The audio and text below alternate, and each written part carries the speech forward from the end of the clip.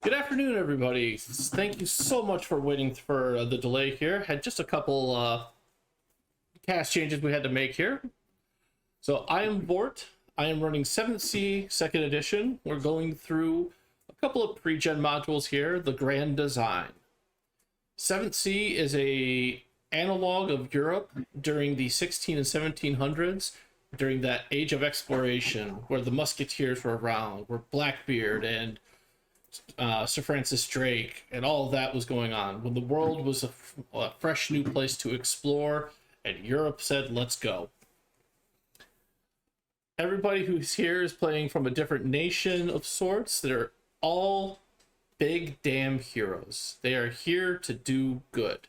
How they do good, that's up to them. They don't have to follow the laws to do good. As long as they are not doing evil, it works out. So this is our, we're kind of the tail end here, the take it home kind of stretch before we get into like clockwork this evening, our anchor point of the Stream-A-Thon. But this is our 2-year anniversary Stream-A-Thon for Rem Gandlif. First and foremost, I want to thank each and every one of you who have been with us these 2 years.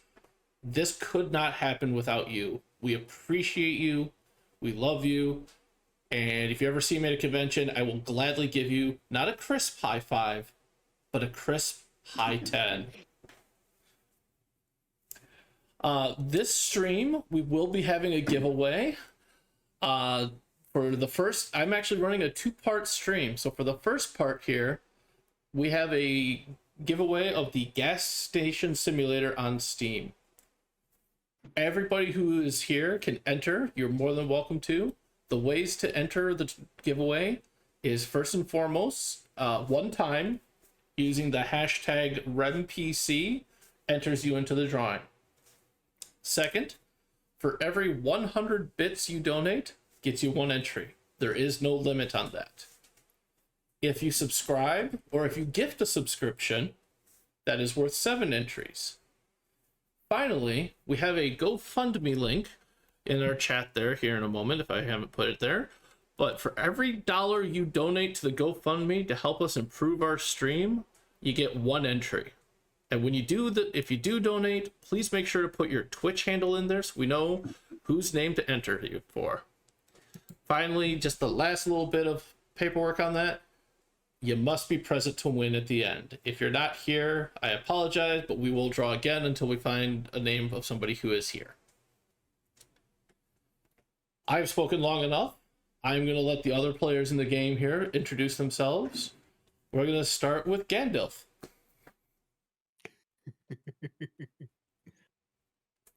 Who is muted. Am I introducing my character or myself? Whatever you would like. Oh, okay. Hi, I'm Gandalf, also known as Lily. I joined this very impromptu. I'm excited to play. I'm playing the Hexen, who battles dark beasts, first creatures, all of that. The evil of the world. Yeah, I'm ready to play. All right, next up, we'll go with Rem. It's me. I am Rem. I am the CEO of Rem Alternus. And yeah, I joined last minute too. Because I only saw 2 players in the chat and I was like, this is unacceptable for Stream-A-Thon weekend. I know some people overslept for some of the Sunday streams. But I am very excited to play with Lily because Lily and I used to work together and we don't get near enough time to hang out anymore. And neither of us has played this game before, so we're gonna just play some pirates and till the guys tell us what to do. All right, next up, we have Gray. Hello, everybody. My name is Patrick Keefe. I am that gray gentleman everywhere on the internet. And I just realized that text-to-speech was on while I was sharing the link, the Twitch link live on Twitter. So that's fun. That's going to not make any sense to anyone at all. But I am playing the Yasurin today. Big, burly, brawling type. Very, very Russian, as you could tell. And yeah. I'm very excited. 7C is one of my favorite games of all time, so Don't you stream 7C somewhere else too? Yes, I do. I have I'm part of a 7th Sea podcast called The Writer's Room, a 7th Sea adventure, where we are pirates aboard the good ship La Rosa Blanca. Excellent. Last but not least, one of my oldest and truest friends, Jester. Holy crap, that's a bit of an odd intro coming from you. Hi, my name is Patrick Bryant. I go by Jester, and the places on the internet that I do exist on. I primarily do things with Dragon Unicorn Games. I also do a little bit with these wonderful people at Rem Gandlif. I've known this bald gentleman for a very, very long portion of my life. I'm very grateful to have that experience. I will be playing the pirate individual who Labuka something something Finn something something Thay something something rapier stabby stab talky talk. That's about the best I got out of all that. So I'm just going to try to go with it the best I can. Excellent. And I realized I said my name is Vorrt. I didn't give much of an intro. I am Vorrt. You can find me here mainly Monday nights playing in the Paranormal Albany Dresden Files inspired RPG.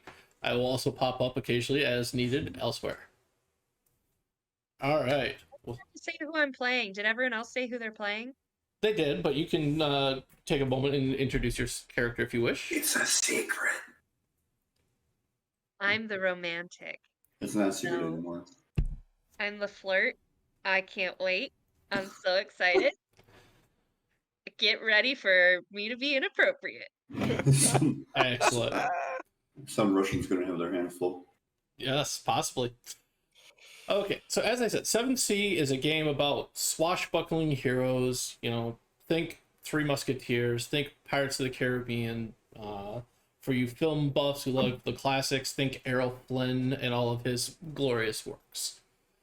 The dice system here is a D10 based, and it is used in one of two ways. There's either the dramatic scene where the party pools their raises together, or an action scene where they each use their raises individually. What is a raise, you may ask? Well, when I say we're doing this, let's roll for raises, each of the players will tell me an approach that they want to use. That approach will be one trait and one skill. They'll tell me how they're approaching it and how they're using that combination, and they will roll dice. For every pair of dice, or single die if they happen to be incredibly lucky with the roll, that equals 10, that's worth one raise.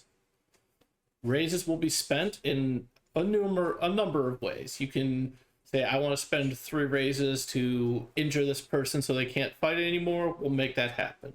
In a dramatic scene, you could say, I spend a raise to flirt with the guard to get us into the building. Perfect, we'll make that happen. So the raises will be spent, and it's up to the players to just give me, I want you to think cinematic and dramatic. Don't think number crunching. This is not, I rolled a hit and stuff like that. Nothing wrong with those games. This one is just a bit more, this leans heavier on the story than it does on the mechanics. So if you don't know what you want to do, just give me some suggestions. We'll make it worth your time. We'll make it happen. Occasionally I will give bonuses that says, hey, you first time you're doing, or this sounds really cool, you get to roll an extra die just to help out with the pool there. Additionally, every hero has hero points. Hero points enable them to do special abilities on their character sheets, and I forget some other uses, but if you give me a compelling argument spending a hero point, I'll make it happen. This one's a little bit more freeform in how we make this work, because at the core of it, you tell a good story. If the rules get in the way, work on something else. So with that, I have we've set the stage for what the system is. Here's the scene. Everybody in this party knew a woman named Magna Mueller. Some knew her as a scamp with a heart of gold, an amazing duelist, bar brawler of legend. You each have your stories. Unfortunately, you're all here for the same story. Her funeral. Her time has come, and death has come to collect his latest citizen of his realm. So you are here celebrating her funeral at a wake and learning and, you know, meeting each other for the first time because none of you really knew each other beforehand. So let's see here. I'm just making sure I got everything set. Yep. And going with that option. Yes. Okay. So each of you are on your way to... Oh, God. All right. First of all, foremost, I'm going to apologize. Hi, John. Welcome to the story. Glad to have you here. Yay! This possibly is the John Wick, author I of believe it Seven might be. Seas. I'm suddenly very nervous. Oh, God. What? What happened?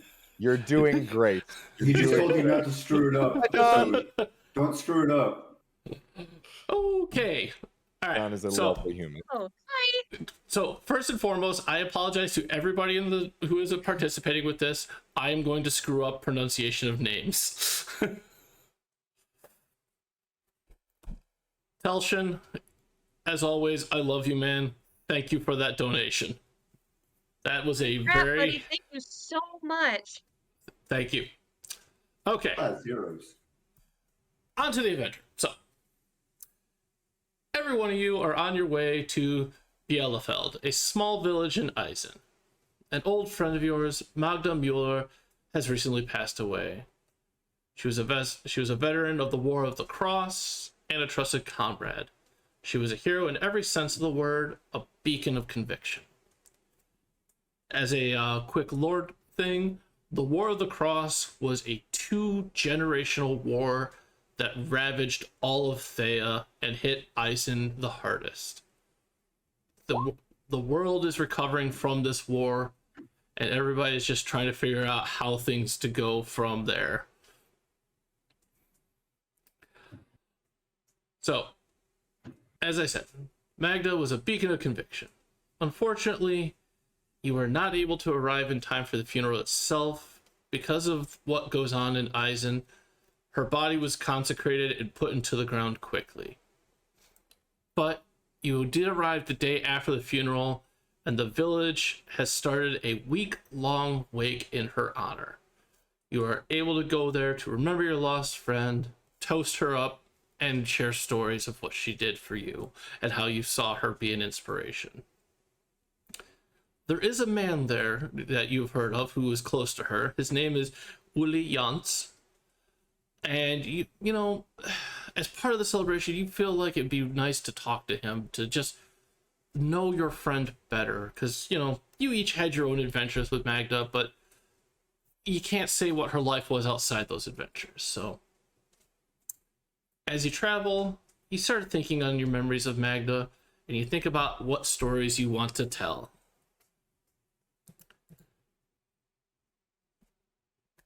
So you've arrived in the city of Bielefeld, around about 900 people. It was destroyed twice in the War of Cross, but it's been rebuilt each time. It is dark autumn, the weather is cold, the ground freezes at times but thaws out during the day. Heavy clothes are necessary because the wind has a sharp, sharp bite if you go, you know, just bare sleeves everywhere. Gloves help protect your hands. You get the feel. So there are two approaches that everybody can make. You can come from the north or you can come from the south. And when I'm going to go around, I'm going to ask each person to do so. And just give me a brief description about what your character looks like. Doesn't have to be detailed. And whether you're coming from the north or the south. We'll start with Rem. Okay. North seems perfectly fine. There's something to pick. And let's see. I am wearing a tilted, wide-brimmed hat, black. I have a black jacket and pants and boots. Boots to keep me warm, but also functional so that I can move easily. And even despite the weather, under the black jacket is a white shirt that is open to reveal my my very nice chest. So that's my style.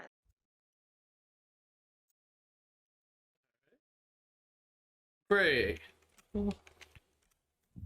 So, certainly coming from the north, dressed for the weather, except for the fact that he is indeed wearing a sleeveless jerkin.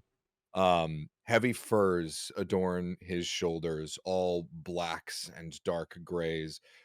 This hulking mountain of a man with salt and pepper beard and a hood pulled up over short cropped hair. Um, like once fine black leather gloves that kind of come up to the forearms, that have since seen their use, although that are fairly well tended to. Any sort of like leather or material has been well worn, or but still very well taken care of. Scars everywhere on every sort of like visible patch of skin. Um, and a large butterfly axe hanging from his back. Two small hand axes adorn either side. Excellent. Jester.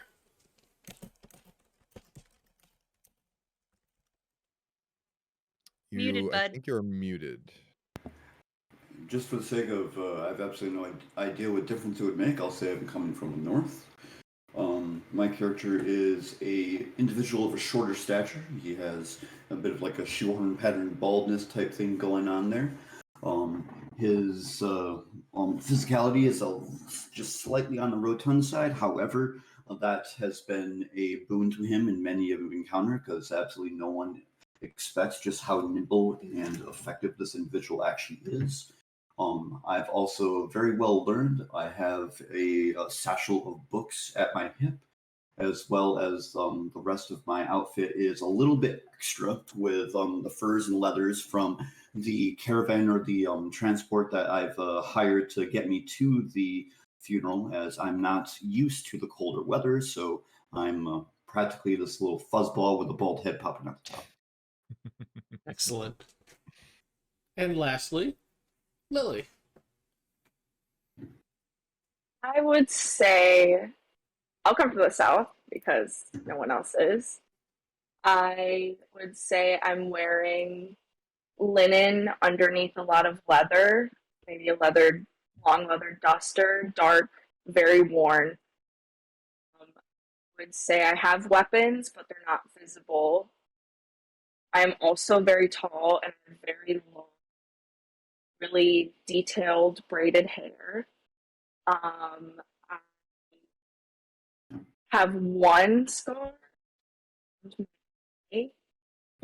um, and a bag on my back. All right.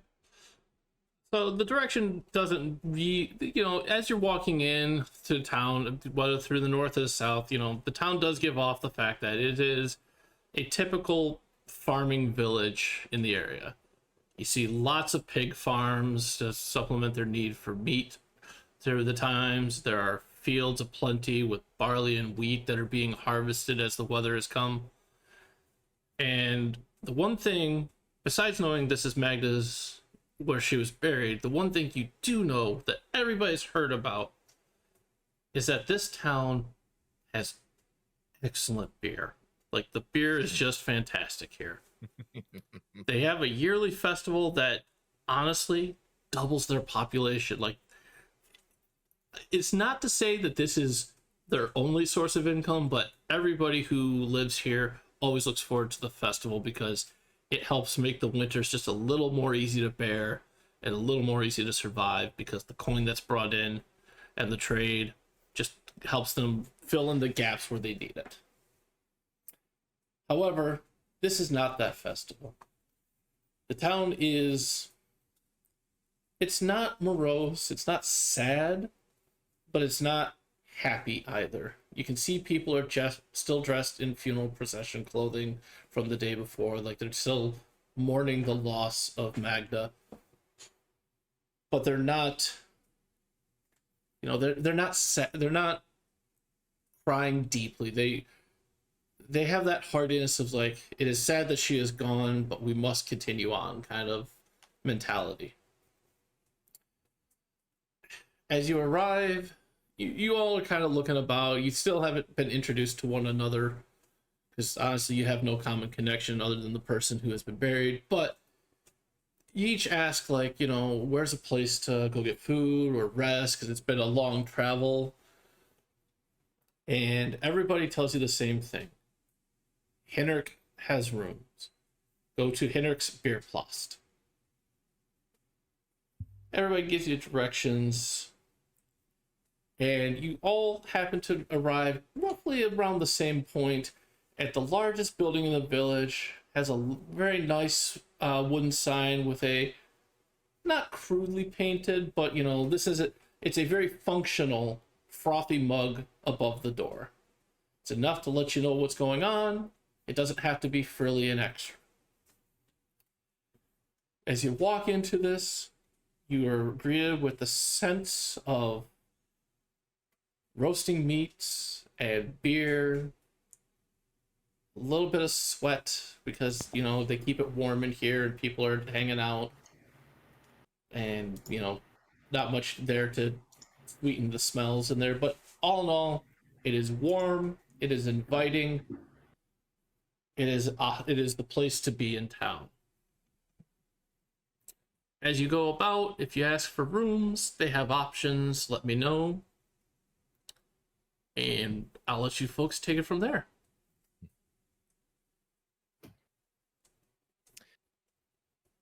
I would say if we are all gathered in the bar, then the Usuran is last to arrive, and just sort of like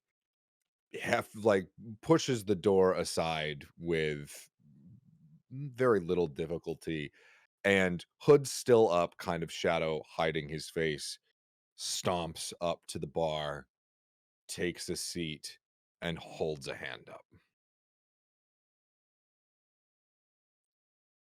Oh yes, I'll be right with you. You see a man who's he's still moving, he's still serving, but he has a look of defeat upon his face. You can tell that he's probably cried here recently. You know, he's got a rag he's wiping down the bar with, but he comes walking down to you, and he introduces himself like, I'm Hinnerk. Normally I'd greet you much more jovial, but with Magnus passing, and as soon as he says his name, he takes a moment, grabs the rag, and just kind of corner of his eyes blots away some of the tears, and he's like, I lost a good person recently. Wipe not your tears with the rag you used to clean the bar, my friend. That is how your eyes turn pink. I see I get a smile out of you yet. It is sad, indeed, Magda's passing. But, slams a fist down on the bar, she lived good life. Hearty life. Fought well. Die well. This is time for joy, celebration of the passing. Cheer yourself. Partake in your wares. Nobody will judge you today. He does smile. It is a sad smile, but it is a smile. And he's like, well, one moment. He turns around, see him pull out a couple of mugs and just pours sets it down. It's like the first pull off the winter lager. One for you, one for him. Raises a mug and cheers with you and takes a drink. Salute, friend. To Magda.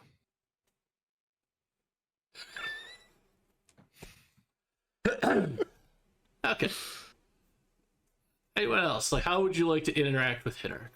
After that hard to follow little intro there, a short individual comes up behind you. You basically don't even really notice he's there for a moment until he chimes in. He goes, "Oh yeah, I mean, Dupra, forgive me. What's the name of this Magda. character that we all loved? Magda. Okay. Oh yes, it sounds very much like you knew exactly who Magda was and the kind of character that she brought into this world. Let me do one of the few things that I really can do with my lot in this life." He slaps down a bag of coin currency or whatever. What you're drinking today is on me. To anyone who knew Magda to that extent definitely deserves to be treated with such regard. That is very kind of you, small new friend. Hitter Well, sees you set the coin down and he's like, I do the following not to insult you. This is not a time when normally I would gladly accept your money, but in this situation, in this scenario, he opens the bag, he reaches in, he pulls exactly one coin out, and he pushes the rest. It's like, this is all you need pay. Pours you one of the winter lagers as well. Well, thank you very much. I'm going to attempt a kind of like a finesse theft kind of roll to palm the bag and then sneak it into one of his little areas where he'll find it later in the day where I'm not around anymore. You know what? Go right ahead.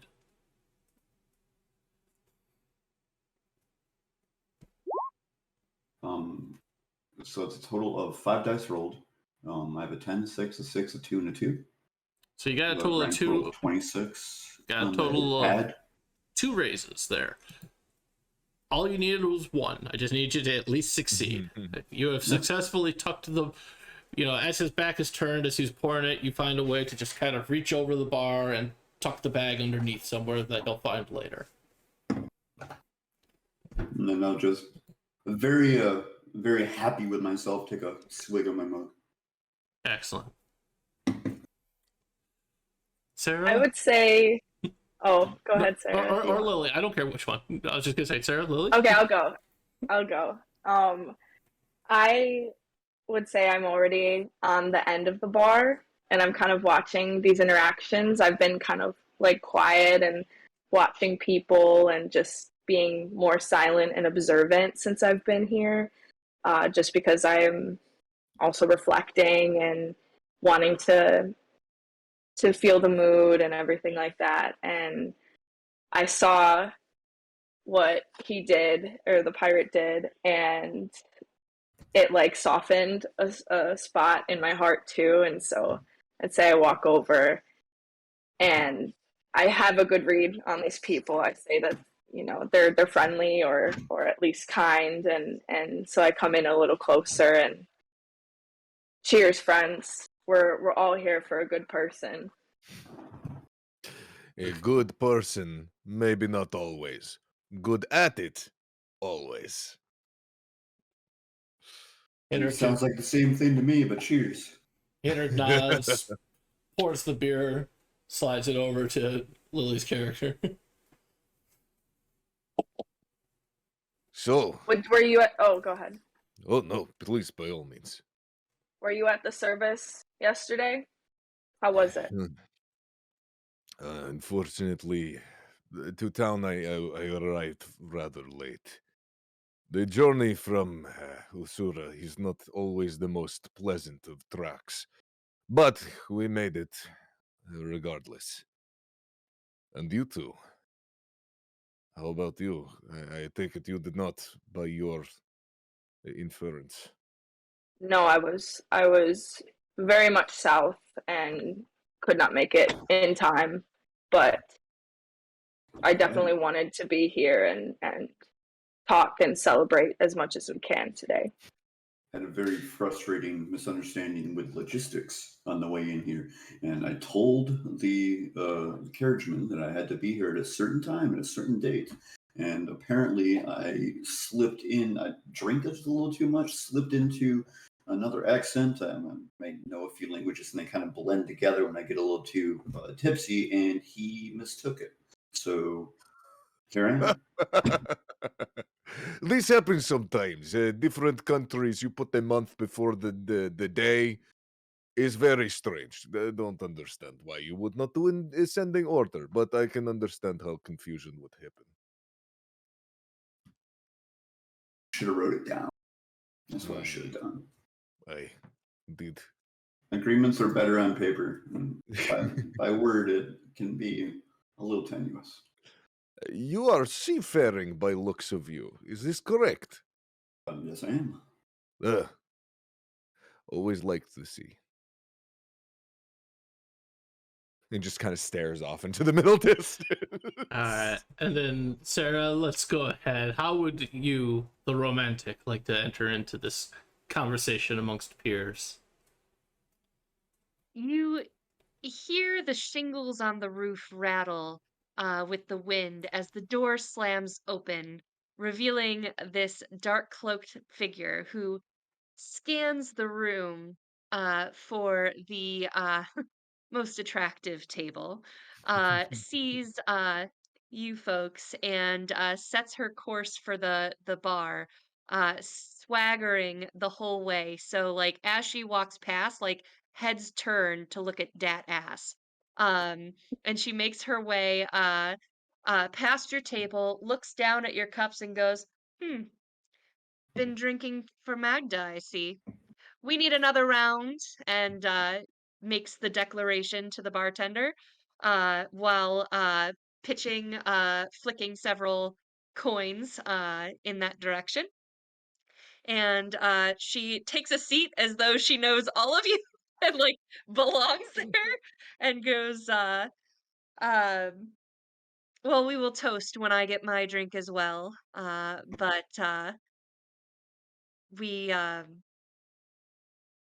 here's to living a life worthy of our Magda. Again, Hinder, What? this time he doesn't bother to wipe it. Like there's a tear or two that rolls down his cheek, but again, he has that nostalgic smile, tinged with the fact that he knows that she's no longer with them. He nods. He does the same to you as he did to Jester's character. He takes but one coin, slides the rest back, says, "This is all that is enough," and he pats it kind of fondly, just the one coin, and then he turns, grabbing 5 fresh mugs, and just the precision of a man who has worked a bar his entire life, just goes and sets them all out. And actually, no, he says, in fact, he calls to the back, "Marcha, Marcha." A woman comes out, red hair, easily in her mid-adulthood, but still looking good, like she's had a good life even through all the wars. She's like, "Yes." It's like, "Please watch the bar. I'm going to sit with my friends and talk about Magda." And he ushers all of you off. He's like, "Come." He's got the beers. He sits you down at a table set big enough for all of you. He's like, "Please, tell me some stories of Magda. I know some. I know I don't know all, and I would love to hear more." Well, if I may, then, and he kind of fumbles around in his vest and pulls out a well-worn flask and is like, "Got a little something back when I traveled briefly with Magda. This is a very fine vintage, and one very lovely way to imbibe it is actually alongside a very fine winter ale." So he picks up the flask, douses a bit into the top of his mug, and then hands it off to the burly gentleman to his right. Oh, I've heard of this. This is what they call the cart that is on the side. Yes? Yes, Beautiful. and Does the same. and then after, Put it down. yep, to the very flamboyant individual that has seated themselves. And then once Uh, everyone's sorry, didn't mean to interrupt. Carry on. as I take the offered swig, I've got like that cross legs but kind of leaned over, so like the tight pants are showing off leg. Um and gratefully sip while making direct eye contact. And so it's a very sensual sip. And she says, Magda, Magda was a wonderful ally and partner. As we traveled, there were plenty of opportunities for carousal. There were one time, in fact, there were not one but two women, one for each of us, or so I thought.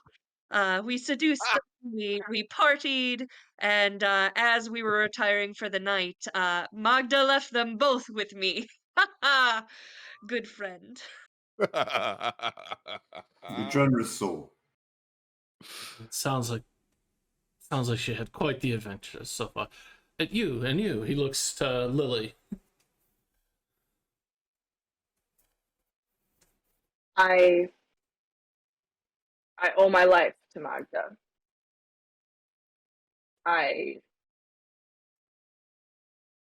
Magda has taught me most everything that I know of how I've come to be, and in the very brief time that it felt brief, but it was months that we spent together, and I hadn't seen him since we left each other, and he's never left my memory.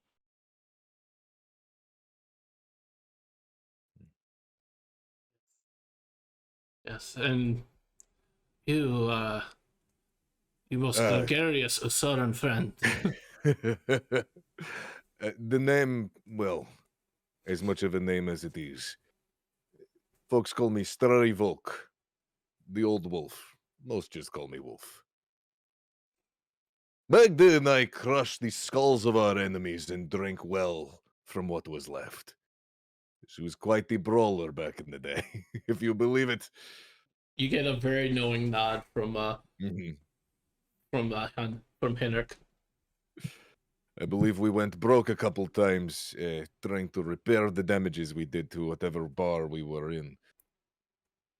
But we adventured longst the many nations, longst the coasts, dredging occasionally into the Sea of Monsters itself. When you mention Shame. the bar, the many bars you stuff, you do see him look up, and if anybody else looks up, they see a sword still stuck in a rafter. Like it is just like somehow, some way, somebody hacked a sword into the rafter, which is 15 feet above your head, so pretty high up there. And he's got that wistful, fond look. Is like, yeah, I remember when that happened. You mentioned the Sea of Monsters.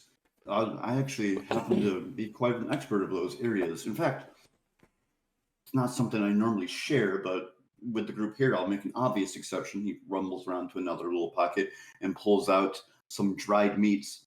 And there's something very special about these. You see, on that sea, those stories, like, they're not just stories about the monsters, and I'm sure you yourself know this is true. But one thing that a lot of people don't really think about is if you can best them, they're no more of a monster than they are food on your table. And then he pushes forward. So this is dried meat from one of the large eels in the area. I find it to be quite a succulent little bit, and the dried crust over the top actually holds in just a little bit of that kind of like salty moistness inside there that you don't really have the pleasure from most dried foods. You say Wolf leans forward, like hunger. Oh, not like hunger, but like, oh, that's fascinating. I need to try this in his eyes. I must admit, when we were out on the sea, the biggest monster there was Magda at times. I have not encountered such a thing, but am willing to try. Lily, I will say I'll that take. for your character, initially when the small buccaneers talking about eating monsters, you are almost a little reviled because what you know as a monster and what he knows as a monster are not the same thing. And then when he starts to explain further, you relax a little on that because it's not like, oh, he's not eating. Okay, yeah, okay, you're good. Like the rotten flesh. I'm like, why? But then I grab the biggest piece that I can find and put it in. Snatches it up before the Russian can reach for it. My character will grab a piece as well, but again, slowly and almost lazily, like everything else she's been doing. But she'll make direct eye contact with Jester. What's your character's name? I haven't Vizini. Very good. with Vizini, and like do the like. This is like an eel, so it's a little bit phallic. So she just like The most seductive way to eat jerky ever. He repositions himself in his chair a little bit. He kind of sits up just a little bit higher so that his angle of view is more eyes and less bosom.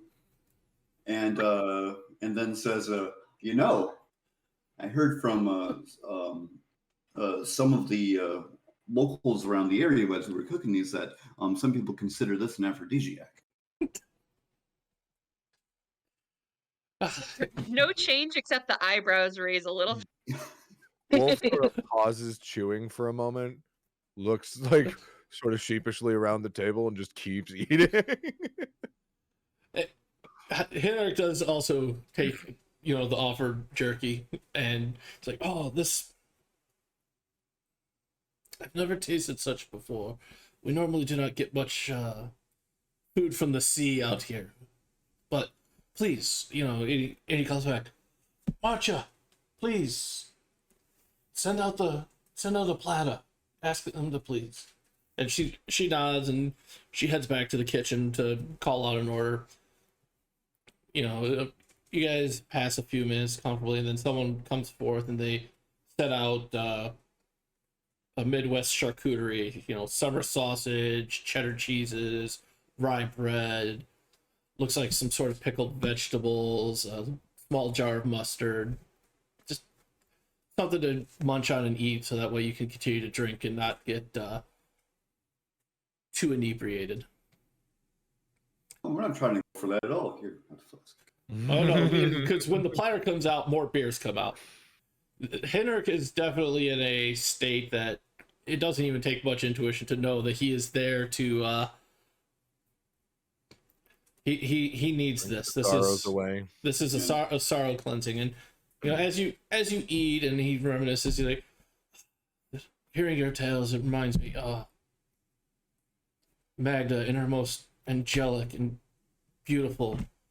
There was a time in which we had bandits trying to raid the city. It was harvest time, much like this. They were looking to steal food and materials to get them through the winter, and they were being they weren't even trying to negotiate. They just came in all aggressive and started beating people down and stuff like that. Upon hearing this in the bar, she pulled out her panzer hand. Her fist was, just the iron, that Drakenisen fist, and her sword. In fact, that one up there. And she just said, I'll be right back. She stepped outside, started just laying into the bandits one by one, disarming them, pinking them just a little bit so that they know they've been kissed by her blade. And the last one, that last one, he thought he could grab one of the village girls and hold her hostage to guarantee his release. Standing there, dagger to her, near her throat. And Magda just turns to him, stands at, in full fighting stance. Just, stares him down. just stares, says nothing, makes no aggressive move, just stares. Time just seems to slow. It felt like an eternity, but at the same time, it snapped back, and the man just, you could see him go from hard edge to wary caution to, I need to go, I left something on in the kitchen back home, as he dropped his blade scared and quiet. ran. And after they were done and the rest wandered off, she saw the girl back to her parents. Magda came back in, placed her panzer hand in storage, shucked her blade up into the beams above, and ordered a beer, as if nothing else had ever happened. That sounds about right. Tell me, Hendrix, He nods. how did she die? I don't believe that information was revealed to us when the knowledge of her death reached. To be honest, I scarcely believe that the news of her passing was true. If it wasn't for the fact that there was no reason given, a little mystery on that, I don't think I would have even taken it seriously. We missed the funeral. I have yet to see body. Everyone knows if you don't see body, it is sort of up in the air. So, as far as I'm concerned, there's a 50-50 chance she's still out there. For the first time since you've arrived, and mind you, the five of you with Henrik have been at this for a couple hours, you actually see Henrik get a look of not anger, but stone somberness. Is like, she is dead. I saw her body myself. I was actually one of the pallbearers that laid her into the ground and helped bury her. I cannot say as the manner of her death, because at the time of her burying after the consecration, she was fully clothed, but there was no life left in her body. Does anyone know what she was doing in her final days? Magda doesn't. You knew her. Sorry. He goes with, you know. You knew her. She was only That's focused on foolish the to event. She was only focused on the events at hand. She never gave more than she had to. She said it was for safety reasons, to keep people safe. At times, I think it's just because she liked to keep a little mystery about herself. It's many times I professed my love to her. She never reciprocated, but she was never harsh. I even once asked her to marry me. That She may have never reciprocated, but how many rooftops do you think that she's skewered with a sword? Huh? It I was seems to gonna me say- that this was a special place to her. At that, Wolf laughs like a deep, hearty laugh, not at Henrik's, and just raises his hand. Who here proposed to Magda? 18 hands go up in the bar. This is what I thought.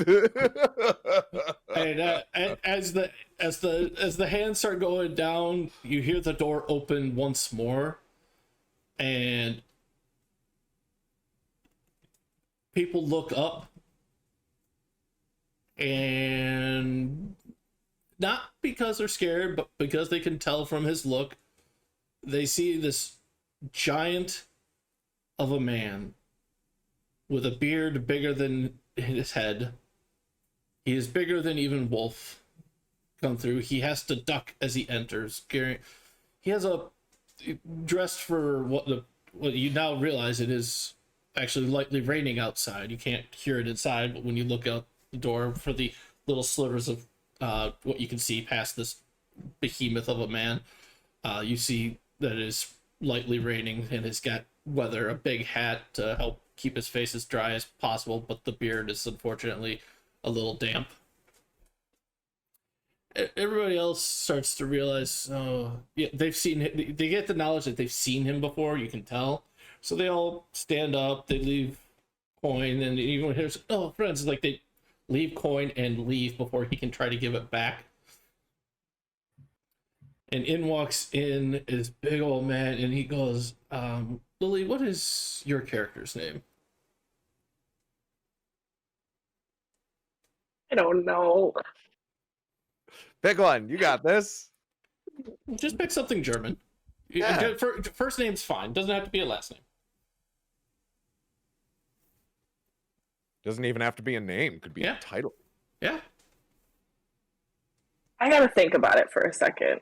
All right. Well, while you're thinking about it, we can insert it back later. Exon, he calls, and you see him, and this is a man you've met before.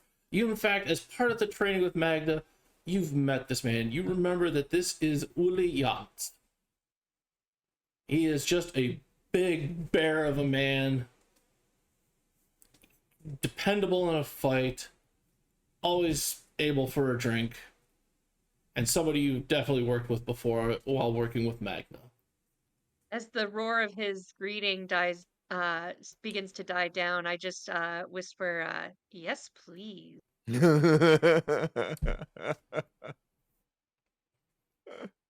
Begin to think it's probably a mistake to let you try some of that eel. And Lily, you know, just from the time you spent working with him and Magda, that this is actually one of the few men that had the pleasure of being one of Magda's lovers. Just you happened to catch them one night as you were out in the field, and you're like, ah, cool, and kind of went on with life. Yeah, no jealousy, really, just respect only. Yep. But he sees Okay.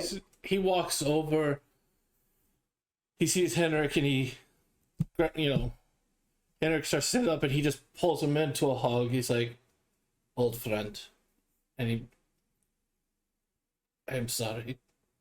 And you can hear the voice quiver, like, he is letting what has happened finally, come forth. He's acknowledging that she is there, that she is dead. And Henrik just claps him on the back. He's like, old friend.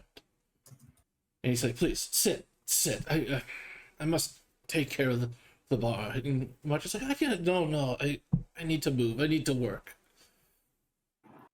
Before he sits down, Wolf gets up from his seat with a very stern expression on his face, walks over to this large individual, one of the few people he has to look up at, and just takes the axe off his back, slams it down, looks at him, and just flexes his muscles and waits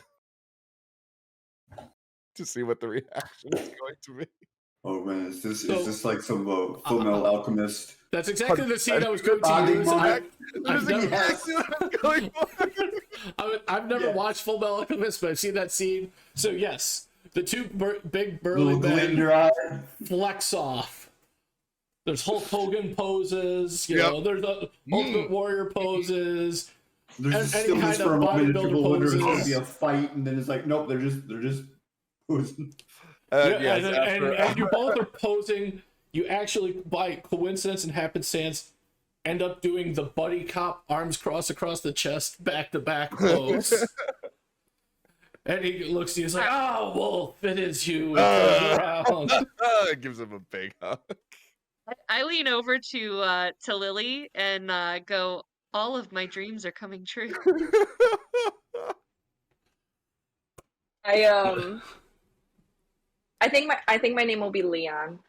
I think that sounds good. Leon, Yeah. it is Uh, perfect. So And yeah, go ahead. he gets done hugging Wolf, and he goes over to you. He's like, "Leon," he pulls you up for a hug as well. Your choice as to how you respond. I hug back, but I'm more, I spend a long time away from people, right? And so when I leave somebody, I don't really expect to see them again, especially with everything I've encountered in the world. And As a Hexen, So- as a Hexen cleric, that makes perfect sense. So it's more disbelief and shock and gratitude. And so, yeah, I definitely hug him back. And Uli, it's a pleasure to see you again here. And I'll stand up and be like, we are all grieving. I am sad too.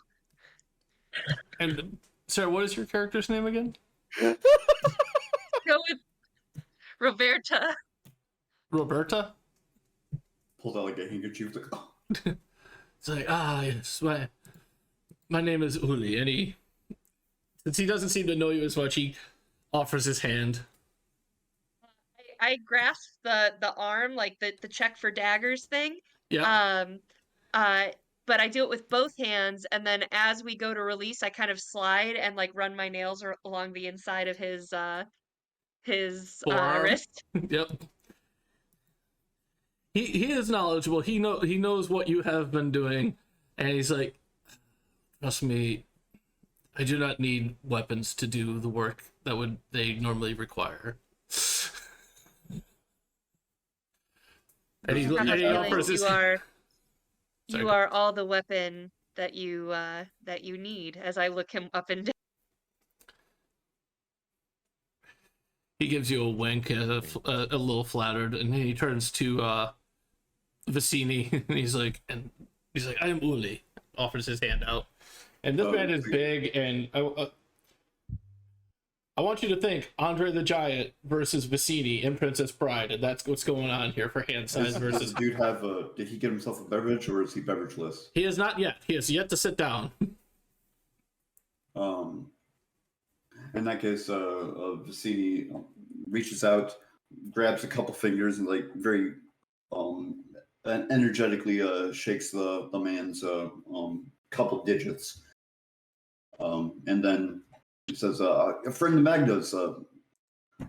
Do you guys have mugs big enough for this guy?"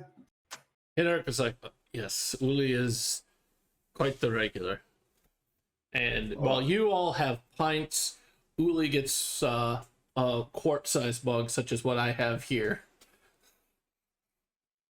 And with that, I pull out. I find out that the first flask I was sharing is empty, and I pull out another one and go, "Friend of Magda's. This is always something that I shared with her. Something she enjoyed quite a bit, and I highly suggest you try it as well. Just a little bit on top of the fine ale here, and it brings out some spice notes and a little bit of blush to your face that even an individual of your constitution would be able to appreciate." He nods, he takes a swig. He's like, oh. Generally, Supposed to go in the beer, but you can do it straight too. That's cool. he does. So it's like, next time I will try it in the beer.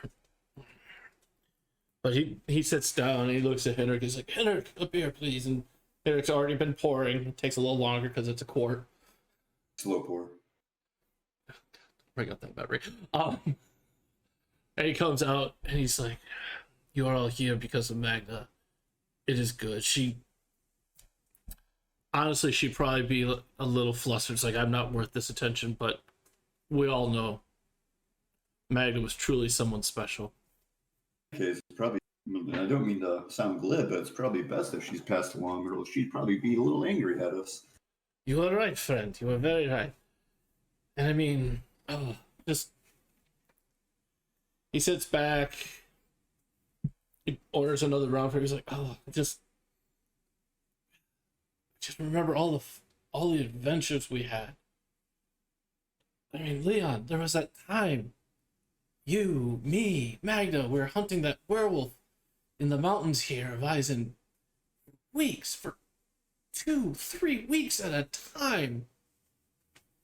By day we tracked, by night he tracked us. You remember, how hard that was. I'm still recovering from those sleepless nights, the horrors, and I know, and I trusted both of you with my life. And we trusted ours with yours, or our lives with you as well. I mean, when we finally found him, a poor man fully transformed under the curse, pain, terror, rage in his eyes. Like he was just trying to eat us. Like he lost himself. The beast was in control, and he was hungry. He wanted to. No slight to you, Leon. You are a hardy man, but you know, clearly I'm just by size alone. I am the bigger meal. And as he came for me, Magda just. I don't even remember how she did that, but she was able to just charge him and. Remember how she just took the sword and pinned him to the tree.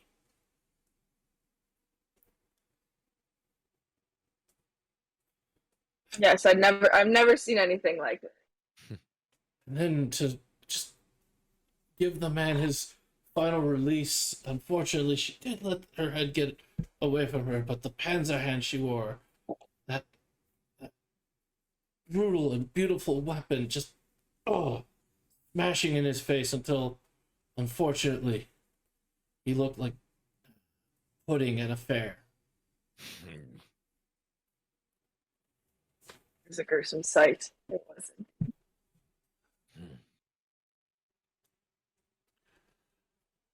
So the night goes on, the day goes on. You're all telling stories. You're laughing. You're somber. You're crying. You're energetic. Everything a solid good wake should be. As the night goes further and further, Henrik and Jans are slowly getting drunker and drunker, and finally Henrik he looks at Jans. He's like, "Why, Yuli? Why didn't she love me?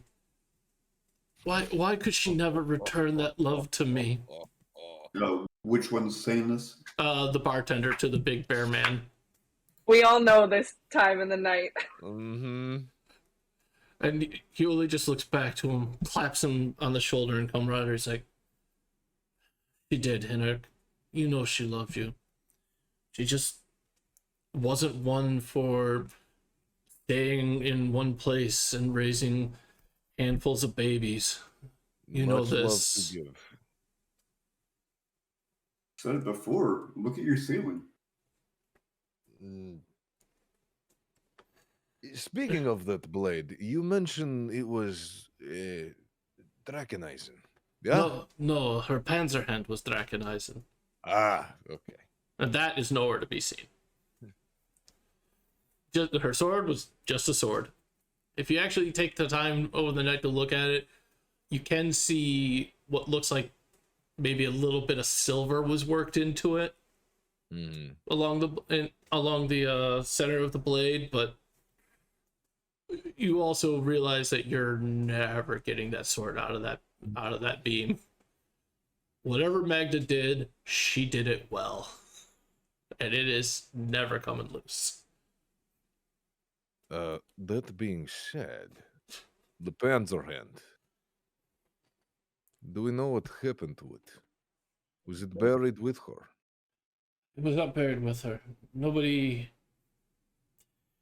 has seen it, but I would not be surprised if she did not gift it to somebody in need of it. Especially after you remember this. And I was like, "Oh, yes, that night was terrible, even for Eisen." And Henrik looks and he goes on to tell you, it's like, the town had a problem for a while. Three of the parishioners of the church were found. And he takes a moment, he drinks, because he's got to get the nerve to say this.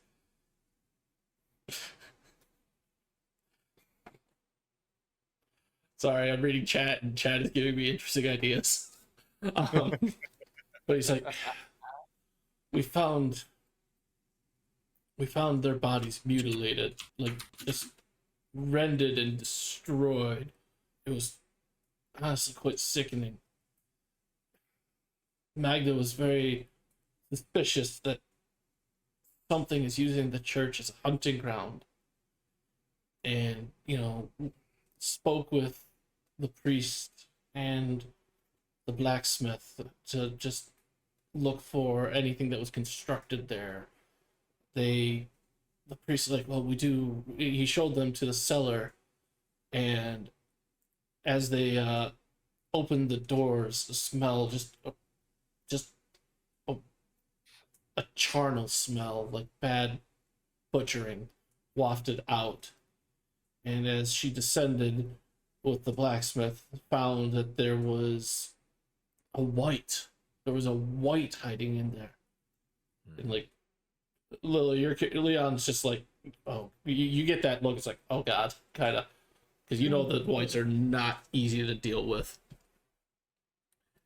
And he continues like, this white had apparently dug a system under the town, to the graveyard, to the mill, to the butcher shop, just everywhere. And upon finding him, Magda, as Magda does, just started fighting with it. Draconizing in the hand, no sword with her for not room to use it. The priest was there, the blacksmith, they were helping her, but all they really could do was use torches and, to guide it, to shepherd it back towards Magda so that it could not get away. In its final attempt to try and break free, it barreled into Magda, tackling her down. She hit hard on the rock as it tried to just barrel her over and keep going, but she grabbed it as it did and just was able to drag and just punch up into the white's chest and out the other side, and just like a last desperation of her own, subduing the beast and killing it. But they disposed of it as proper, but unfortunately this was the start of when Magda started to slow down, for she was crippled after that. She came out with a cane. She had to use a cane. But this being Magda, it wasn't any cane. It was a silver-handled cane with a silver tip at the base. Of course it was. Made from an ironwood tree that had been struck by lightning recently. Probably had a chamber for black powder, I bet you. Tell me, Henrik, did she ever discover how the white made its way to the church? There has been much turmoil in Iceland and beyond for the War of the Cross. Yes, they did track the cave system and found that there was, honestly, I think it ended up being like a league away to a river, or emptied out into a river. Those have all been sealed since then with proper consecrated wards to help protect, but it was quite the plight.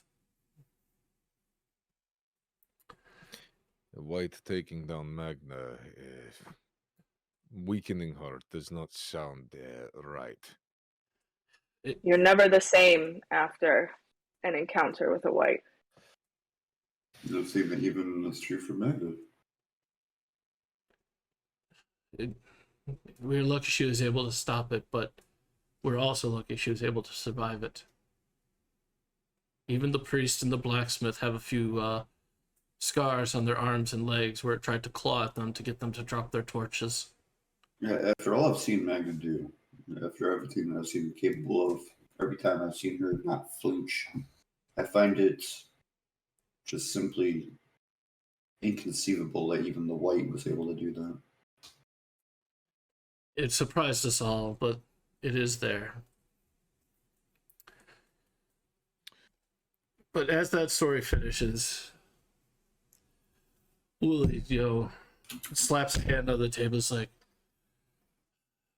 he listens, and you all can hear the faint tolling of the church bell as it is. Oh, you cut out. Oh, sorry, my microphone does that. You hear the tolling of a church bell as it sounds at midnight.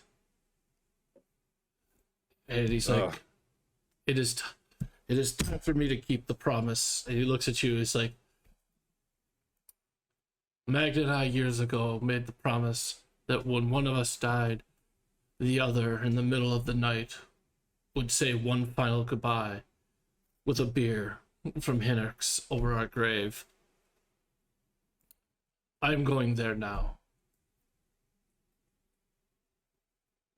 I think it only appropriate we should join you, seeing as we missed the service to begin with. I'd love to see her resting space. Hinnerk agrees. He's like, I have a special barrel for this. I've known about this for some time. And you see him go back and he pulls out a small, probably about a gallon-sized barrel. Not just enough for a few pours. It's like, this is not only possibly the finest brew I've made, but I have had the local priests also bless it to ensure that Magda rests easy in her grave and will never have anybody follow up, do anything to her. I seal up my flask and I put it away. I'm like, this is going to be one that I'm not going to alter. Can I just say that I hope that I'm as loved when I die as Magda is? Mm-hmm. At the same. So, okay. Even though we got a little bit of a late start here, before I take us into the next scene, I am going to set up a short break for us here to let us stretch and move around a bit. So, folks, we'll be back in about 10 minutes. Please, we look forward to seeing you back here when we get back, and we will continue the story then.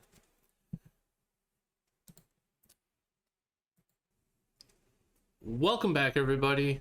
Thank you so much for sticking around. Thank you for letting us have that short break there. As a reminder, we are doing a giveaway this stream for Gas Station Simulator. You are absolutely welcome to participate and try and get yourself a copy of that. As the link there is there. Rem PC, one-time use, get you in. The rest, got a little description here. For every 100 bits you donate, get you 1 entry. For every subscription you either do for yourself or gift to somebody, that's worth 7 entries. And if you follow that GoFundMe link just above what I posted and you donate there, you get an entry for every dollar you spend. And all your dollars that you spend help Rem Alternus grow and improve our many offerings for you. Please, if you donate through GoFundMe, include your Twitch handle so I can find you to give you your reward if you win. And with that, take us back into the game. The party had been spending most of a day into the night drinking and reminiscing about their lost friend Magda. They finally had a large bear of a man say, I have one last promise to keep for her, and that is to, pour a beer on her grave to honor her one last time. The party agreed to join him, as well as Hinnerk, the owner of the beer plast, who brought out a small keg of a special brew. And they all set off into the night. I link arms with both Wolf and Ule. Uli. How do you say it? Uli? Yep. And I'm very supportive, but I am also definitely feeling their muscles. You are a dangerous one. You know this, Roberto. You have no idea. There's I haven't like even laughs shown you and then my there's sword like yet. a little like ooh, ooh. So as you head out, you will start walking through the south side of town, heading towards a small hill. As you get closer and closer, Hinnerk has a lantern to help guide the way. You get closer and you see that the graveyard is surrounded with a 10-foot high wrought iron fence. Not much in the way of decoration, but there is prophet's crosses at the top of each fence post. Normally you'd see kind of like that fleur-de-lis like spike. This is instead the prophet's cross. It still comes to a little bit of a spike, but it's there. Leon recognizes this as a common Eisen method of protecting the graveyard so that nothing comes out of the graveyard. Mhm. You know, I take comfort in that and seeing that. Wolf looks a little disturbed. Is not, unaccustomed to fighting those things of monstrous origin. But to see, a friend laid in state in such a place is probably a little disconcerting to him. yeah. As you get closer, you see that this is not a graveyard where everybody has individual graves. Rather, there are family plots. So it's, Mhm. I mean, there still may be some individual graves depending on what people have been able to afford, but there are some small mausoleums, structures built there, and families are buried together. You know, really, Leon knows best of all that villages and Eisens pay special attention to the burial rites. He just can never be too careful. Commonly, there is a watch that watches over the graveyard through the evenings. It cycles amongst five or eight people, whatever the village can muster up for the watch, just to make sure that nothing gets out and nobody goes in to disturb those who are taking their final rest. That was my first job. You know, as you approach and get to the entrance, there's a gentleman there standing there with a silver sword, on a large belt, prophet's cross hanging around his neck, bell nearby. But there is something peculiar about this in the fact that he's not standing. He's on the ground, unconscious. You take a moment, you can see that he is breathing. That doesn't look like he's been, Mhm. he is kind of breathing, but as you get a little bit closer, his breath gives off just a foul, sickly smell. Let's see here. Wolf goes to grab the butterfly axe from his back, thinks better of it, instead pulls out the two hand axes. So I'm gonna set a difficulty on this of 3 raises Mhm. to figure out what's wrong with him. Anybody who would like to figure this out can roll wits plus an appropriate skill they feel to help assess why this gentleman is sick, exuding such a sickly scent on his breath. Scholarship works. Oh no. Notice Empathy. work? Notice would work, or empathy. You can kind of suss out what's going on. If you feel like you have any advantages that would be applicable, feel free to let me know, and we can make it work.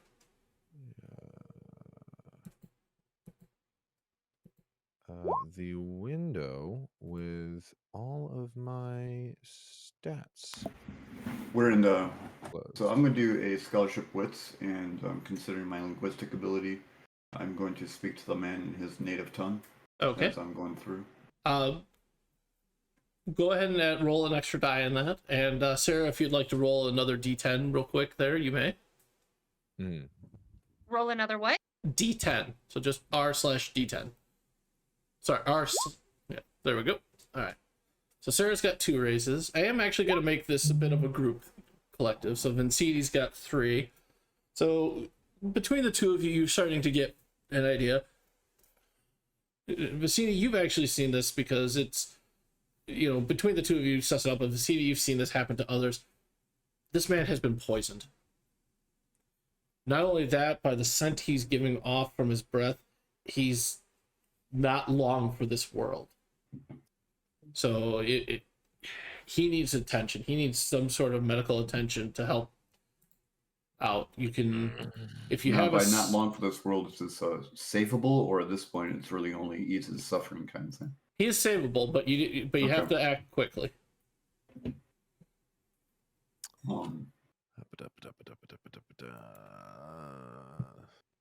Oh, in that I have case, a I'm question. gonna. Okay, yeah. Sorry, go ahead, sir. I have a question. On my character sheet, I have a. It says my crew, and there's surgeon doctor there. You're looking on the ship portion there. I think third page.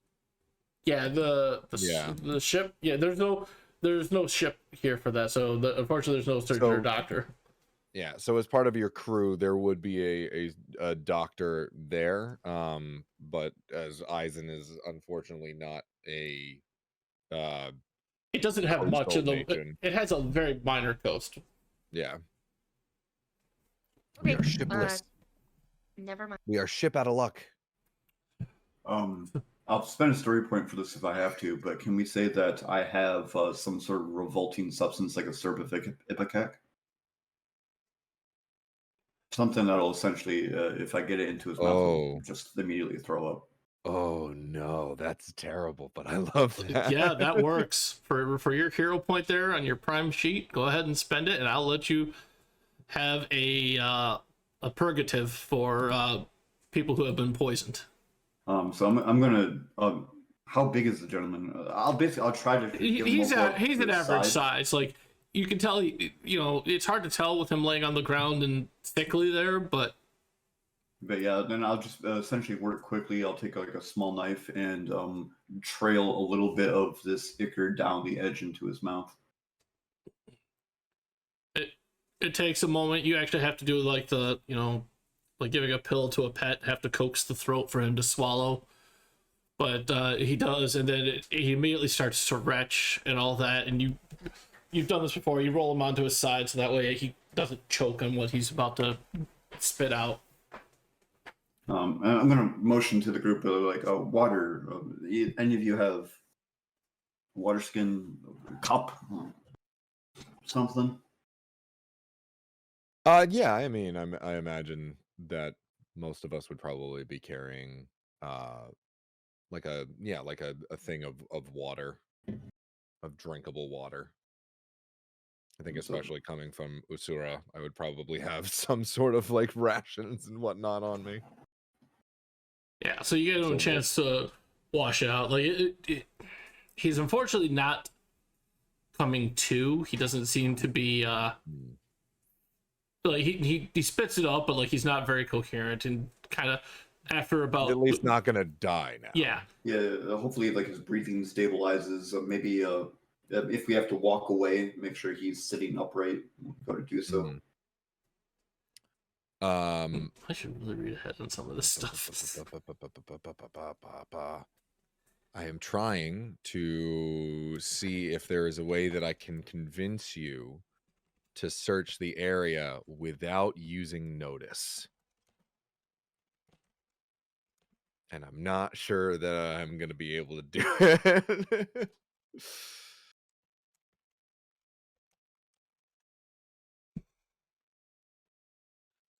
Well, as you get him recovered, sorry, go ahead.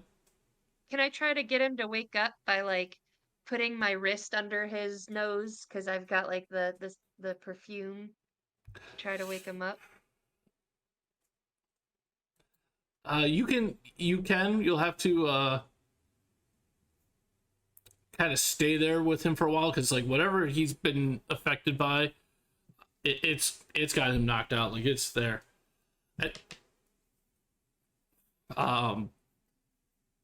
The rest of you, go ahead and do a wits plus notice. I think that's right. Right? Notice? I don't have a character sheet handy. Click over. Do we just click it? So for this, what you can do is on the notice there, you'll see there's a little thing where it says none. If you click the box there, you can choose the trait that goes with it. That's neat. And then all you gotta do is click notice, and it'll roll all the dice for that. And because I'm making you roll everything, when it asks you if you get a bonus, just add just roll a 1 and put a 1 in there for bonus. So It has 2 fields for bonuses. Which one's the static value and it's like one like a die value? So put a 1 for the die value. Yeah, but which is which? I think it's just positive. Because like if There's I do penalty click, I get and penalty and then and bonus. bonus. Oh, okay. So that's So yeah, submit. There Yeah, do it just for bonus, not for penalty. There's no penalties on this die roll. So, Vorrt, Yes. question. Wolf being from Usura, and the turmoil that is often plaguing the harsh environment that is Usura. I would imagine Wolf has seen his fair share of warfare, and within warfare there is quite a lot of, heavy artillery and like person to person fighting, but subterfuge as well. Could I convince you, instead of using notice, to use warfare instead, as this person has been poisoned and we are attempting to potentially suss out the Ambush way that or this a person has setup? been poisoned? Correct. Yes. And go ahead Yes. and add +1 to the die pool for that as well. Thank you. All right, I got Lily's roll there. Jester, did you want to try and roll, or does the cat have your arms pinned down? I will refrain from rolling. I had my moment of spotlight with a little bit of pukey syrup. Fair enough.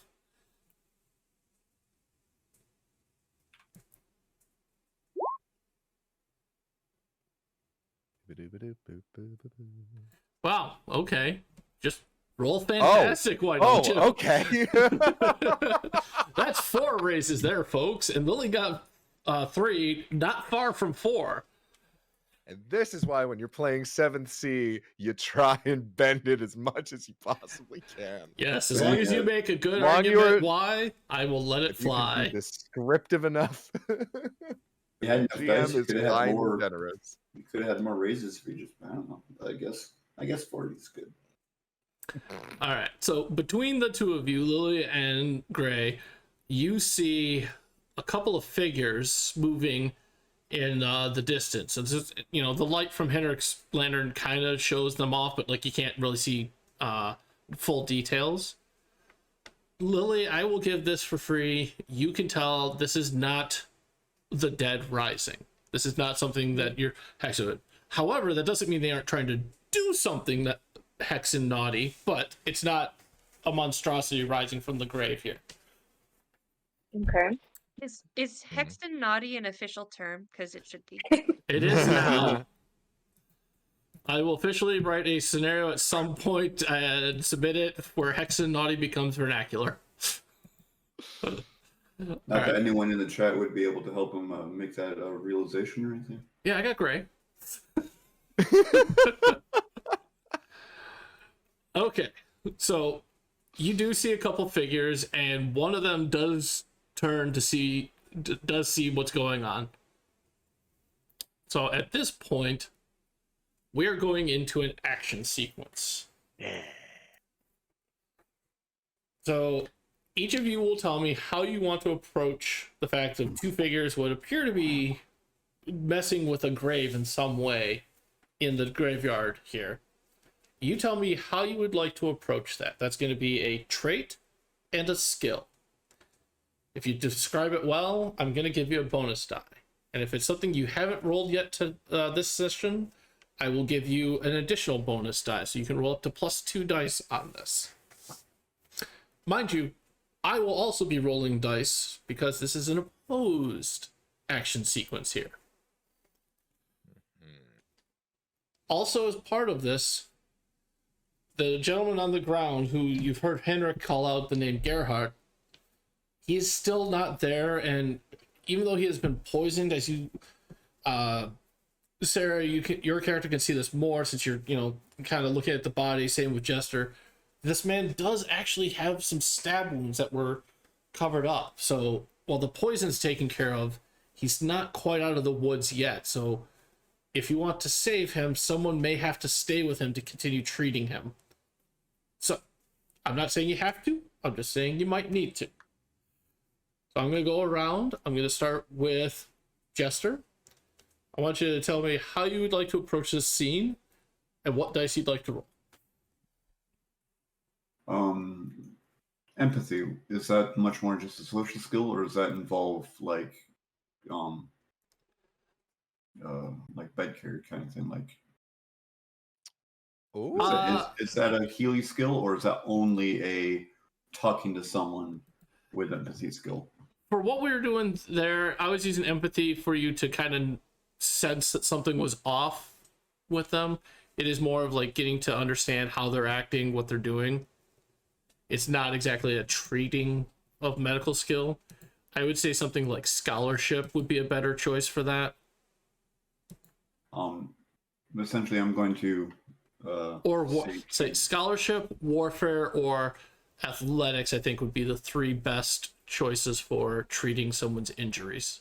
But yeah, my intention is I'm going to stay and use scholarship wits to treat these stab wounds. And then either asking Roberta that if you're going to stick around to help me out, or make up your decision and go help the other two. All right, sounds good. You may roll that with +2 dice. Lily, how would you like to approach what you see here? As a character note, this is something that is... This is that line you don't cross in Eisen. Only villains and evil cross this line of digging up a body in a graveyard. I would say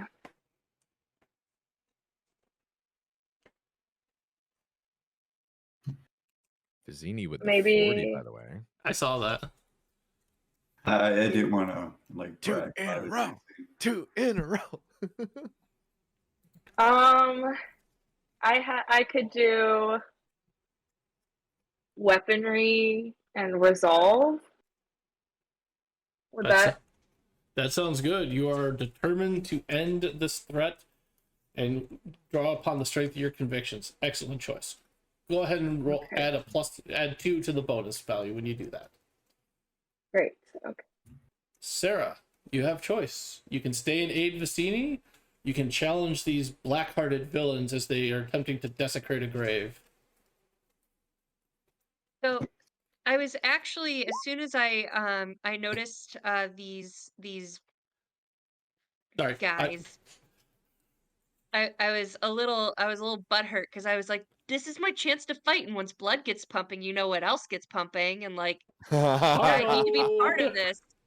So Very good. so I was getting all butthurt, but now Vizzini gave me an out, so I gently set the guy down, and I want to go charge in. And seeing what's happening now with grave robbing, and if this is whether or not this is Magda's grave, this is defiling her week and her celebration. And so I'm gonna do less of the flourishy stuff, and I'm gonna charge in with finesse and weaponry, and I do get a bonus too for dueling, I think. You So do I get a get bonus for dueling, but only if you're actually in a duel. So you would have to challenge these people to a duel. oh, I mean, the challenge came when they started digging up people. So, great. Well, I'm just gonna charge in, and have my rapier drawn, and as I run in, I am smaller, and therefore I'm going to assume faster than my big fighty bros here that I'm trying to impress. So I'm gonna go ahead and finesse my way to the front and slash these guys. All right. Well, you may do so Let's go. with a bonus of 2 dice. Finally, but not last and least, Wolf, how are you approaching this situation? Wolf is going to play to his strengths, and I am doing brawn and weaponry, as you know, the hand axes that have been in my hand since we first saw this gentleman unconscious. Wolf was already feeling uneasy about the fact that, Magda had been buried, such a dear friend had been buried in such a dreadful place. To see grave robbers defiling that, like, final rest, Wolf is going to, at the top of his lungs, scream out, You dare disturb my friend's final resting place. You will suffer.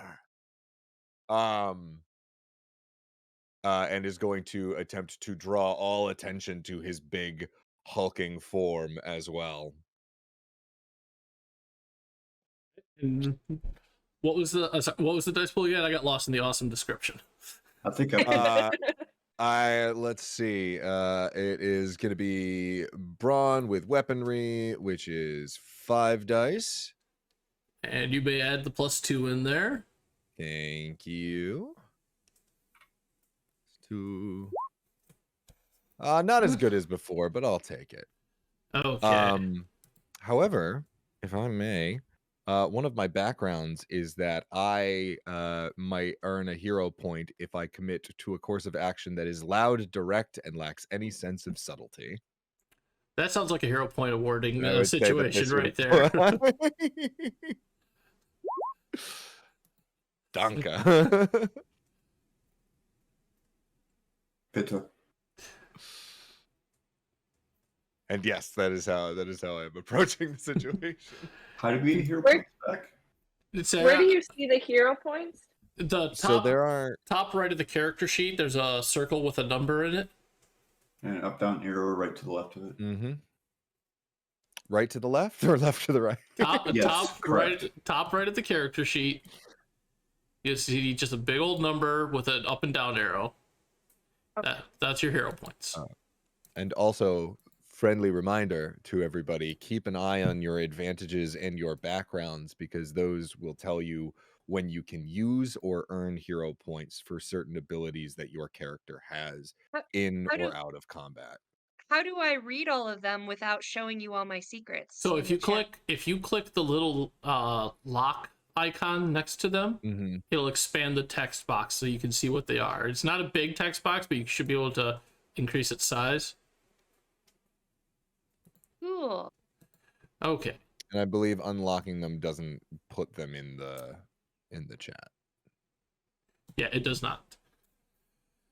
Okay, I'm going to go ahead and roll for the people who are opposing you in this scenario here. Boo, hiss. All right. Give me fight. Let me spill blood upon the graves of my friends. The blood of our enemies. I don't know, fucking. Again, Roberta friends and looks questions. over- Running on a tangent. So I have 2 people. I'm sorry, go ahead. Roberta looks over her shoulder and goes, "I love you." But Wolf turns beet red and says nothing. All right. So the first Does not know how to first react. villain here, Valentine, he doesn't have much in the way of that. But the other one, let's see here.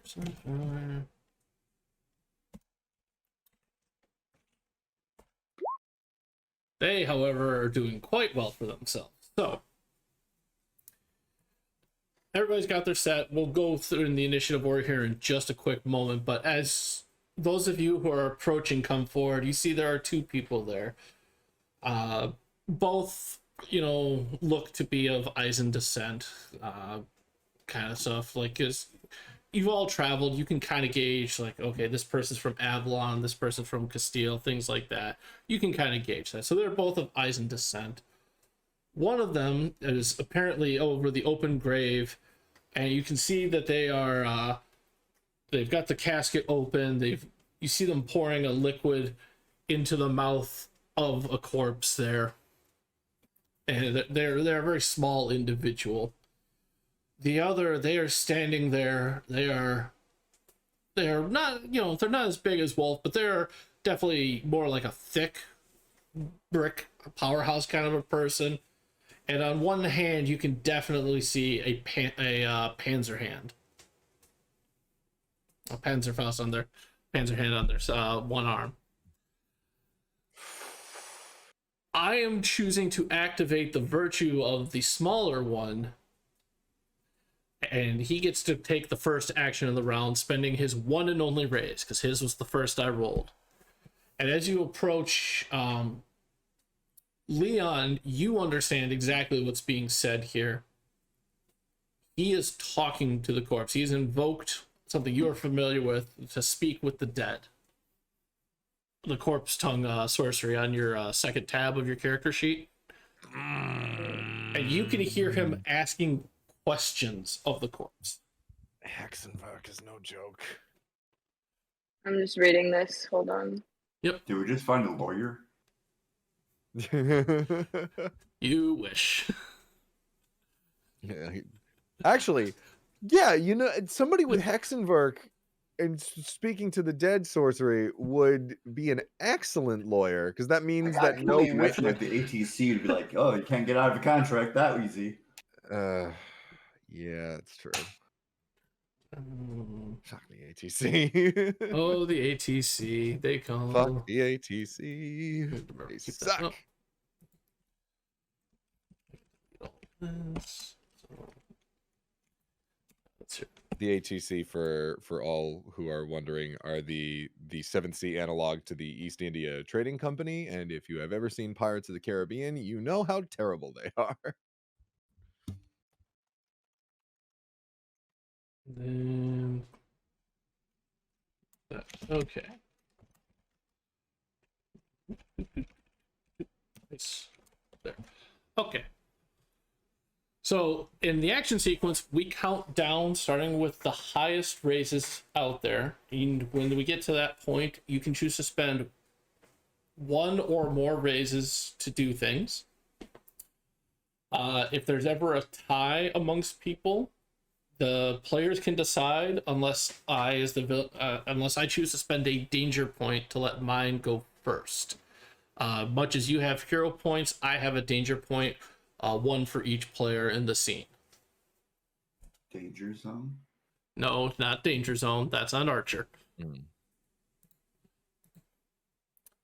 So Lily, with the fantastic roll, you have 5 raises. You get to make the first choice of action here. Gosh. So the two main things that you see, there's a very thick, dangerous looking Eisen woman with a Panzer hand on one hand. She is standing in front of a skinnier Eisen man who is, you can hear him whispering in the tongue of those who in your trade, talking with the corpse in the grave. You can't quite make it out, you're just a little too far back, but you understand the cadence and the way he's talking. So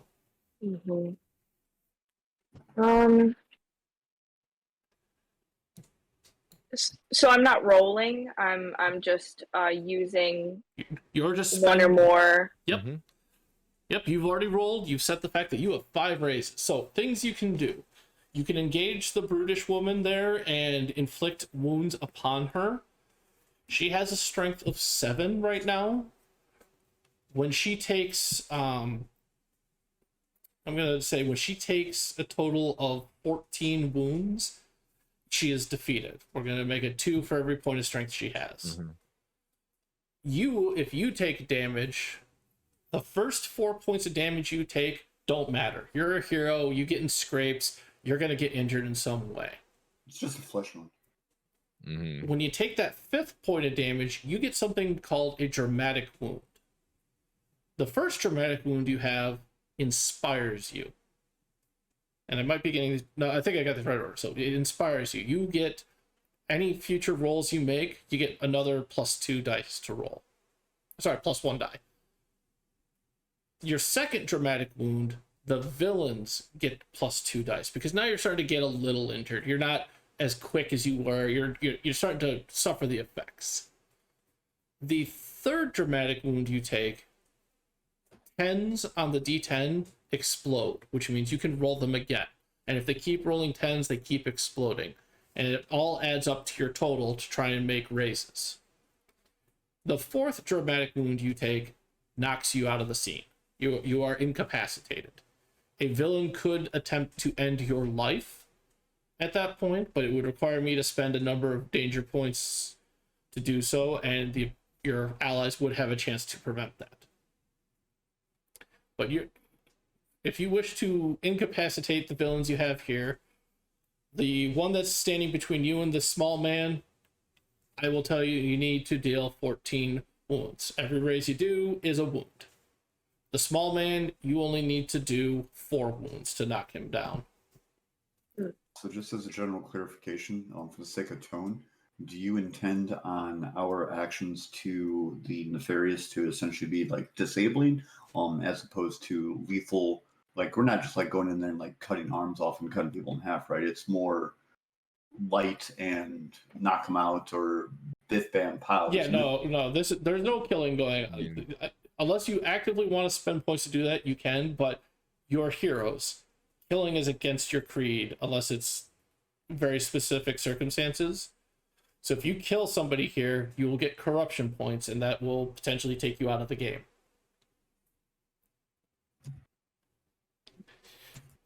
I think I personally, since I'm familiar with the corpse tongue, and this is someone that I might want to get information from on why they're doing that, while it'd be easy for me to knock them out, I think I'll probably try to engage the woman. Okay. So you step forward, you've drawn your weapons. You see her with her weapon, and literally she's got just one hand bare, one hand with the panzer fist. She looks like somebody that likes to keep it close and personal. So you engage her. How many raises would you like to spend? I will use 2. Okay. It'll drop you down to 3. And the thick villain, she has 2 wounds. Alright, so that brings us to 4. That is the villain, Vicini, and Roberta.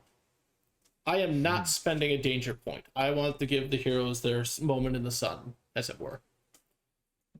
So between Vicini and Roberta, choose who goes first. Tell me what you're doing.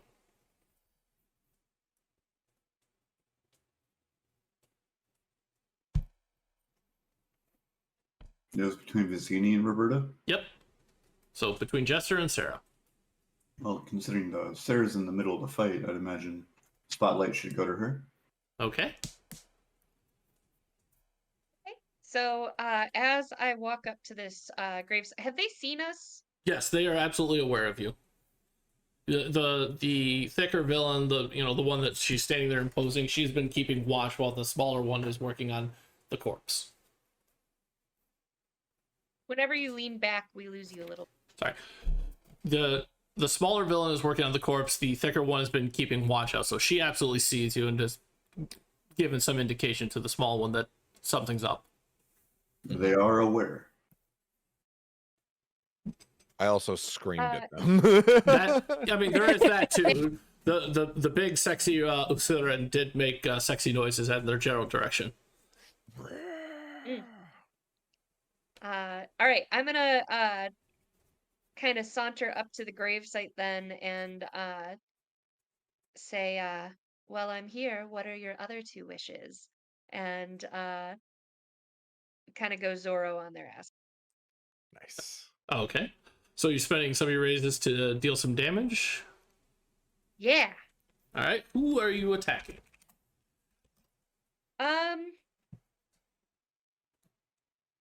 I'll do the one that's facing me and looking at me, not doing the ritual thing, because intimidation, and it makes sense with my snarky repartee. Sounds good. You're gonna cut an R into the clothing.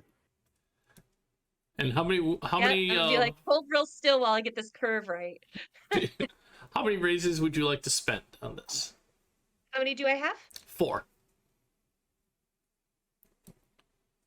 Let's do 2. All right. So this woman, she, as the both of you have gotten closer to her, you can see she's got scars. So your slashes and cuts and stuff as she's trying to parry with the fist and swat the blade away with the open hand. She accepts that she's gonna take some stuff like that. As you get even kind of closer, both of you actually, for different reasons, have actually, you see a distinguishing mark of what looks like a scar on her cheek, like a starburst kind of scar on her cheek. And you both know, you've heard of this person. This is Ursula. She is powerful. You know this. Like, even as you're fighting her, you start to hear the tales, but just that she is strong, absolutely strong. And the rumors, you've heard these rumors. You've never had a chance to verify that she too has punched through somebody. Now, for Leon, this isn't as impressive because the rumors say it was a human, and while it is horrifying, it's not a white who are, extra strong and supernatural. So it's like, okay, cool, she's a copycat kind of thing.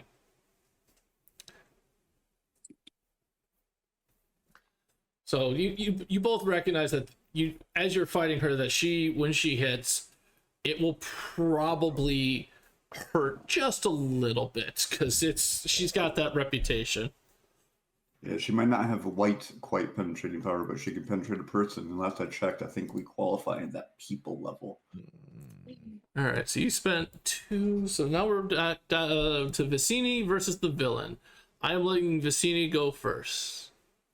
So with taking care of the dude bro back at the thing, is that essentially what I'll be spending my actions on here? Yeah, so I will say, for the purposes of treating Gerhardt, for this round of dice, because we'll have at least another round here going forward.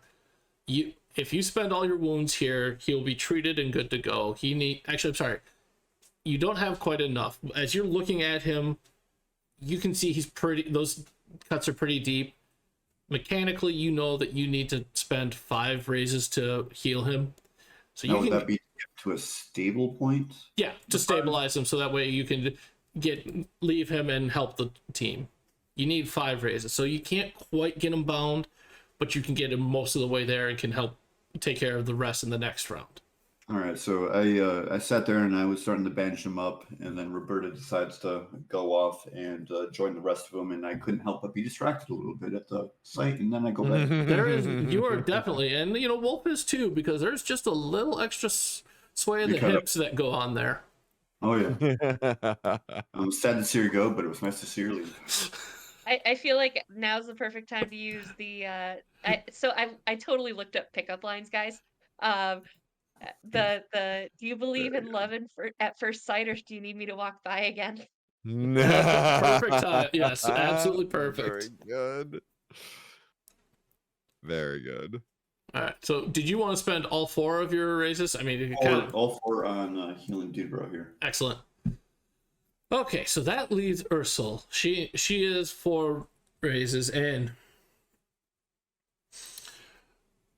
she looks you both up, and honestly, there's a sexy Frenchman in chat speaking French, but she's Canadian Frenchman speaking French. She sizes you both up, and she's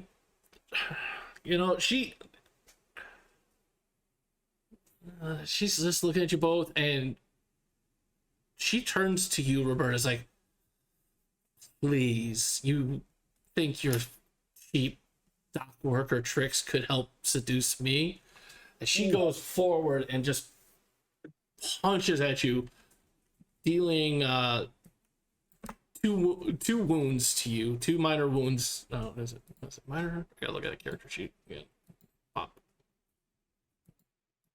So on the character sheet there, just 2 wounds, not dramatic wounds, just 2 wounds. She deals 2 wounds to you as the Panzer Fist comes, it hits, you go to block, and you throw your arm up and she hits you right in the elbow. Unfortunately, it's not your sword hand, but it jostles, and she managed to somehow, even with a metal, solid metal fist, hit you right in that funny bone spot. You're arm is just tingling from those wounds. It's not enough to stop you, but you certainly are aware of what's going on there. And I smirk at her banter as I purposefully don't make eye contact with the large individuals behind her while she's busy with me now. so that was 2 for her. So we're now to 3, which is Leon and Wolf. Yay. Leon, would you like to go first, or do we go me first? You go first. Alrighty.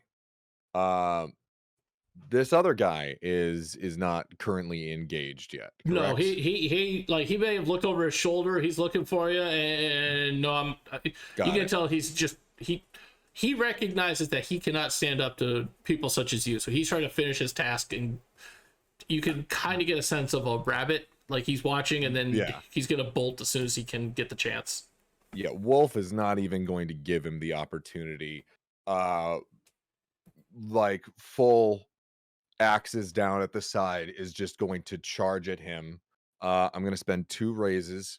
For the first raise, Wolf is going to take the axe in his left hand and using sort of like instead of coming at it with a chop, using the inside curve of the axe where the beard of it comes down, is going to sweep underneath his ankle so that he starts to fall backwards, and is going to, with the second raise, grab him and chuck him against the fence, like fully just pick this man up and throw him.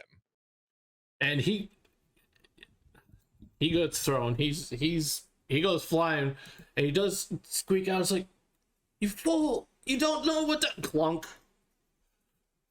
So he will actually get knocked out from that. You throw him hard enough, he gets he's going to be knocked out. The next round of dice he doesn't get to roll. He might get to roll the third round if we get that far.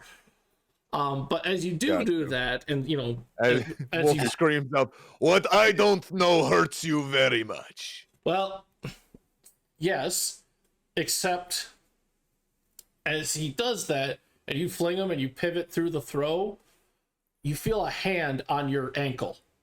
And as you look down, you feel this strong grip of a corpse climbing out of the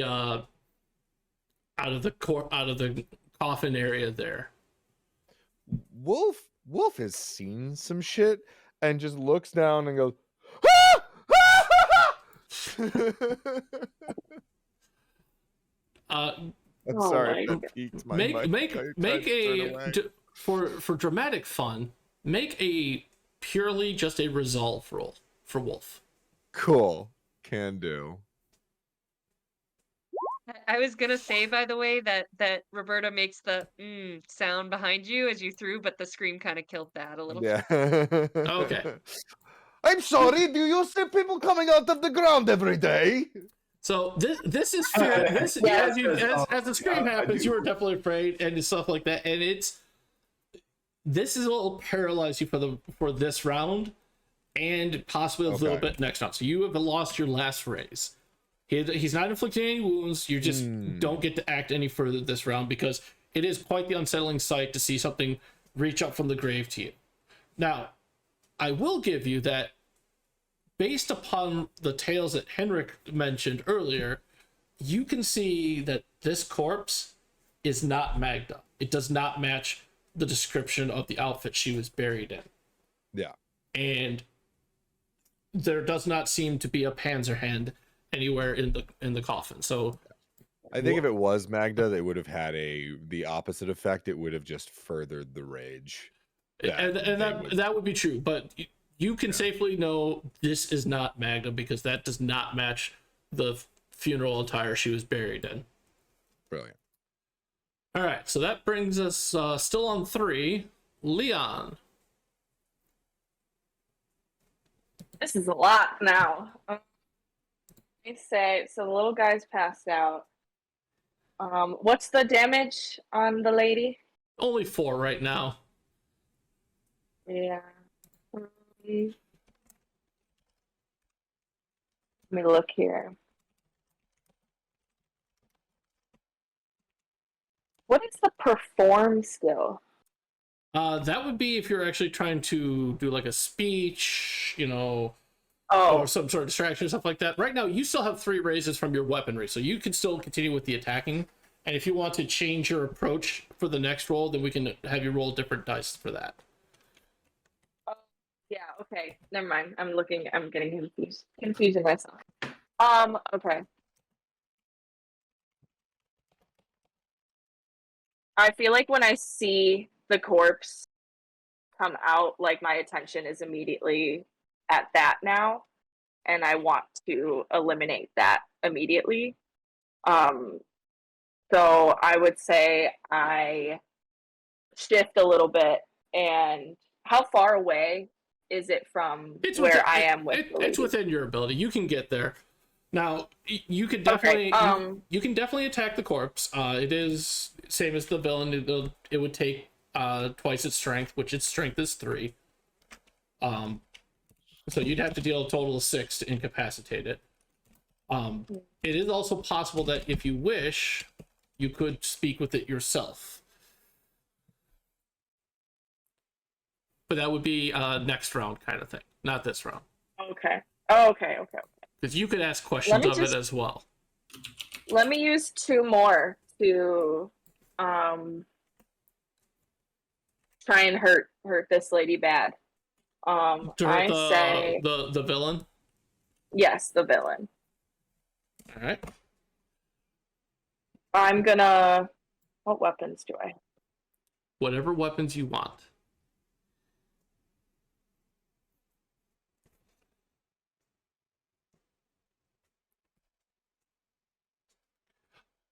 I left equipment very blank on purpose because I'd rather you tell me what you have than me dictating what you have.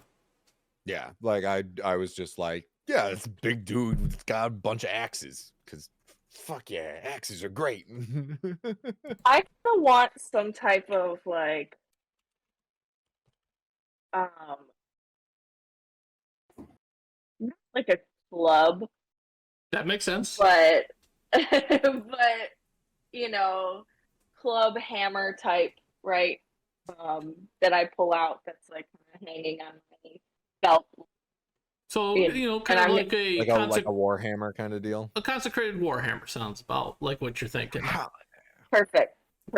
Consecrated warhammer. I'm gonna take that and just start swinging. Excellent. So I've marked that down, and you again, you saw her punch into the arm, and she's trying to grab onto Roberta. She turns to you. She tries to backhand you with that panzer hand because like she's very much using that as her main attack source. And at one of the swings back, you're able to pull out the hammer in time and deflect that away. And as you deflect it and kind of pivot her a little bit, you're able to swing back around and you hit her on the side of the thigh and up on the hip, just trying to knock her down a little farther.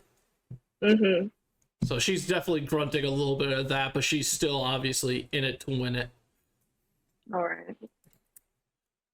So now we're at 2, which brings us to Roberta and the villain, and I'm going to spend a danger point that she got for her contempt of the form of Roberta to let her go first at this point. And she is going to... Yeah. He's cheating. Yes, I am, because I have the ability to do so. Contempt because I'm hotter than you is not a reason to be upset. Percy prom queen, like, or whatever the equivalent is at this. But she turns around and she lets go, trying to grapple with you, and she recognizes that the blunt the strength of the hammer in Leon's hand is enough that she should, she looks back and forth, and she goes and she lands a hit on Leon, spending the last of her 2 raises, and she's going to activate her virtue. So the first time she deals wounds here during a fight, she's not just dealing 2 wounds to you, Leon, she's actually dealing 2 wounds and a dramatic wound. So you are now have a dramatic wound. So you you feel that fist hit, and you know it hits your off arm, your not your dominant arm, but your off the other one, and your shoulder. You can feel it. It not quite pops out of socket, but it definitely is not moving the way you normally would. But at the same time, that's when the adrenaline starts pumping, and you feel that kick in, and you're ready to just put this person down because they're helping someone do something defiling to a grave. So in the I'm next inspired to hurt you. So in the next round, you'll be able to roll +1 die here for the dramatic stuff, for that Right. dramatic wound. But that is all the raises left for the villain. So Roberta, it is to you. You see this happening. You hear that crack. Like you're a study of anatomy. You know what happens when certain joints get manipulated certain ways. And it's not broken, it's not popped out of socket, but you know that person, Leon's not going to be liking that later. Possibly an opportunity for a massage, help them out, but go forward. Yeah, I get real mad. How dare you touch one of my new boyfriends? And what cool stuff can I do to with my last 2 raises here? Well, you can definitely still deal damage to her because she's almost halfway damaged, so try and help get the fight over. You really can't, unfortunately, with the weapon that she has, it's a little harder to do any sort of disarming attack kind of thing. Oh, by the way,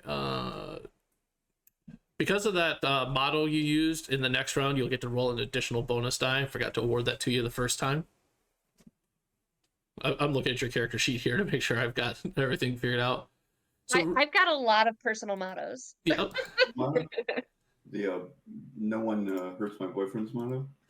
So you'll definitely get to roll bonus die. So really, it's you're just trying to you're keeping the pressure on, trying to keep her from doing anything else to somebody, so that way maybe she doesn't hurt Leon, she doesn't turn around to pay attention to Wolf. No, I've been imagining that she's been like standing in an open grave, like so on a lower level than me. Is that correct? No, she's above the ground. She's on level ground with you folks. It was the smaller It one doesn't that make was a difference because down in the these grave. these pants are made to show off what my legs can do. So I want to kick her in the face. Absolutely. In the spirit of that immortal fighter, Chun-Li, you spin around, whip your leg right up, and just do a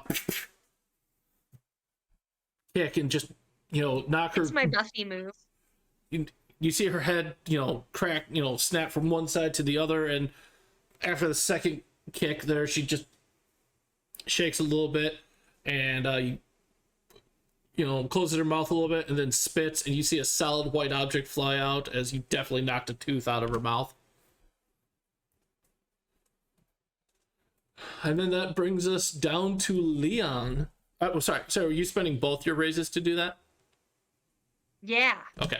So Leon, you have 1 raise left. How would you like to spend it? You know there is a corpse grabbing onto Wolf, and you have this other one. Oh,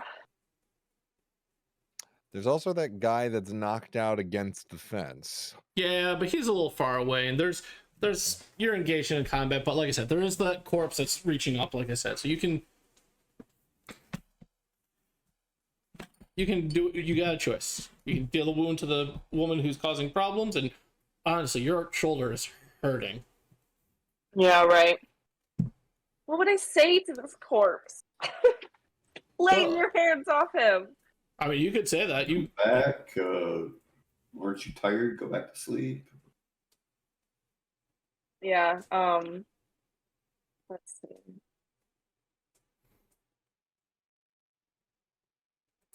Yeah, I'll probably try and convince the corpse to chill the fuck out. all right? So I will use that as 1 point towards incapacitating the corpse. Defeating an enemy doesn't always have to be with violence. It can be with coercion. Hang on. You spent all 3, so that's 3. Okay. So we're gonna go ahead and, because it's an action sequence, we're gonna roll the dice again.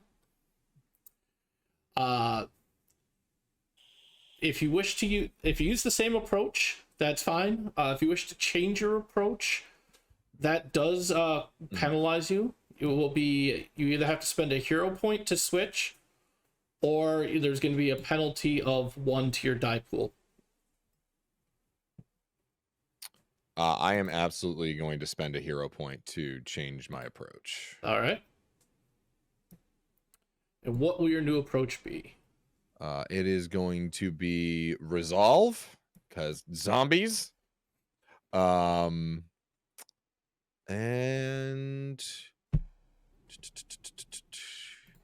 yeah, we'll keep. Actually, you know what? We'll change that to brawl. All right. So we're gonna drop the axes for now, and we're gonna go hand-to-hand combat.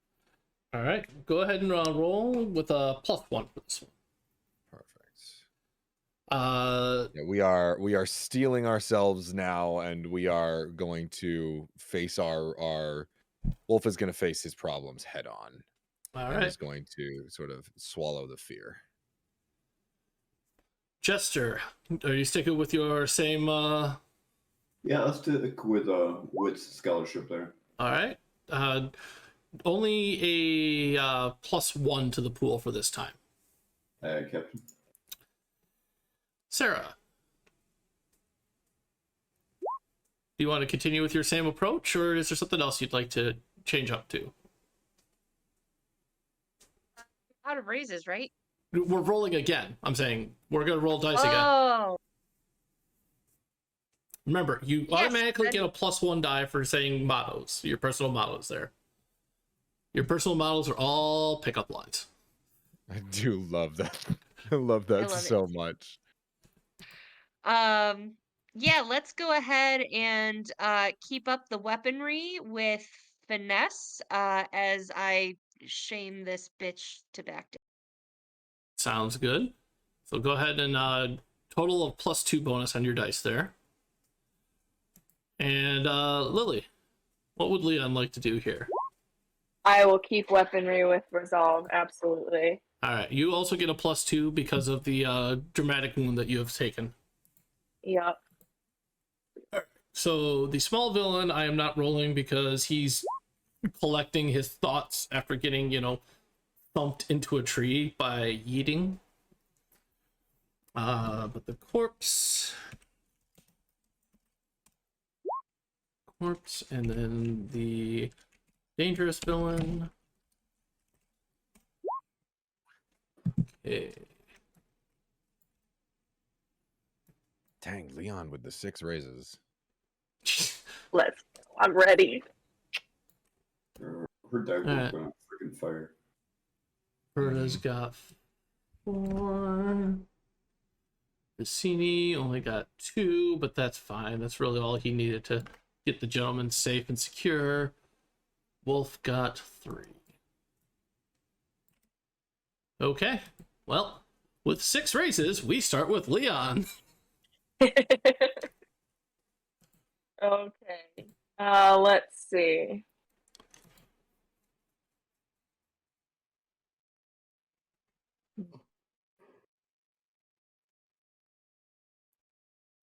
I say I'm gonna use three of those against the villain that me and Sarah are fighting. Excellent choice. How would you like to? Do you have any descriptor you'd like to use on this? Yeah. So last she's been kicked in the face, correct? Yes. Yeah. Last you saw, it was a bit distracting because you've never seen such graceful legs do such damage before. You're both tempted and impressed, but yes, you saw Roberta just pirouette in such a fashion that she was able to just go kick with her foot across the face, just rapid strike. So I'm going to frickin' big boot, super kick her right in the chest and try and knock her down. All right, so you spend that.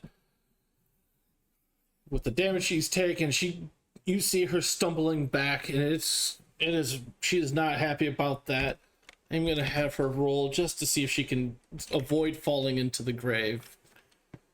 And let's see what she gets here. No, you boot her back so hard. It's like 300 when the Spartans kicked the people into the pit of despair. You just went, That's what I was picturing. "This is Eisen!" Boot. And you see Ursula fall back and tumble into the grave. She doesn't fall, sadly, into the zombie because it was still clinging to Wolf. So when Wolf did the jump back a little, it kind of pulled the zombie out a little, the corpse out. So unfortunately, you can't have the two fight. But there you go from there. Okay, cool. All right, that was a very good boot. Roberta, you see this happen. Like after you finish the kick and you get back down, you get into a stance ready to just intercept what's going on. You see Leon just take like a 2-step forward momentum and just go boop, and then Ursula just goes thump, thump, thump, thump, back into the grave. Not deep enough that you can't get to them, but it's like they're not standing on level ground with you anymore.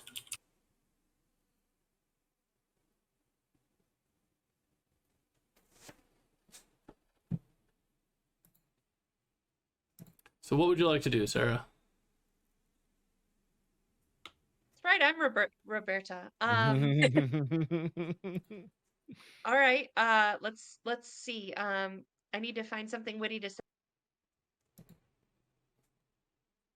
Something. I believe in you. Cleavage, butt ass. Well, since I'm fighting next to Leon, so I did the kind of spinny kicks, and then, ooh, can I use part of my move to help reset her arm? Ooh. I would love that. So you're trying to attack Leon in such a way to pop the arm back into a proper socket. But here's what I envision. Like you're not going for damage. You're trying to help.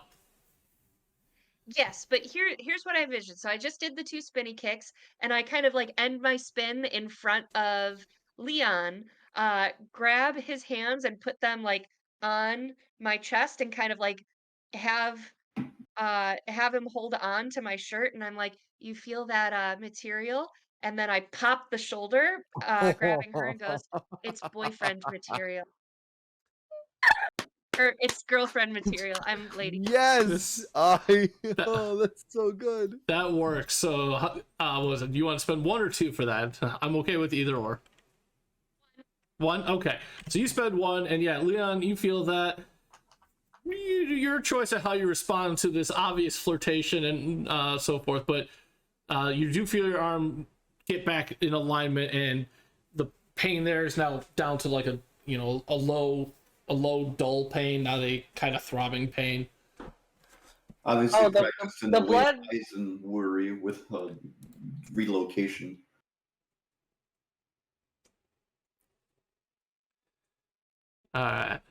So that brings us to 3, which is the thick villain, Leon, Roberta, and Wolf. I don't have anything to make the villain go first, so you 3 get to choose who goes. Beautiful. Rocks, paper, scissors. It's all you. Okay.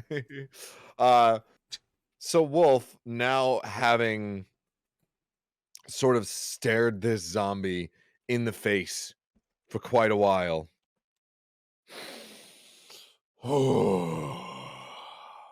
just kind of finds that Zen center, drops the axes, and just starts punching it in the face. Like, boom, boom, boom, boom, boom, boom, over and over and over again until I've built up a rapid motion, and I'm going to attempt to punch it back down into the ground. All right, as you do that, you do see that the ground is a little I'll crowded spend because 2 raises for that. very good. You see the ground is a little crowded because Ursula, who somebody may have said the name, you've heard the name, but like you see the other woman there, it's like, cool. Apparently we're burying two It's here still- tonight. Is still in there. It's like, I don't care who you are. If you're in the ground, you're staying there and getting back under. And, yeah, I lost the accent for a second. I don't care who you are. and If it you're in happens. the ground, you stay in ground. This is not how this works. So yes, I like them both. you see everybody sees this. You see the Pegasaur and Wolf just start punching a zombie, like just hammer blow, get down in the hole kind of mentality. Your Whack-a-mole existence is favorite born. game. All right, Roberta and Leon, you have options next here. See, you look like you're handling the question. So let's keep going with this. With soul or soul. Let's see, she's in there. Her face is probably even closer to the height of my legs, right? And my arm is still a little sore. I don't feel about wielding a big. Actually, no. Let's say I do. I'm gonna attack her, and I'm gonna take my hammer and use it like a golf club, like I'm swinging a ball on a tee, and Alright. try and scoop her up. Now, I will say, between the booting and everything else that's gone on, you can see that she's kind of You cut out what? So between all the face kicks and prison kicks into the chest and Spartan kicks and everything, you can see that she is starting to get that kind of punch drunk, like I'm still gonna fight, but you can tell she's very, very close to the end here. So you could, she's at 11. If you were to spend your 3, you could knock her out with this golf swing here. Oh, yeah. Oh yeah, yep, they're done. That's over with. All right, so I'll go ahead and mark those off, and she just, you tee it up. She's popping her head up just above that, and all she sees is hammer, and then finally thump and blackness, and she is down. She is out. This isn't even That was like satisfying. she might. It's not even a she might get back up. It's nah, man. She got knocked the F out. She needs some milk. All right, so that spends that. So Roberta, you have 3 raises still. You still have plenty of time to deal with that. There's still the small guy who is starting to kind of warily and wobbly get to his feet over a short distance away, or you can deal with the corpse that is trying to eat one of your boyfriends. Yeah, I give Leon a quick wink after he took out Ursa, and yeah, I'm gonna go stab a zombie in the head. All right, Nice.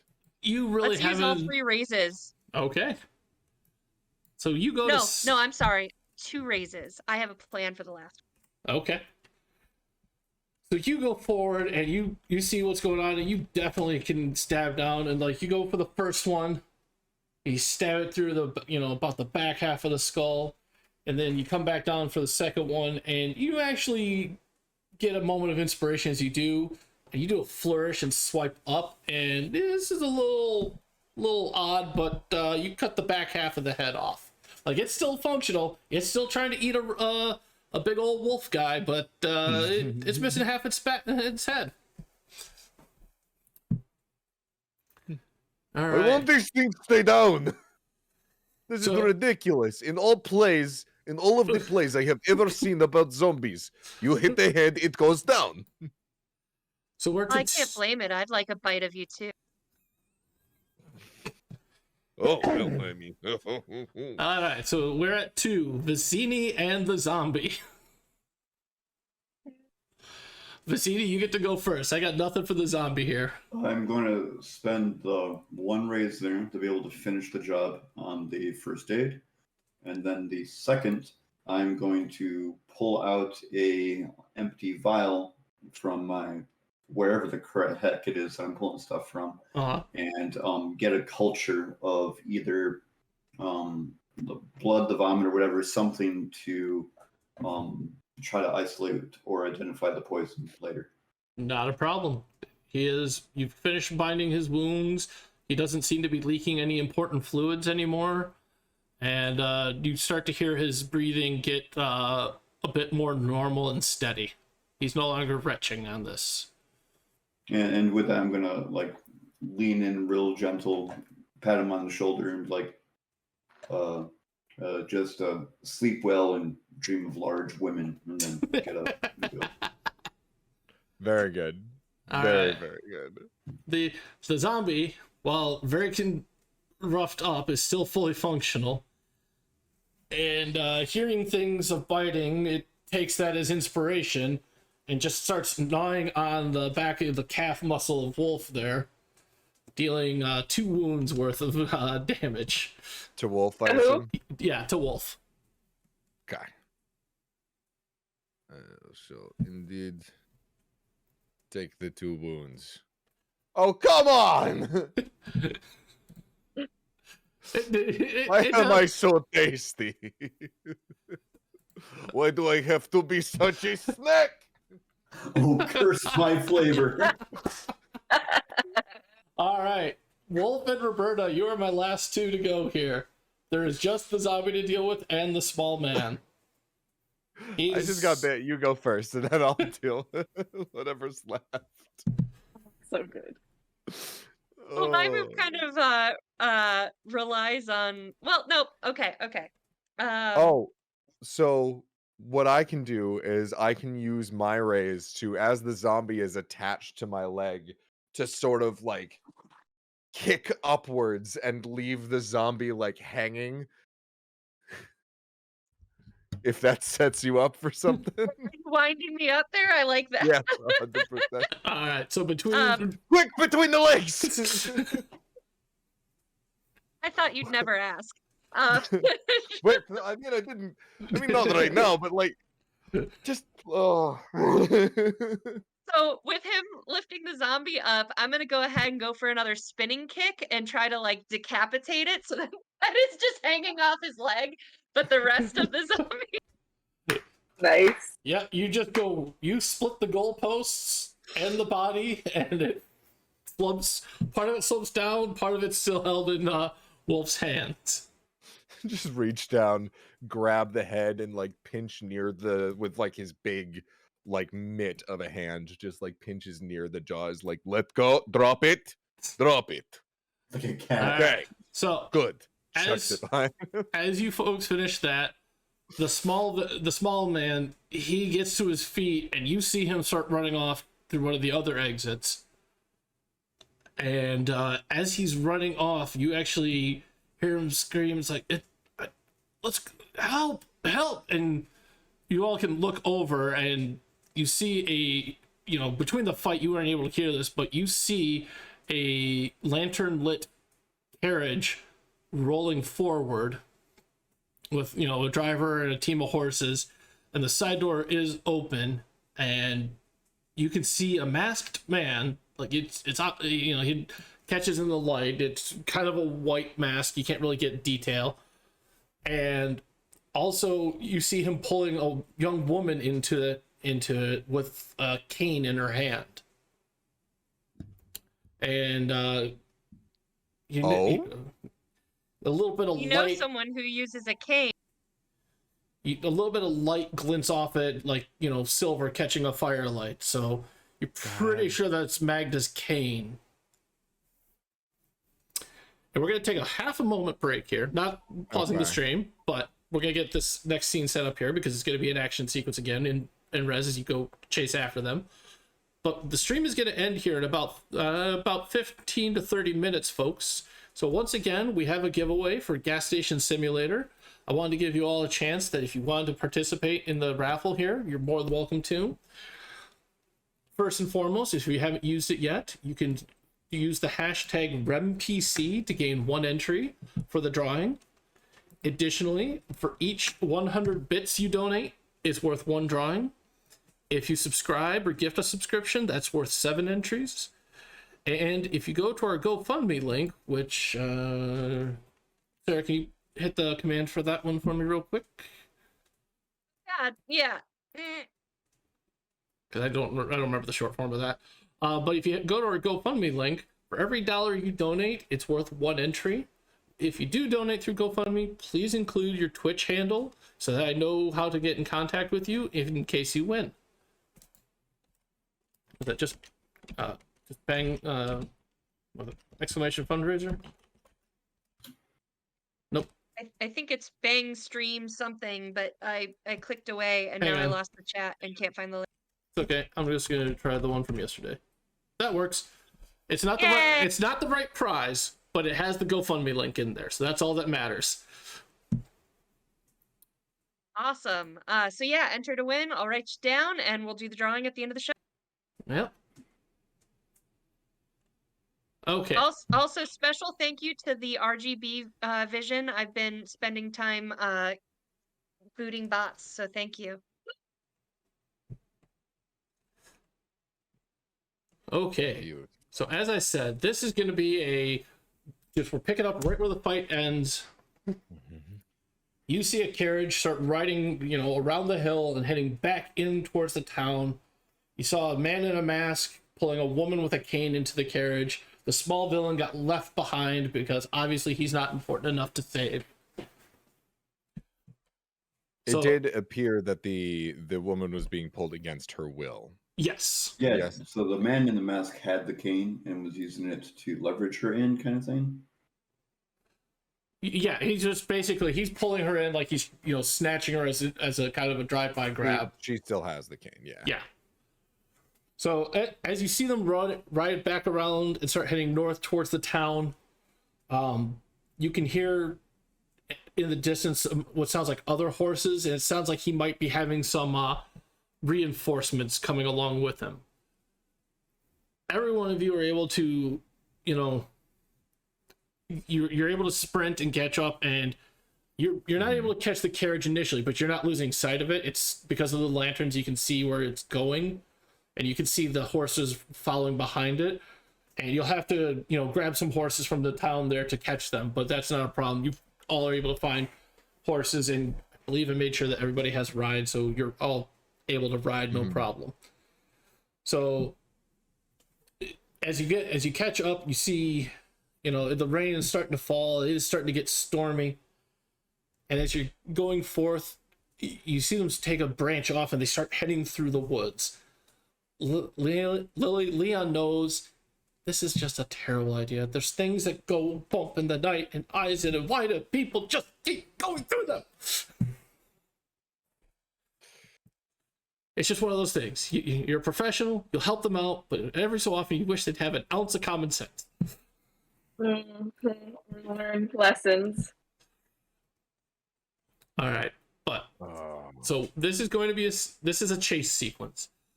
You are trying to get to the lead carriage. There's a group of what looks like your standard issue brute squad, about 5 or so guys on horses following behind it as a guard. So you need to get through the guard, get to the carriage, and you're trying to see, at least find out who's inside with the cane and who's taken them. So I'm going to start with Lily here. I'd like for you to tell me how you would like to approach this. I will say you do not have to use ride unless you want to. It's just, I always put a point in ride to make sure that if anybody says, well, I don't have ride, I can't ride a horse. No, you can ride a horse. You're good. Right. So just how would you like to approach this? What trait? What skill?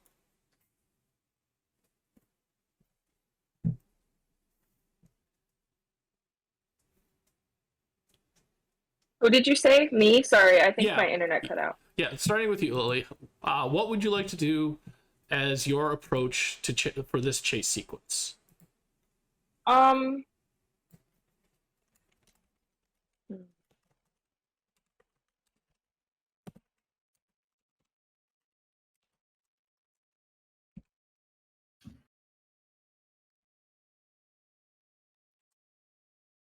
And explain what ride is.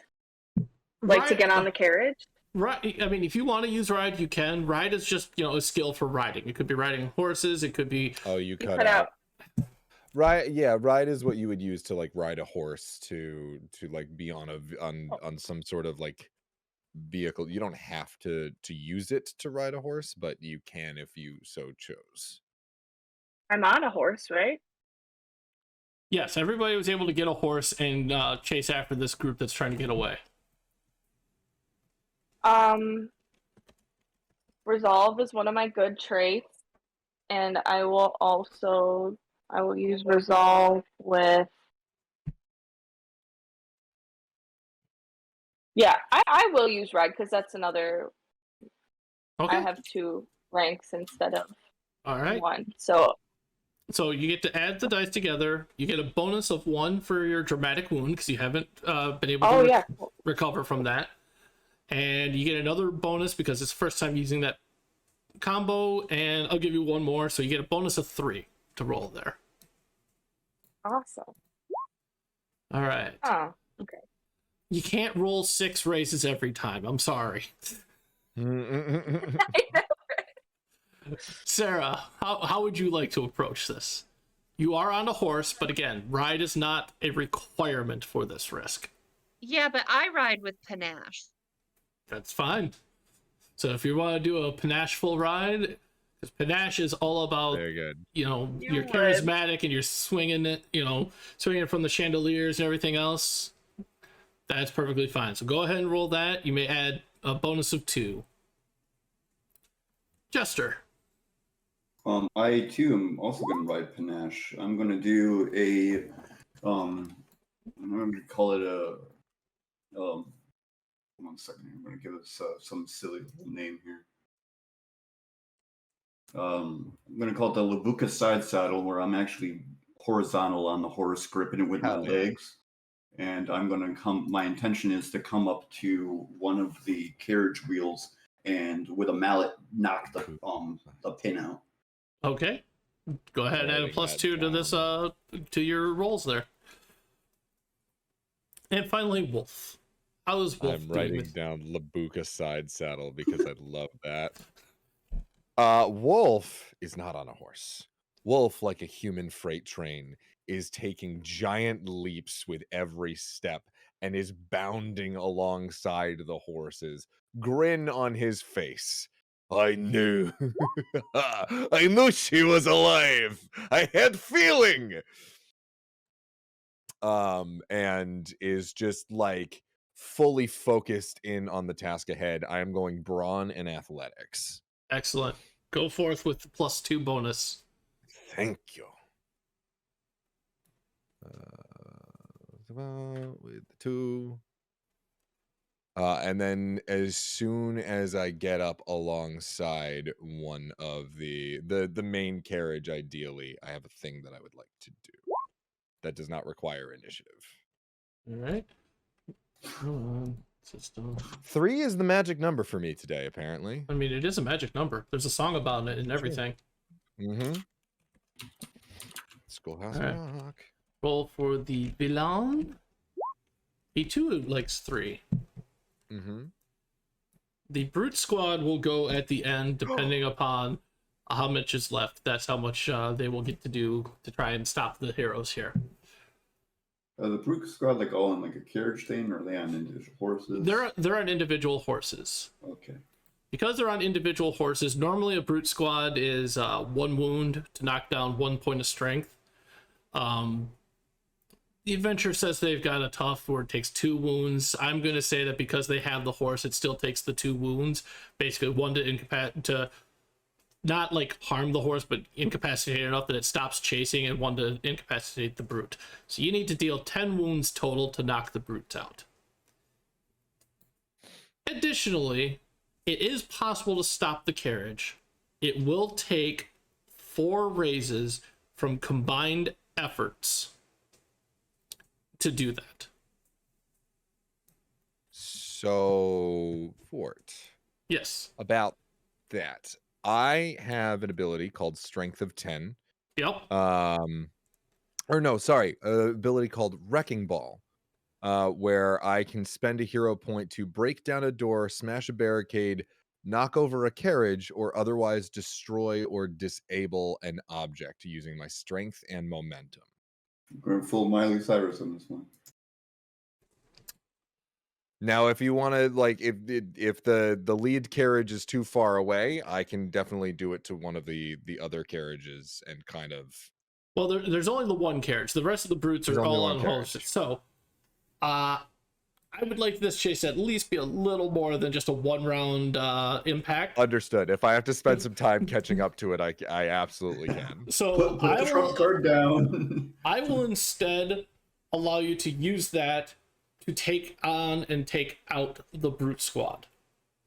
I will say it will cost you your raises for this round, Understood. but I will let you use doing that action there to just basically barrel into the brutes. Think of it like the chase scene from The Mask of Zorro with Antonio Banderas.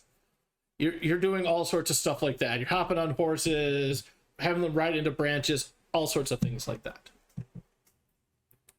Brilliant.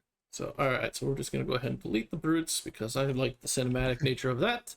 And we'll You go just ahead. see Wolf bolt forward with these horses starting to turn around and ride towards us, and he just screams, "I am the brute squad!" and just bowls into them with arms out, clotheslining the horses and sending the riders flying. All right. So we're gonna just kind of play this one a little faster because I would like to And he stop falls. at 3:45 so we can give ourselves a break before the next session. First up is Vincini and the villain. My intention so I have 38, so I have 3 raises. Yep. To whatever effect that would give me, I'm going to side saddle up next to the rear left wheel. Yep. And basically just at the right time as it's rotating, snap a mallet into the end of the wagon wheel to pop the pin out that holds the wheel on. All right, so That's the intention. You can spend up to your full 3 raises if you wish. It does take 4 total to stop the carriage. So, suggestion: just knocking out the pin is just a dangerous point, a weak point. It's not the ceiling of the deal. Yes, The wheel itself will still kind of be on there until something happens to kind of shake it out. correct. So you were able to do that. You roll it up, you knock the pin, you can see the carriage start to shake a little bit. The driver looks back at you and he snaps the reins to try and get the horses to go faster and go forth from there. But it's still going. It might be a little slower, but it's going. All right, and were you spending all 3 just to make sure? Yes. Okay. So after you're hit there, you see from the side that you're on, you see the villain who's just standing there. He's got a mask on, hooded cloak over his head, and out comes a small hand crossbow, and he fires a shot at you because you are the closest person. And he deals a total of 3 wounds to you, hitting you in the shoulders. I like shoulders for some reason. Let's shut up. He hits you in the side of the stomach there. It's not enough to pierce, but it grazes and cuts you open a little bit, and it stings. It hurts, and you maneuver your horse to fall back a little bit behind the carriage so he doesn't have a shot at you again. So that brings us to Leon and Roberta. You see, the two of you see the just savagely nature of Wolf. He just goes barreling through, screaming about being a brute squad. He has pushed the horse over. He has hopped on another, thrown the guy off, hitting another guy, knocking him off the horse. The last 2 are still riding to keep going, and they look back, and all they see is Osurin jump forward and just clothesline both of them off their horses to stop them from following along. But you can still see the carriage is moving, and it's not getting away exactly, but it's starting to pick up a little speed. The one wheel that you saw the Buccaneer go up to. You saw him do something, and you could tell that wheel's a little wobbly. So who would like to go first, and what would you like to do? I have an idea. I would like to pull my horse up, even with the carriage driver, Okay. and use a convince to or whatever it is. Yeah, convince. Well, you've already rolled your 2 raises, so you can't switch up at this point. Oh, okay. So what does that mean? I have to do. Just So using you what have your approach for the scene, Yeah. Gotcha. and ideally have to use one of those two, the trait and the skill combo that you had chosen for the scene. Well, I can do that still with all right. Okay. So I'm gonna go even with the carriage driver, and I am going to, with panache, leap from my horse onto the carriage to boot this guy off and take the reins. All right. So then that would cost you one of your raises there, and that would be enough to basically stop the carriage because you're taking control and you're going to start slowing it down. All right, Leon, you have actions that you can take. So as you can see, the brutes are done. The carriage is getting away, or well, not getting away anymore because the enticing form of Roberta jumped up and knocked some other guy flying. And you can see it is starting to slow down. You can still see there's a man inside with a crossbow, but that's about it. I say I'm gonna try and ride up the back of the carriage and throw a dagger at the man inside. All right, so you ride up, and you actually get close enough. You're actually able to leap off your horse and hop on top of the carriage. And then, as you steady yourself on the feet, you look down to the one side, and you whip the dagger down at his hand as he's trying to pull it out to shoot again. And you land it clearly on the back of his hand. You pierce through it. He's like, ah! Drops his crossbow, and you see the arm go back inside. Perfect. Just like I planned. All right, Awesome. All right. So Is that 1 or 2? we'll say it's 2 because since we're doing this a little more fast and loose, we're not going to get the full written scene. We're going to go into the final scene there because you did, as a group, manage to stop the carriage. So as as you're still up there, steady as a rock, and our Buccaneer and the Labuka side saddle technique riding up, and finally you hear the steps of a very a little winded but aggressive tone of a wolf-like man coming forward. We do. You see the carriage pulls to a stop, and as soon as it stops, the opposite door from where you had thrown the dagger pops open, and out walks the man with his one hand wrapped, the damaged hand wrapped around the waist of the woman. She's still holding a cane, and he's got another hand with a dagger, blade tip to her throat. And he's just backing away from her. He's like, I'm going to kill her. You need to stop, or I'm going to kill her.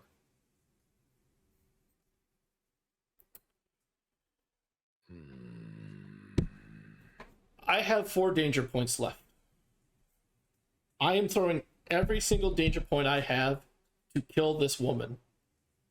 This villain is going to kill her and throw her corpse to you and run away in the process. Does anybody have stare down or anything that might help? No.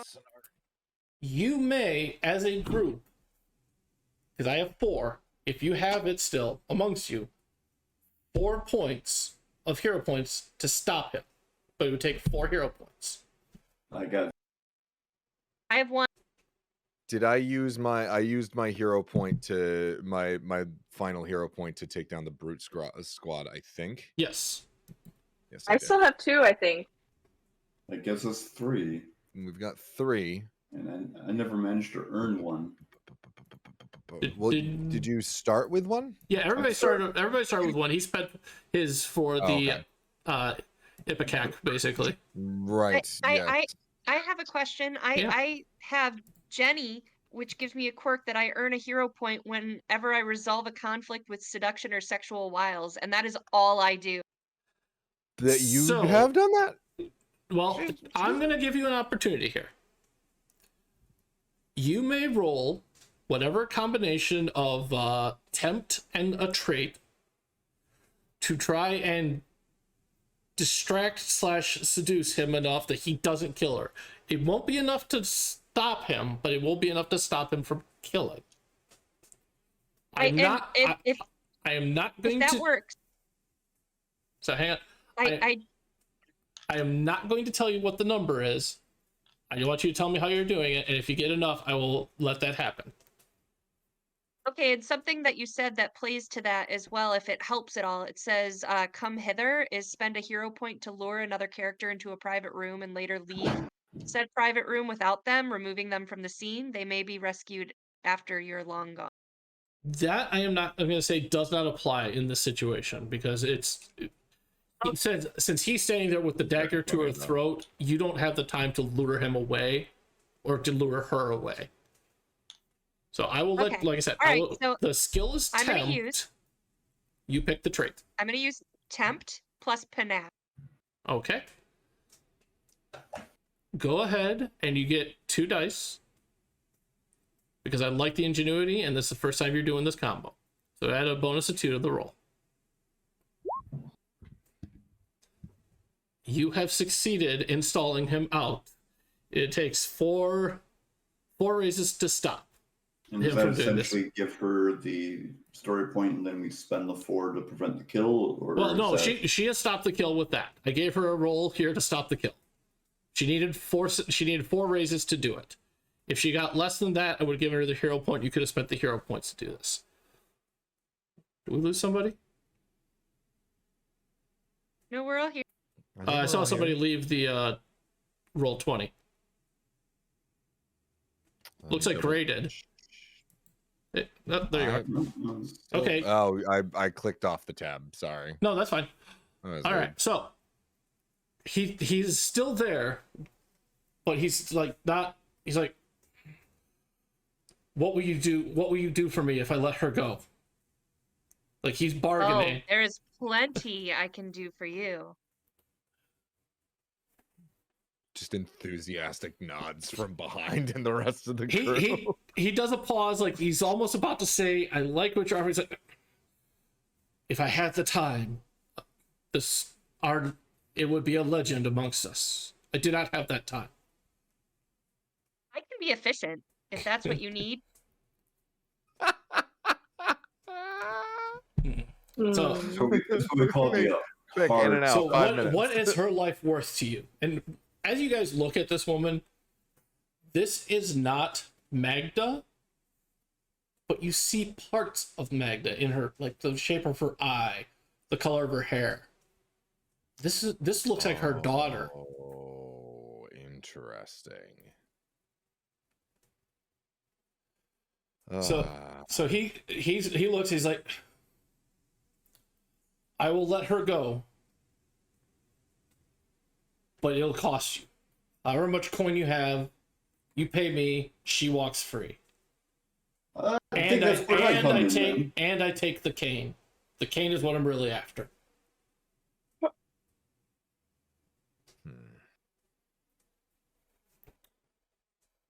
Trying to think what I have right now. Why does the cane matter so? I'm trying to keep the conversation going.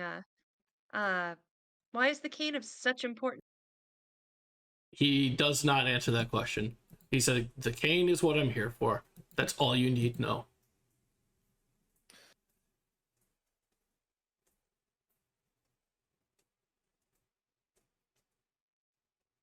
So I have a question about the game. Mhm. So like I was told this is a pirate game. So out of character, are we able to like make a deal and then be like, fuck you, die?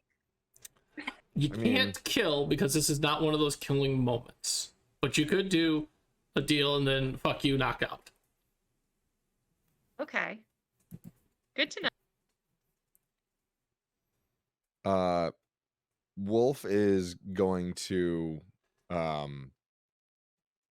reach sort of under his cloak and is going to pull out a silver and gold like cloak clasp, like brooch, with what looks like a wolf's head and a bear head kind of forehead to forehead. This is the sigil of Berserks. It is mighty clan of warriors. It is yours if you let her live. He gives it the And slight. tosses it to the ground. He looks at it. He's not. He doesn't move away from her, but he still has the dagger moves slightly away. But he looks at the other three. He's like, "What else do you offer me of worth?"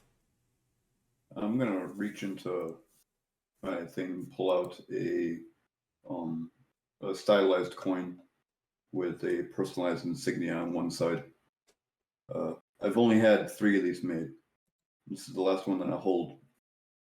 Any individual I know of that returns one of these to me, I owe them a favor. I know a lot of people. When you say it that way, if you throw it over, he will let her go. He's like, that plus that brooch, I will let her go, but I keep the cane.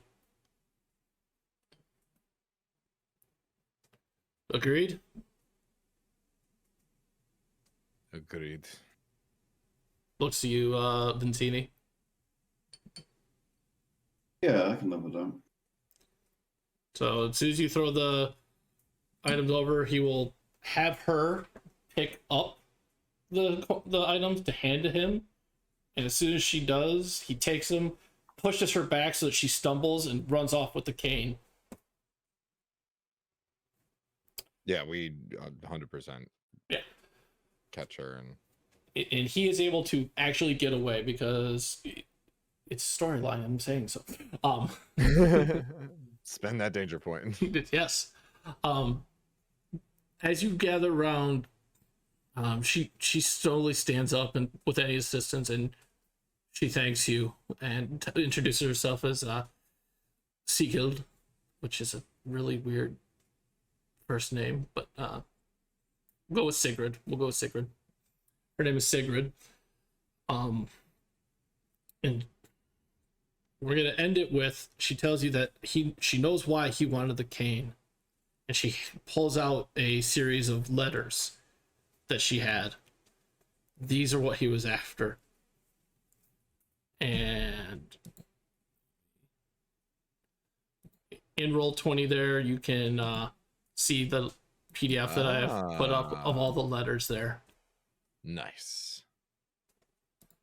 And that is where we're going to end this session. You will have an opportunity to take a look at that. And we'll use it slightly to go forth into the next one here. So I want to thank everybody who has been following along with us and watching. I appreciate you greatly. Let's find out who our winner of our drawing is. That's me. All right, so last chance to type in #RemPC in the chat. Submit a 100 bits gets you an extra entry. A subscription gets you 7 entries. Or you can go to our GoFundMe page if someone can copy that again. Every dollar gets you an extra entry. And our giveaway for this session is a from Steam, the gas station simulator game. So cool stuff. Go ahead and do that typing, and then I'm gonna ask you, Vorrt, to roll a dice for me in a second. All right. What size die? I'll let you know. Excellent. How big of a die? I haven't had a chance to flirt yet. Yeah, how big of a die, huh?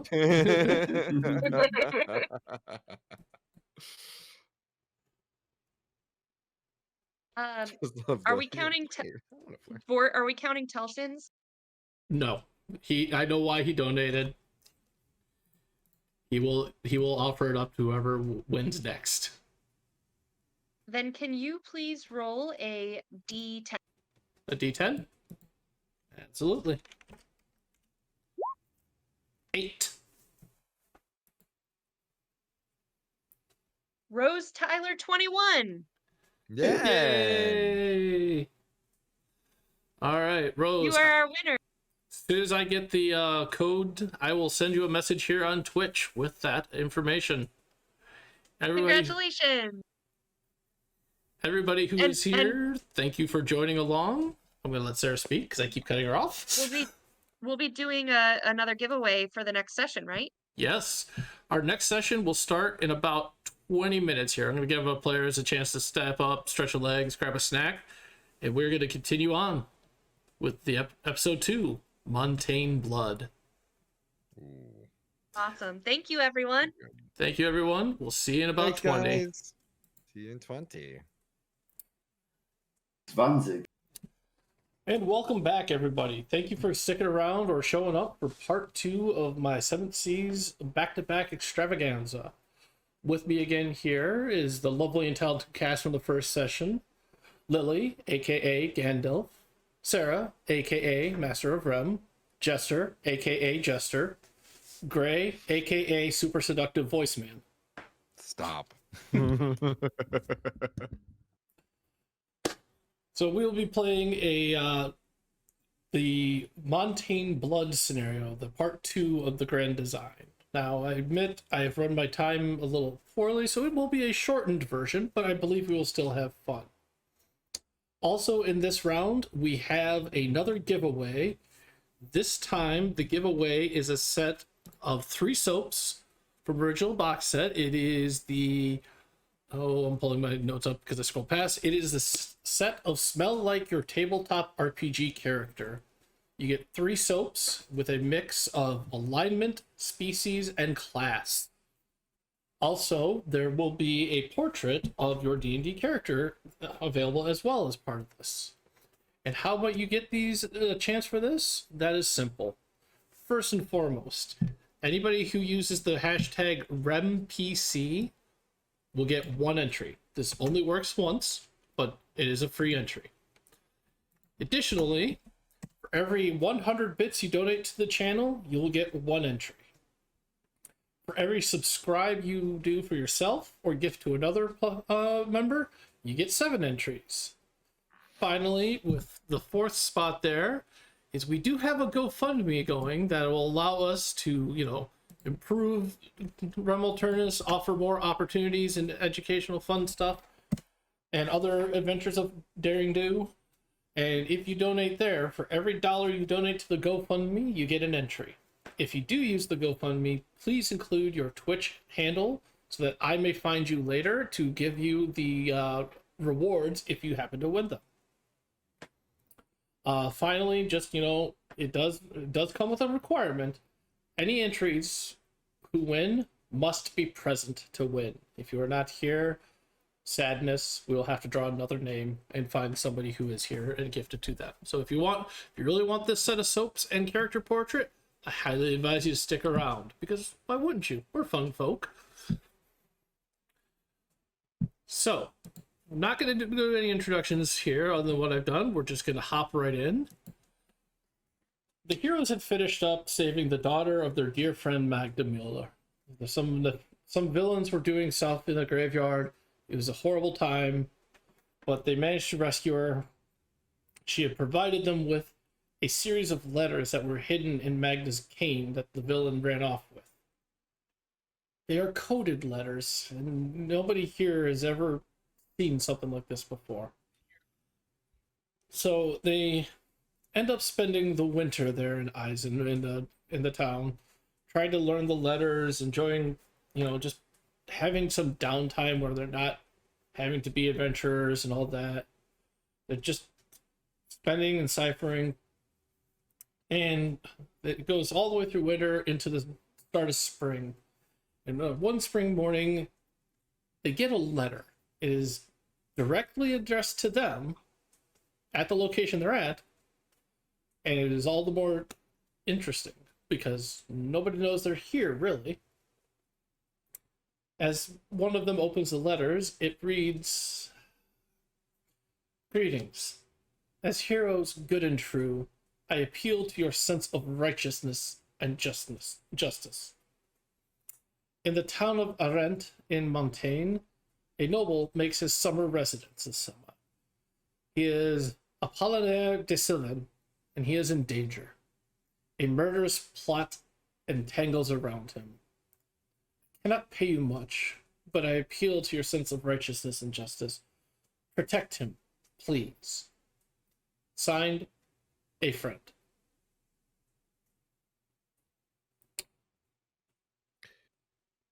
As this is an urgent plea, there was a small package as well of a velvet purse with a reasonable amount of money to help pay for your journeys. It would take you just about to the start of summer to get from where you're at to where you need to be. So, Letter comes from a strange friend telling us to protect this noble person from Montaigne. It seems fishy, but also, maybe not the worst thing in the world. Has anyone ever heard of the individual that's asking to be protected? actually, in fact, Vicini has.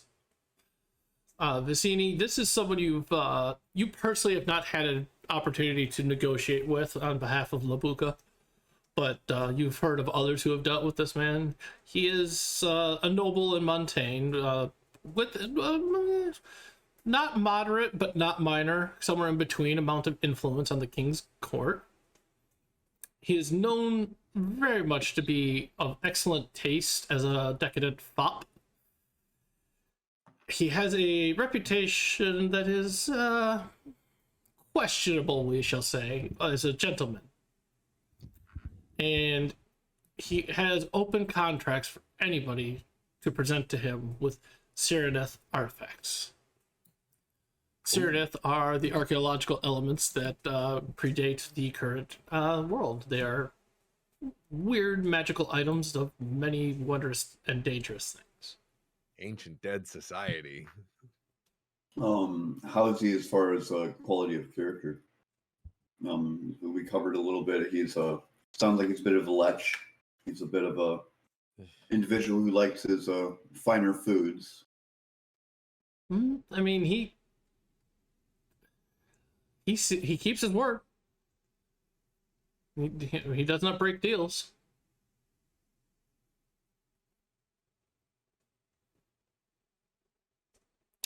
I mean, nobody here knows him personally. It's just Right. this is by reputation. You are the source of the reputation of that information in this Jester.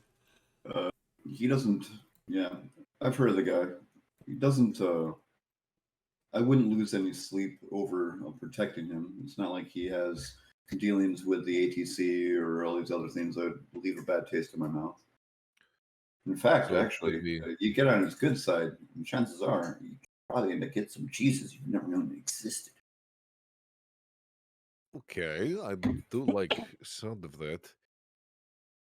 From what we learn in letters, it seems like Montaigne may be sort of under control of certain parties that want this war to continue. Maybe this person is not one of those people who would like that to continue. Maybe he is keen in preventing any further bloodshed. They say they are a friend, so I mean, read into that what you will. Well, I'm not doing anything else, so always down to save somebody if I can. That's the spirit. Sigrid, you are safe, yes? There is nobody else coming after you. They Yeah, merely want to stick. Over the course of the winter months that you spent here, you've all made sure that no one else will come bother her. Uli agrees to stay around town to help watch out, and well, Henrik is not leaving anytime soon because well, this is where he brews his beer.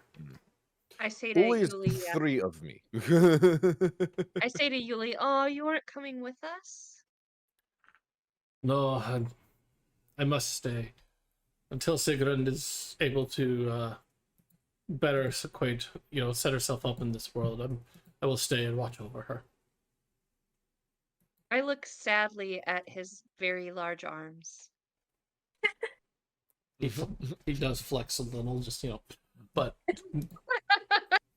he does remain adamant that he cannot join you any further at this time. He does, we leave open the opportunity to meet again in the future. Worry not, Roberta. Plenty of muscles coming along on trip. Gives you like a wink. You're getting better at the flirting. I'm trying very hard, actually. That was difficult, and I appreciate the affirmation. This is good. This is I like. Well, Yes. around you, it's either drown or learn. He's been working on his game all winter. Or trying to. I wipe away some of the drool before it freezes.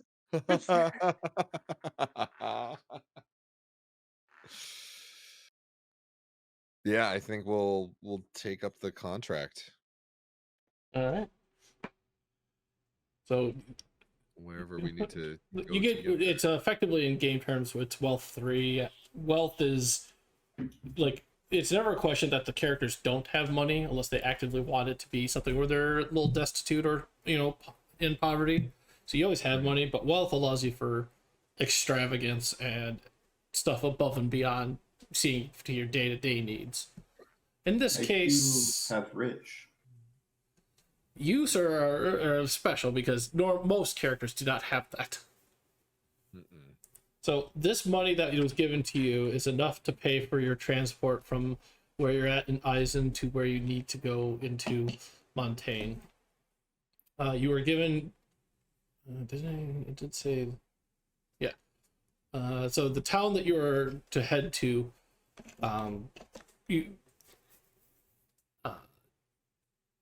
Roberta, you've heard of this town just because it is a town that a lot of nobles in Montaigne like to go to. It is popular because it is very rustic in its layout and design, and they are quite well known for excellent variety of cheese. Quite the specialists there. We're going to eat very well, and one of the many ways to a man's heart is through his stomach. Also through the ribcage. Yeah. Wolf self-consciously kind of like puts an arm, like crosses his arms sort of like over his belly. It's like, yes, I've heard this is to be true. I'm still working on it. All right. So you travel. It's long but comfortable. It's by carriage mostly, but it's not like the really rough carriages. This actually has that. You stop frequently for rests and stuff like that. And yeah, as you arrive, just as summer begins, you're dropped off a ways out from town. Like you're nowhere, you don't see Arendt, but you were given horses as like the final legs. You are all able to ride on into town. And as you go through the sun's a little brighter here in Montaigne. There's trees for shade and stuff like that, but it's not thick, dense forests like Eisen. And the land is soft rolling hills. There's not a mountain in sight. It's very peaceful. But as you keep riding forward, you can see a little smoke in the distance from chimneys in there. And as you crest over like the last hill before you start riding down into the area, you do see more smoke. Smoke that isn't just from a chimney. And you cross over and you see a farmhouse on the side. made of stone, but with a thatched roof that is on fire. And running away from that towards you, you see a young girl in a what looks like a white, like she was just woken up from a late nap. She's in a white sleeping robe. But as she gets closer, you start to hear her. She's screaming. She's screaming in help. For those of you that can speak Montaigne, you hear her clearly saying, help. Help. I glossed over this, but languages are not common necessarily, unless I've given you linguists, which one or two of you have. Yes. But she's screaming help, and you can see crying. And as she gets even closer still, you see that her white robe is not just white. It is also stained crimson. Oh yeah, no, absolutely. And Like- as she gets to you, she Galloping towards her. goes straight to Wolf, because you look Yep. like big protective person. And Wolf, Wolf, like we're on horseback. Yes. Yeah, it was just for you guys to have an easy way to get there, but you can easily dismount at this point. Wolf like rides toward her with one big hand, like kind of scoops her up by the back of her clothing and plops her down in back of him on the horse and just kind of brings it to a slower trot as we're heading towards the house. So What is problem, little one? What can we do? How can we help? she buries herself into you, and as you look at her, you Speaking can Montaigne, yeah. just with a very heavy Australian accent. Yes. She's buried her face into you. You can feel her trembling. She says her name is Esme, and she looks over her shoulder and then back into you, and she mumbles a bit, and you coax her just a little. Yeah. To say Little that one. again. I am going to need to hear you. Is there anyone else in house? Is there anyone else alive? Did anyone survive? There are men in there, large number of men, and the Scar. He is here. Mama, Papa, I don't know. Ugh. I mean, you as you get a chance to kind of look at her further and talk to her just a little bit. Like, you guys are still riding towards it. She does confirm that she saw her parents killed in front of her, and that And there are bloodstains. The bloodstains on her chemise they're fresh, but they're not hers. Okay, yeah. So we want to ride towards the house and As deal you, with whatever is inside. do you all follow with? Yep. All right. So, as you ride closer there, that you do hear noise, and you see a squad of men there. Ooh, really? Okay. So outside the house, you see guys coming out carrying, some cookware. It looks like some little bit of a satchel or two, but there's like nine people in total. One is giving direction, the other 8 are just collecting whatever they can. Chickens for later, food, anything, tools, things like that. They're here to just raid it and run.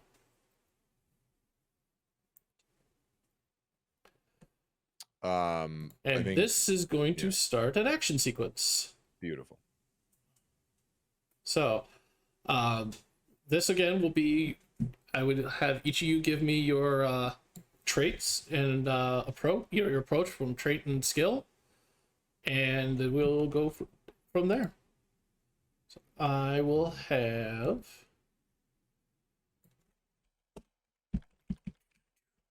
I'm gonna have Wolf start since the girl ran to him. Cool. I'm gonna go for this particular situation, since we might be either heading into the fire or dealing with a situation where there might be treacherous terrain. I'm going to choose wits, and we will say wits and weaponry. All right, go 'Cause ahead. we're going to and- be dealing with some sort of fighting, but I also want to make sure that we're not traumatizing Esme even further. All right, go ahead and make that roll with a +2. Next up, Lily. I was also thinking wits and weaponry. Nice. Yeah, let's do that too. Nice. Very, very, very nice. All right. And is it also +2? Yes, it is also +2. Next up, Jester. I legitimately don't have a better idea than what's already been established, so I'm looking at weaponry. And however, I'm going to go with finesse. My general intention with that, just to basically kind of vet the decision, is actually, you know what? Change that up. I'm gonna go finesse hide because I'm gonna essentially try to fade away and see if I can't come up unnoticed as the rest of you come in rather noticed. All right, go ahead with the +2.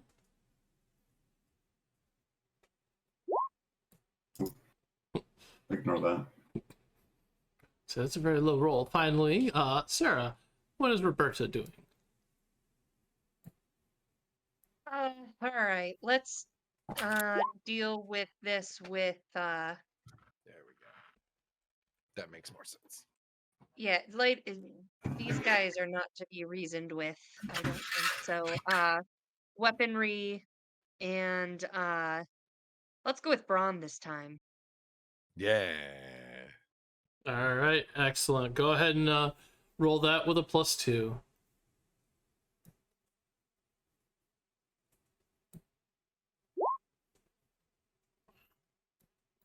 Everybody's just rolling fantastic. All right. Yeah, let's go. 4s all around. And let's see here. Roll for this man calling the shots.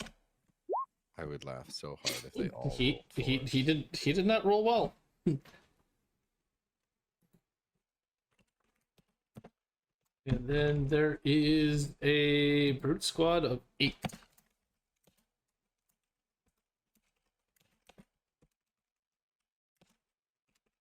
So again, the brute squad will go last on this, but they will deal damage out to the party depending on who's nearest based upon their strength size. The rest of you all have the drop on them because they were not expecting any sort of opposition. Perfect.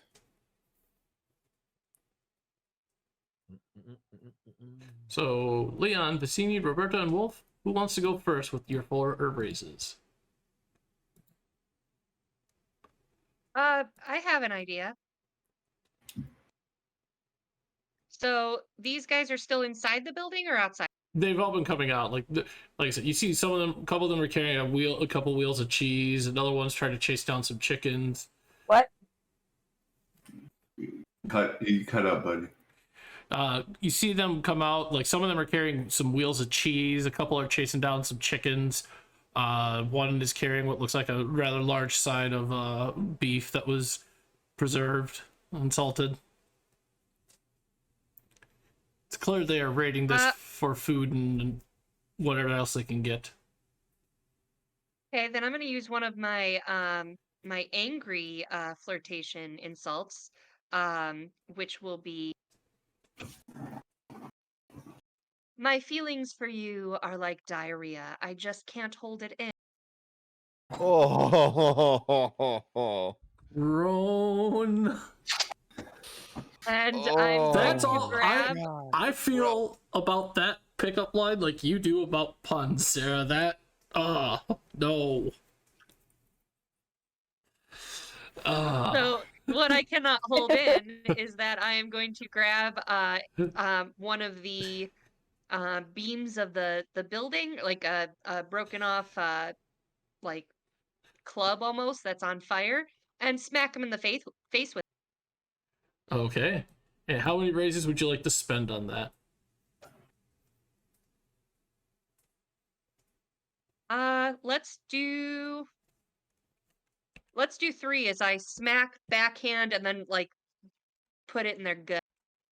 All right, so you roll up, you grab that, smoldering log, and as you see the last two coming out carrying what looks like some crockery and a sack of bread, you just roll up on them and just wail, knocking 1, 2, 3 of them down into the side. And as you do, they drop what they are carrying and they look up and just run. They're gone. They don't want. They're not here to fight. They're here to grab and go. They weren't here to fight. Interesting. All right, Leon, Vicini, and Wolf. You are all still at 4. There's nobody else really around. There was just There's the brute squad, and then there's a guy who's commanding them. right. One more time. Right. You got a brute squad and a dude in charge. Yep.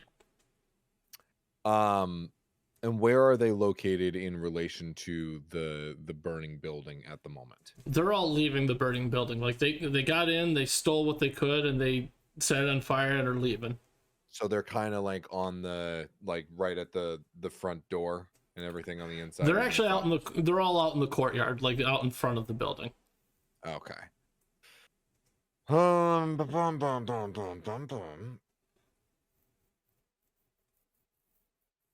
don't know if somebody else has another idea. Then I'm going to get off the horse and try to essentially utilize the 4 raises that I have to attempt to get about as close to the gentleman in charge as I can without being noticed. All right, so we'll say that's going to take 2 raises, just because of getting off the horse and then sneaking around. And then with the other 2, I'm going to listen and try to garner as much information. Basically, take a look what he's wearing, what he's got on him, like what any kind of general trappings of identification, etc., and then also listening to what he's saying, how he's saying it, who he's talking to, etc. Essentially, just try to observe and get as much information about this dude as I can. So you see him; he's dressed a little better than they are, but it's still pretty, nondescript clothing. There is a scar that runs, starting at his forehead across down his cheek and down his throat. It misses his eye, which by luck or by whatever. So you remember Esme had called him the Scar. This looks to be why he got that nickname. As for what he is commanding and saying, he looks to see the heroes, your group of heroes coming, and he's like, guys, that way, and start directing traffic. So the remaining brute squad starts dropping what they have and pulling out like daggers and clubs that they have with them to fight you all off because they're here for food and they don't want to give up their plunder. Does the guy have any like traces of blood on or anything? Does it any telltale signs that he might have been the he does have he does have a sword, and it is a little bit flecked with blood, so it's obvious he didn't clean it off clearly. And also his cloak, you can see his cloak, it seems to be a bit stained in a spot, but it's on the underside, so you can't quite tell stained, but you can make a reasonable guess. That would be my actions, I'd imagine. All right, Leon So- or Wolf? I have Wolf has been practicing flirting with Roberta over the winter. The other thing that Wolf has been practicing is something that he saw his friend Vizzini do, and he thought it was very, very cool, but he had to find a horse big enough to do it that would be able to withstand the torque that it creates, and riding Labuka side saddle. Wolf is going to remove the giant butterfly axe from his back and sort of holding it out like a giant paddle is going to side saddle, swing into the brute squad and take as many with it this swing as he can. I will spend 2 raises for that, maybe 3, but I can do 2. All right, give me a second here. And as he rights himself up on the saddle, coming back around with Esme. Did you want to do I think two? she's Or... still on the horse. Yeah, she's still there. Did you want to do 2 or do you want to do 3? We'll do 3. Why not? Go All big, right. go home. So yes, you ride up, you using that amazing technique that Vicini taught you, and with your axe and skill, while at the same time shielding Esme, you lay into these brutes, you know, cutting and slashing and just basically disarming them, not literally. Yeah. And I had it kind of like on its side and was just boom. Yeah. With So the brunt they- of it on front of the axe. 3 more of them, just as you've disarmed them and forced their weapons out of their hand, they too take off running, because again, they weren't here to fight. They're here to get food and go. Wolf is going to come back around with the axe sort of dragging on the ground as he is like mounted upright on the horse, and props it onto his shoulder, looks at the guy with the scar and goes, turns back to Esme, is like, he has a scar, so you call him Scar? I thought children were better at nicknames. Call him like Ugly Face Stupid Head. That's much better. She's still just a little too shocked from losing her parents and such. Okay, I guess. Even with the big All right, protector, you're gonna be traumatized, Esme. Tough crowd. hey, can't all be happy memories. Leon. I am gonna go after the leader man. I see him across the field and with his sword and everything. So I want to use 2 raises to try and disarm him with my hammer. Try and knock it out of his hands and, you know, circle him with my horse. You come riding up on him and you swing at him, and he does, you know, try to raise to deflect, and sees it's a hammer. So it hits the sword, and it does knock it out of his hand, but not from his wrist, as he apparently had a cord on it. So he doesn't have it in his hand, and his arm goes flying a bit, and it hurts, it stings him. But he'll be able to recover his sword quite easily, just because it didn't go very far. All right. So then that brings us down to 2. So that is both Leon and the Scar. Here. So the villain and you. What's he do next? Or do I go again? You get to go first. I do not have anything to pay to go ahead of you at this point. Can I bonk him on the head? Absolutely. Now, much like the fights in the first session, he does take a little bit to take out. So you won't be able to How many? His total is 16, because he's pretty strong, so he's able to fight for a little bit, but... Okay, well... I have a chain in my bag. Can I, like, lasso him? Yes, absolutely. That's what I'm gonna do. All right, so we'll put that as the last 2 you got there for this lassoing. And let's see, I'm just gonna take that.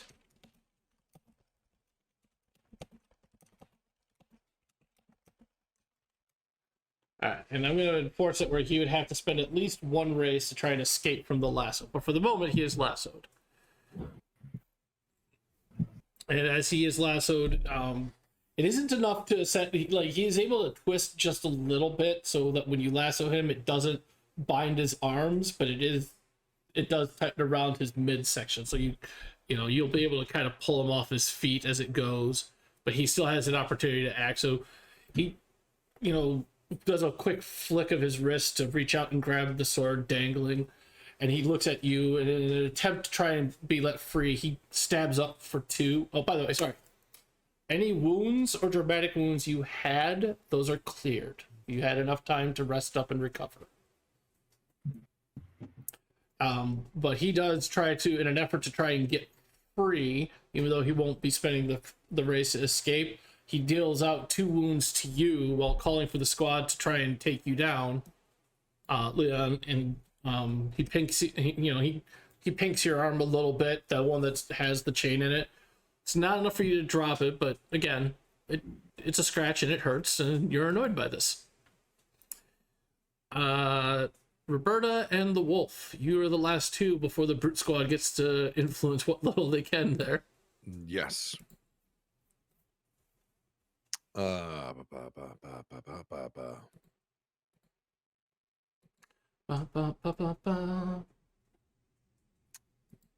I'm loving it. I was going for Nickelodeon, but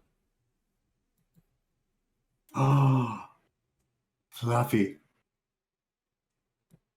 We are fairly certain that everybody inside the house is dead, correct? yeah. So as we had cried, it was just her mother and father, and her. Got it. Wolf is going to turn to Esme. I am sorry about your home, but perhaps we can put it to good use one more time. And is going to ride towards the house, and with one huge swing of his axe, is going to cut through and cleave through the supporting beam of the house on the right side as the whole thing begins to come crashing down. Sort of not in any way, shape, or form going to hit this Scar guy. He is far too far away from it. But perhaps the collapsing house is going to force him to turn around while my friend here goes in for an attack. Right, I will. That sounds good. It will make him have to spend 2 raises next round to it if he wishes to escape. All right. Well, taking my open opportunity here that we're clearly we've gotten more compatible over the winter working together. So Question I'm here gonna is, go are you ahead. accustomed from doing it from behind?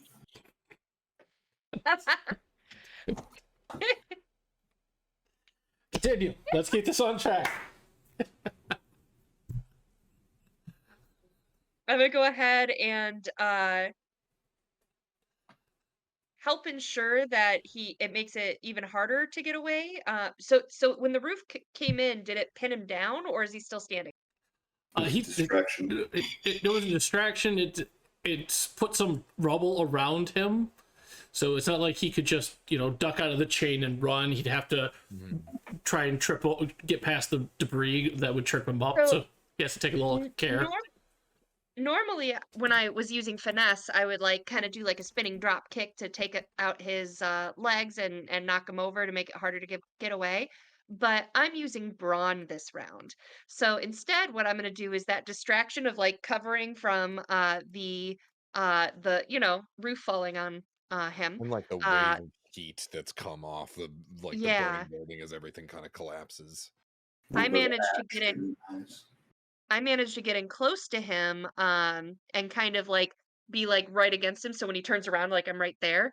And I'm just gonna power stomp on the outside of his knee, to break it and keep him from running. Unfortunately, with 1 raise, it's not enough to break his knee, but it does. You're cutting out. It's not enough to break his knee. He does see you coming, so he is able to twist a little bit, but you do manage to stomp as his knee is bending, and you're forcing him down to the ground. You will injure him slightly. Good sprain. But it's not a full-on knee breaking. You are not the first man to kneel before me, and you will not be the last. Oh, I love that. That's very good. All right. So the last we have here is we do have 2 of the brutes that you have not dealt with yet, and they see what's going on, and they look, they're torn, and apparently they're still more afraid of him than you at the moment, and they think they have a chance. So they come and they try to you know, they go at Roberta, like seeing her as the last one to attack the Scar, and one of them comes up from behind and grabs you to try and pull you away.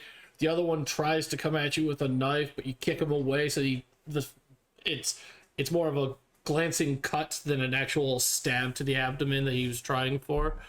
So you do take 2 wounds from their actions here. Who is that? Roberta, you. Okay. So you take 2 wounds, and they are managing right now. You are pulled away. You are pulled away from the Scar, so you can't fight him until dealing with the 2 brutes. Well, I glance up at Wolf and go, "Love is painful." All right, so And well, yeah, Wolf's angry. Wolf's pissed. unless you wish to change your approach, please go ahead and roll the same dice pool you did before, but only but with no bonuses for this roll.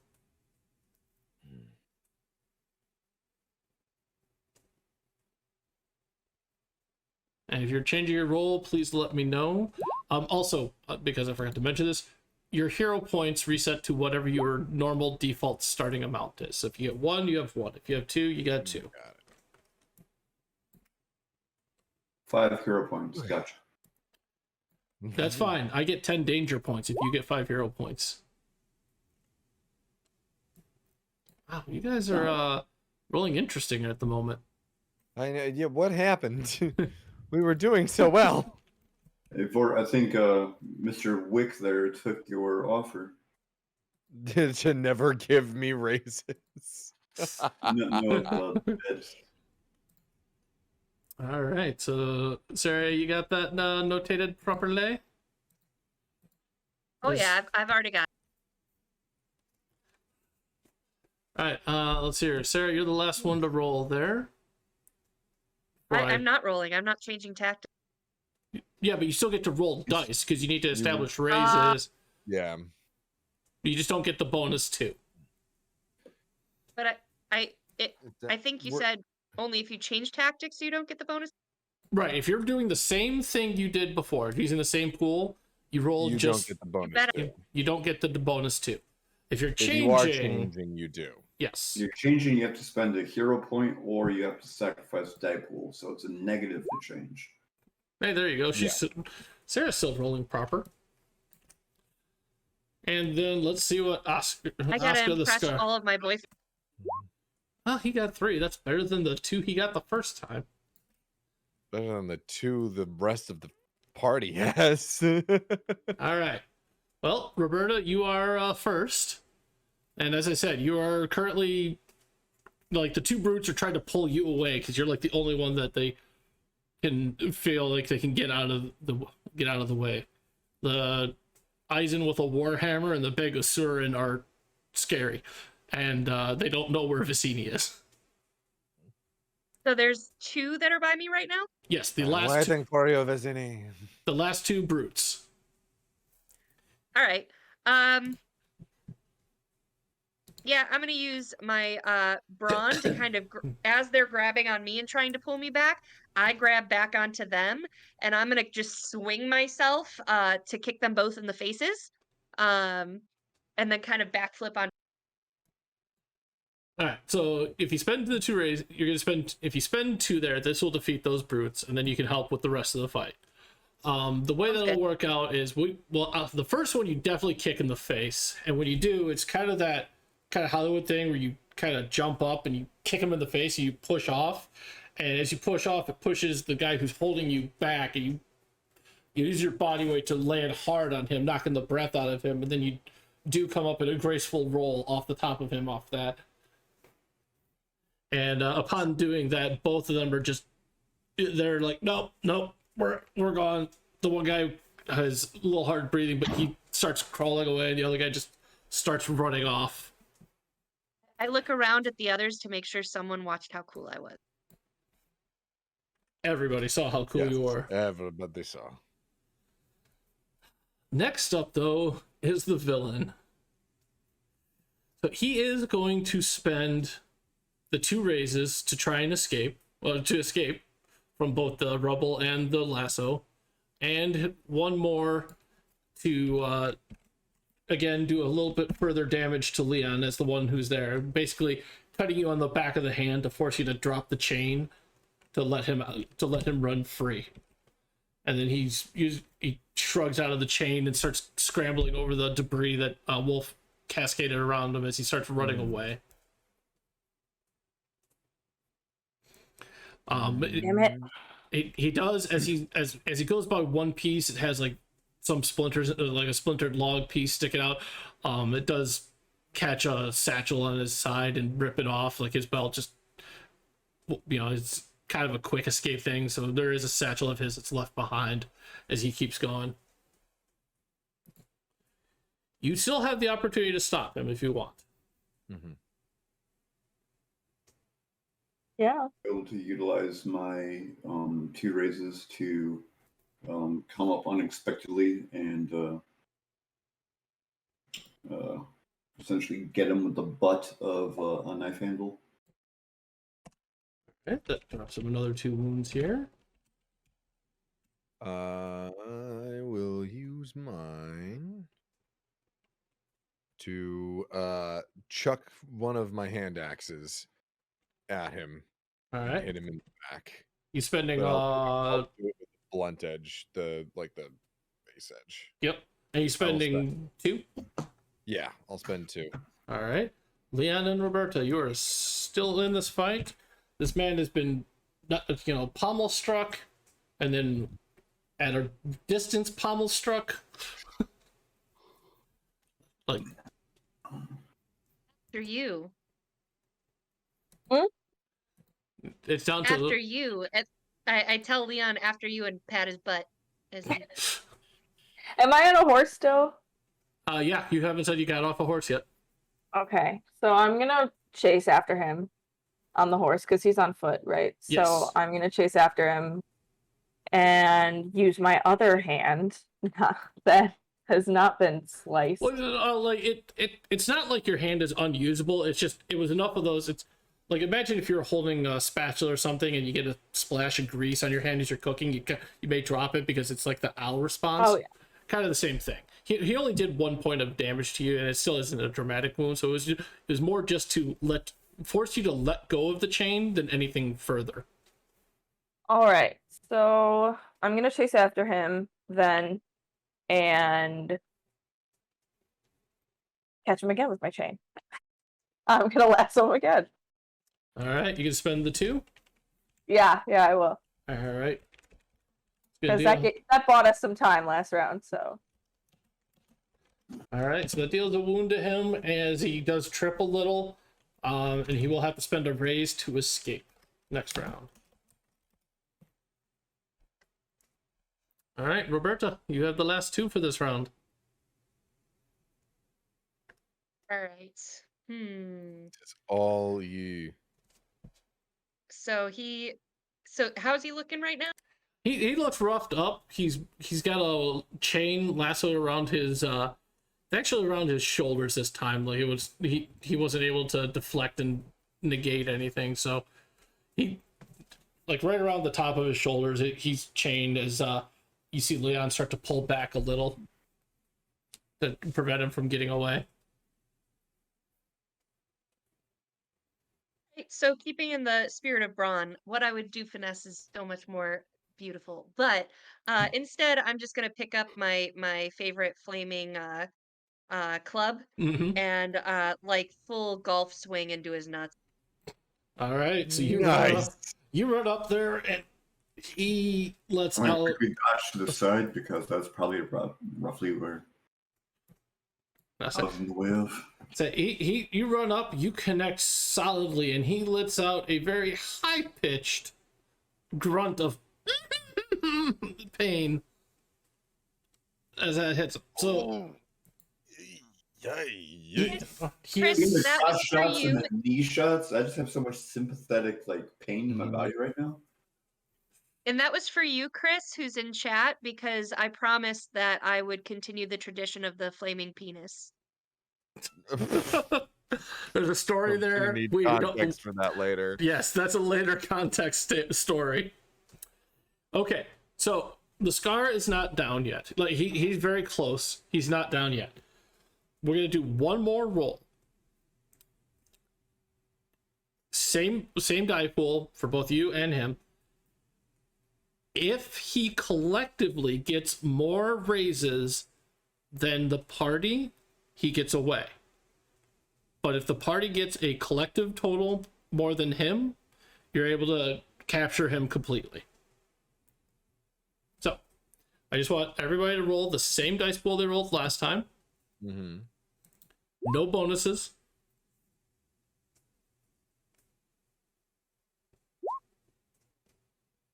Okay.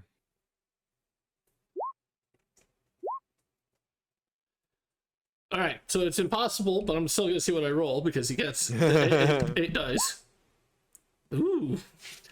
Lily alone almost beat her. Yeah. Yep. So, all right. So you are able to capture him. So he will recognize, like, all right, I give up, I surrender. You know, he stops resisting. He's down on his knees a little bit because he is still quite pained by this. Mm-hmm.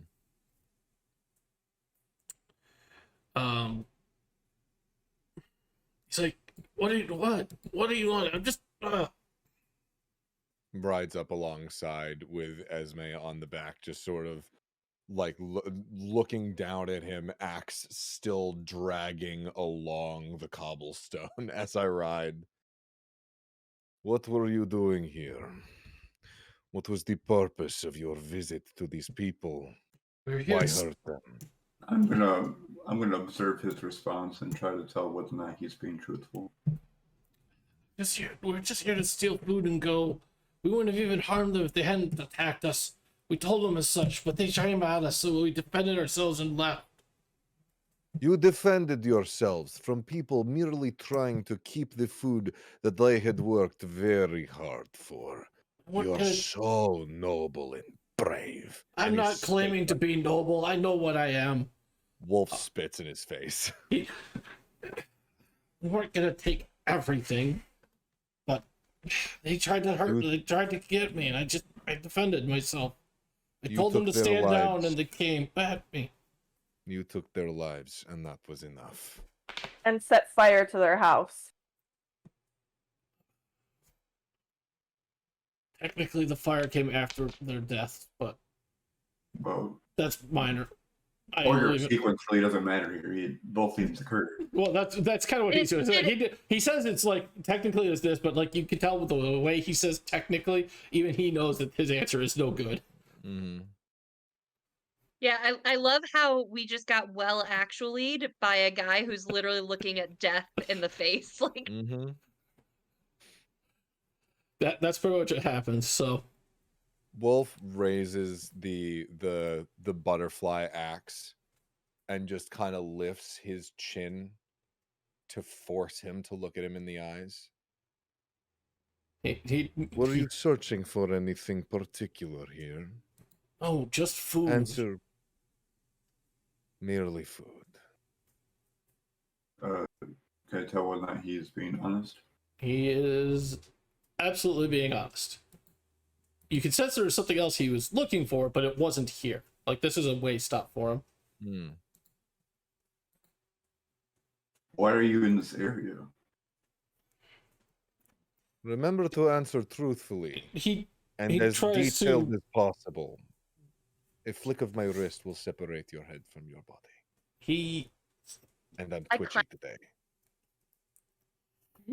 he slowly pulls. He's like, he tries to. Can I hold my head back enough to look down at my body? Looks to the rest of the group. Looks to Esme. Look down. I promise it's unimpressive. At that moment when you kind of look back, he does pull back. Like he's not trying to escape. He literally is just trying to pull his head back, and he's looking down, and then he lifts it back up and looks. He's like, the pouch over there has what I'm in the area for. I'm gonna scamper off and nab the pouch. Open it up, take a look. Inside, all you see is a letter. It's got a broken wax seal. When you open it up and take a look, you see in writing in Montaigne, you've been selected as one of many. The target is Apollinaire de Sylvan, the Marquise de la Porte de Threl, currently visiting the Pierre-Percy region, specifically the Lockhorn Forest. The one who delivers his head gains 1,000 guilders. Deliver evidence to Grey Goose.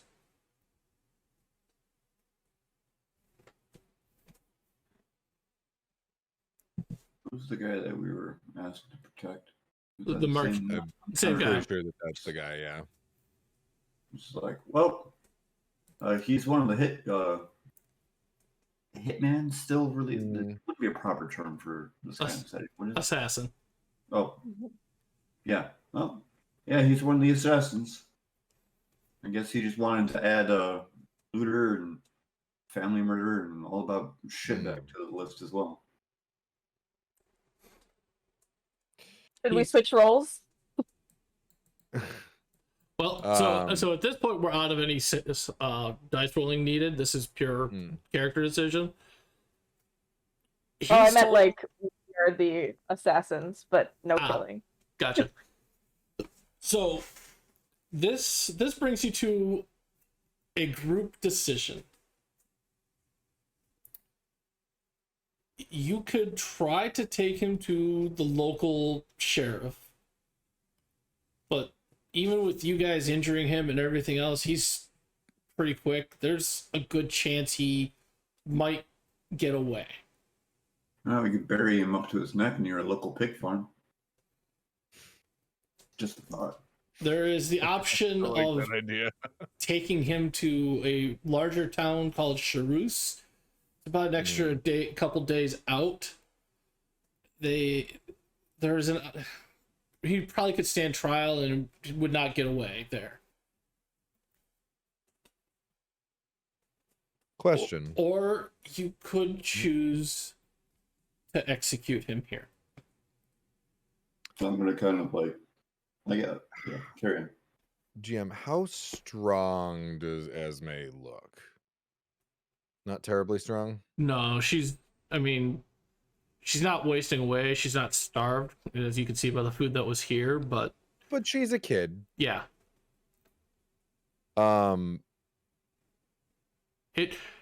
Playing to the norms that would be in this region, if she was a boy, she might look a little more hardy from doing heavier chores on the farm.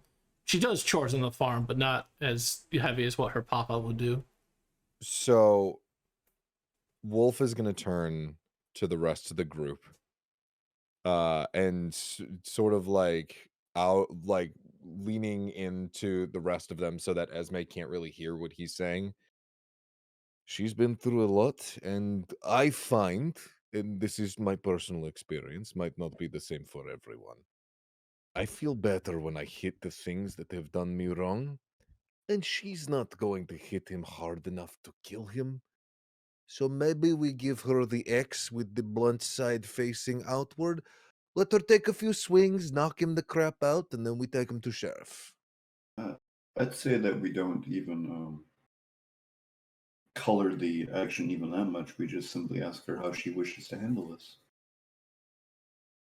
If she wants to exert a little bit of frustration, then we can show her how to hold that axe, but otherwise... I'd maybe guide her away from killing him. Experiencing death that young is one thing. Experiencing the act of killing someone is another thing entirely. But I agree. I agree with the option to hurt. I think maybe Vizini is right. We give her the choice. Give her control back. Something that she has not had today. So I think I'll posit that to Esme and bring her down off the horse and just kind of like hold the axe in my hand while we ask her what she wants to do. Be sure to mention the what was it? The village was like a couple days for the sake of incarceration. Like options exist. Yep. Let me see here really quick. Almost happened. What happened? If she rolled a 1, she would have gone for death. She would have asked to kill him. I was giving her a corruption roll. But instead of forcing the point on her, I was giving her a chance not to. It takes a moment or two to coax her, but she says, Papa always said the sheriff would help those in trouble. He would find justice for them. Take him to the sheriff. Want to get some frustration out beforehand? She doesn't want to go anywhere near him. She is still terrified of him a bit. I mean, she saw him kill her parents. Should we bring her with us? I feel like that's a yes to that, because otherwise you're leaving her in a burning farmhouse with food spread everywhere. Well, she essentially has claim to the land. It's just she has to come back at a time where she's able to do something with that claim. Right. I do suggest, and I will, and Wolf will suggest to the group, that we knock him out, strip him to his skivvies, and Roberta, if you wanted to hit him in the balls once or twice more, I think that would probably be welcome. Under no circumstances should we allow him to say anything to her. Correct. Yeah, you are perfectly able. Bound, gagged, like naked, except for underwear. We're not in wintertime anymore. He's not going to freeze, but he will be uncomfortable. Yeah. So you were able to bind him and ride forth. You bring Esme along with you. It takes you, it takes you the 2 days to get to Charus. And the sheriffs there take controls. They know who this is. It's like finally someone's caught him, and they're willing to start the trial proceedings soon. They also say that, we know that Esme, her mother has a sister, farther away. We will send a letter to her and ask her to, come pick Esme up, and we'll keep her safe here until then. I'm going to leave them with, or I'm going to leave Esme with a little bit of resources to be able to essentially have a comfortable stay for the day or two it'll take for her. It'll take more like a few weeks, but yeah, that's fine. Fair. But as you do, she'll hug you tightly, and then she will go over and hug Wolf as well. The other two, she nods, but you can tell like there's a limit to the social interaction, even with spending the past 2 days with you. She's gonna take her a while to get over this. This was some shit. And I'm good with space, because while she's adorable and the interactions with Wolf are adorable, that right there is proof of the inevitable consequences of all of my actions. So I'm good. I'm good. Sarah, take a hero point. I was like, the burning down of that. Oh, the child. Oh, we just lost Sarah. Oh no! And there Sorry, she's. sorry, we're back. I'm here. Sarah, take a hero The point. internet couldn't handle me anymore. Yeah. No. Go ahead and take a hero point for that. That was good. Incredible. Yeah. Okay. As you're in the town, you also have an opportunity to ask about the Marquis, and they say basically what you already kind of know, that he's somewhere closer to not near there, so it'd be best for you to head back that way. So, Alrighty. as you're riding back towards Arend, towards the with the Lockhorn Forest off in the distance to the side, you do happen to. You're not sure what you see at first, but you keep looking a little bit, and as you get closer and closer, you see a pavilions of tents set up, just many tents, white against the scenery of greens and browns and golden grain, and with the occasional red or blue flag flying on top of them. Is there some sort of festival going on? I'm unsure. I think there has been some sort of muting agent cast on you, Leon. If you were speaking. I just mocked you. I said festival. I was Festival. mocking your accent, friend. I see. Festival. I shiver a little bit and go,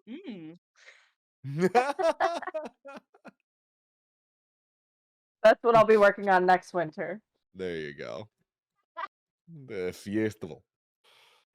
The winter festival. Do these does this camp setup seem festive or more of either a military encampment or residence? Yeah. So as you ride closer, you can. This actually looks like something nobles would travel in, like if they're out camping in the wilderness.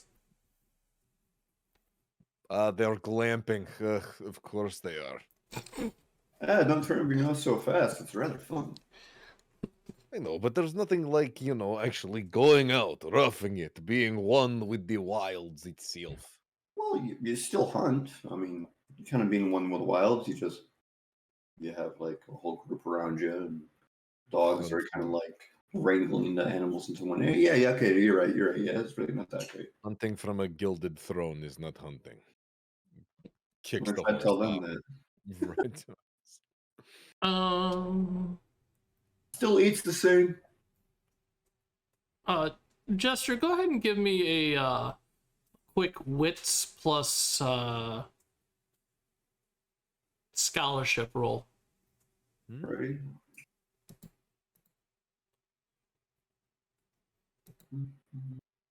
Clickety, clickety, clickety, click, click. Good, you got just enough. 23. As you guys keep kind of riding closer, you do see some heraldry on there, and this is one you recognize from some other stuff you've seen. This is the Marquis heraldry. Hey. Mm-hmm. looks like we're going glamping after all. All right. Suck it up, Wolfie boy. You're gonna get a little bit of culture. Fine, I suppose. Okay.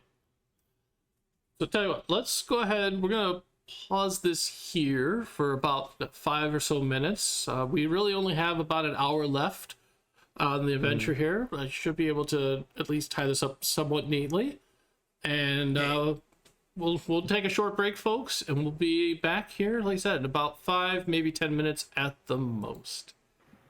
See you soon. Beautiful. And we're back, folks. Thank you so much for sticking around and still being here. This is going to end a little differently than I had planned, but it'll still be, I feel like, a reasonably good ending. We will be... Your mic. What? Your mic will keep keeps going. cutting Okay, so my microphone keeps being the fun Follow it. things that it is. As I said, welcome back. We're gonna have to cut this short in about 40 minutes here because we got another stream, our capstone for this wonderful Stream-A-Thon weekend. So I wanted to let you know again that yet again we are giving away from our dear friend original box set there a set of 3 soaps. Smell like your RPG character. You get to choose species, class, and alignment. And I've also been told there will be a character portrait made available as well. So if you want to participate, you're more than welcome to. As always, if you haven't used it yet, there is the hashtag RemPC for 1 entry. Now, just to be clear, that's like a Twitter thing, right? Nope, that's a right here in Twitch chat thing. Oh, okay. Like so. I Yep. believe. I think I did that right. For every 100 bits you donate, you get 1 entry. For every subscription you do, whether it is a subscription for yourself or a gift to somebody else, you get 7 entries. And if you click on that GoFundMe link that Master Rem generously posted there and donate to help improve Rem Alternus to keep providing quality content such as this, for every $1 you donate there, you get 1 entry. If you use that option, please, please, please put your Twitch handle there so that I know how to get in contact with you to send you the information about the reward if you win. Finally, we only got about 40 minutes. You gotta stick around to win. You can't just donate and run. Sadly, you have to be present to win.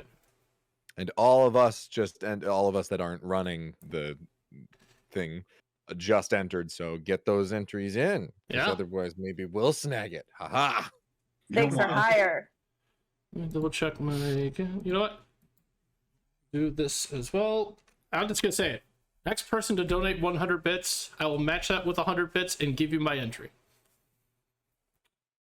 So, That's so nice.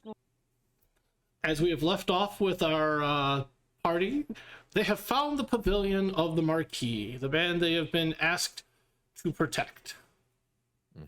They have yet to approach it, and that's where we're going to get a pickup. Let's go. Yes. Full in, like, riding down on top of our massive fucking horses. Screaming. I do like the idea that we're like battle crying four people on the backs of horses, battle crying, and we just kind of stop there. Hello, hey, how are you? That's some Dothraki. We like to Game of announce our Thrones. presence.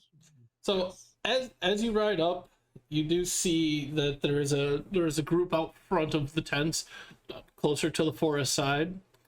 A number of men, some of them with dogs that are just anxiously barking and jumping and pulling at their leash. They're ready to hunt. They just want to get out and hunt.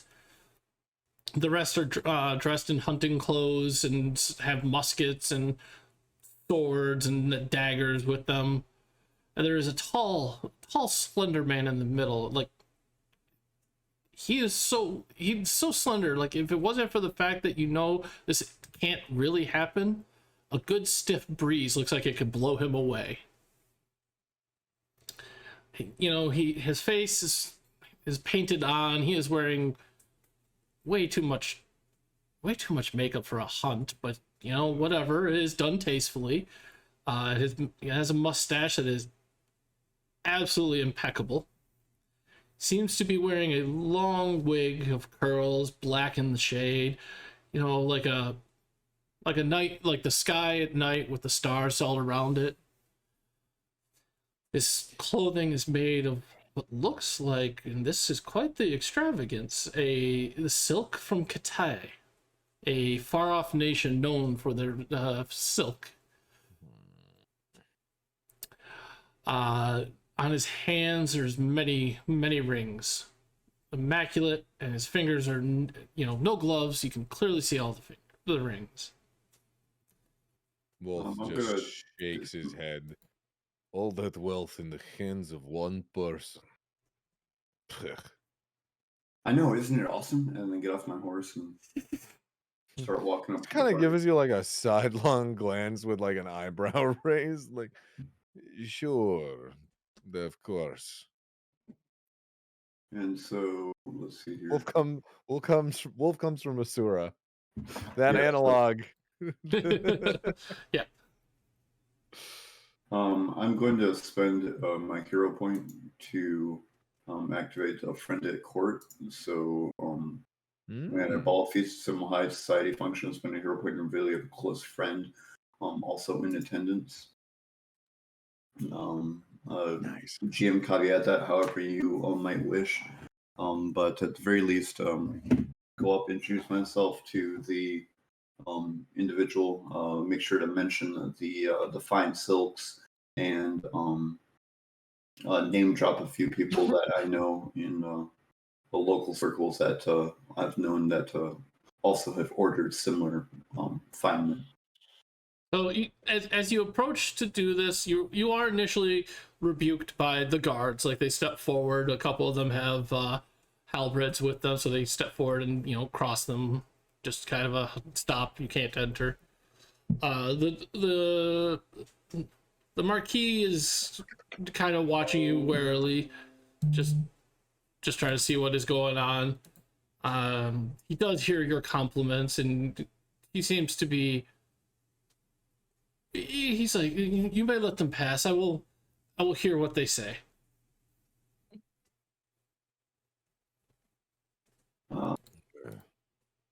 Well, we are. I suppose we are here with orders to be your to guard your body, as it were. My body. Vizini, would you mind showing the letter? Yes. So I will produce the summons that we received. Fast or slow? Slow. Okay. The guards were, even though they get permission, I just wanted to see if you did it fast, the guards might, go to stop you a moment because they're afraid they take their job seriously. But if you do it slowly, that's fine. Yeah, slowly make sure that my hands are plain view. Fold it out for him. A dear friend, a mutual acquaintance, apparently, speaks rather well and has regard for your well-being and has a reason to believe that it is at risk, and to provide additional weight to that statement. I'm basically like that to the guards and pull out the other one. I'm basically like the assassin statement from the dude that we arrested. So we've found one of these in the area already. I have reason to believe that there are probably more out there. So he takes them from you and just starts reading it. It's like, oh, this is most distressing, but you are here. You are heroes. You are here to protect me. What can go wrong? I thank you. Please, you are welcome in my camp. Bring them water. Bring them refreshments. Why did you have to say that? Say what? Why did you have to say what could go wrong? Something always goes wrong whenever you say what could go wrong. Well, Don't ever say that again. First rule as your bodyguard. No more saying that phrase. That's not entirely true. Gosh, yeah. It's also a very equally dangerous phrase when Eisen says it's a good day. Vizini, you're testing yourself. Alright. I'm just making sure this all works up properly. I'm just waiting for the demons to show up. I'm very unimpressed by all these If people. we keep talking like this, they will show up right now. I'm like, keep saying it. Say it again. No, do not keep saying it. It's terrible. Leon, you are a shit stirrer. You are stirring the shit. Stop it. Shit is stirred enough. It You don't has want the become corpse? stew. It is no longer soup. It is a shit stew.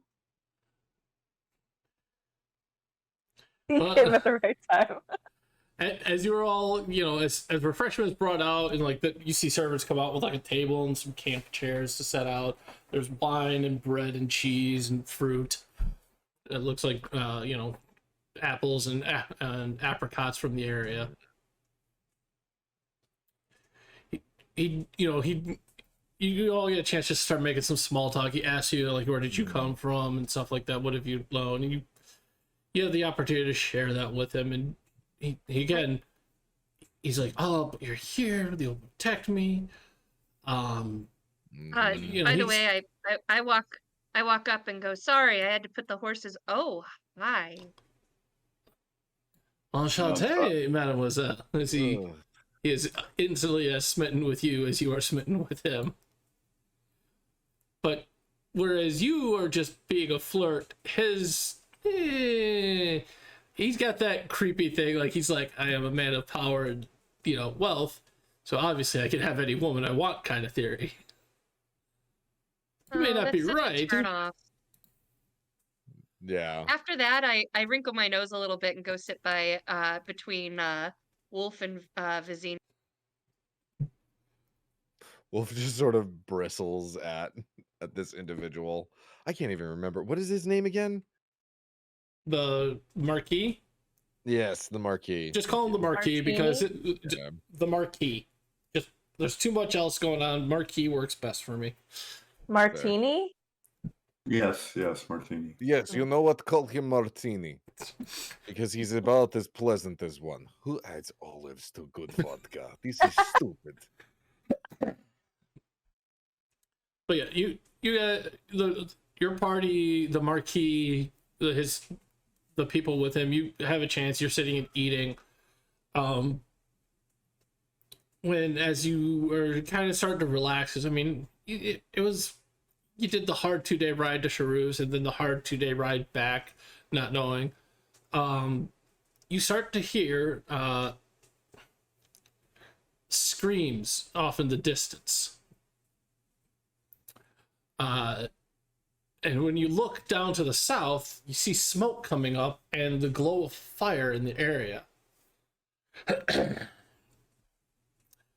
And as the fire is, starting to build, a lone man comes riding forth.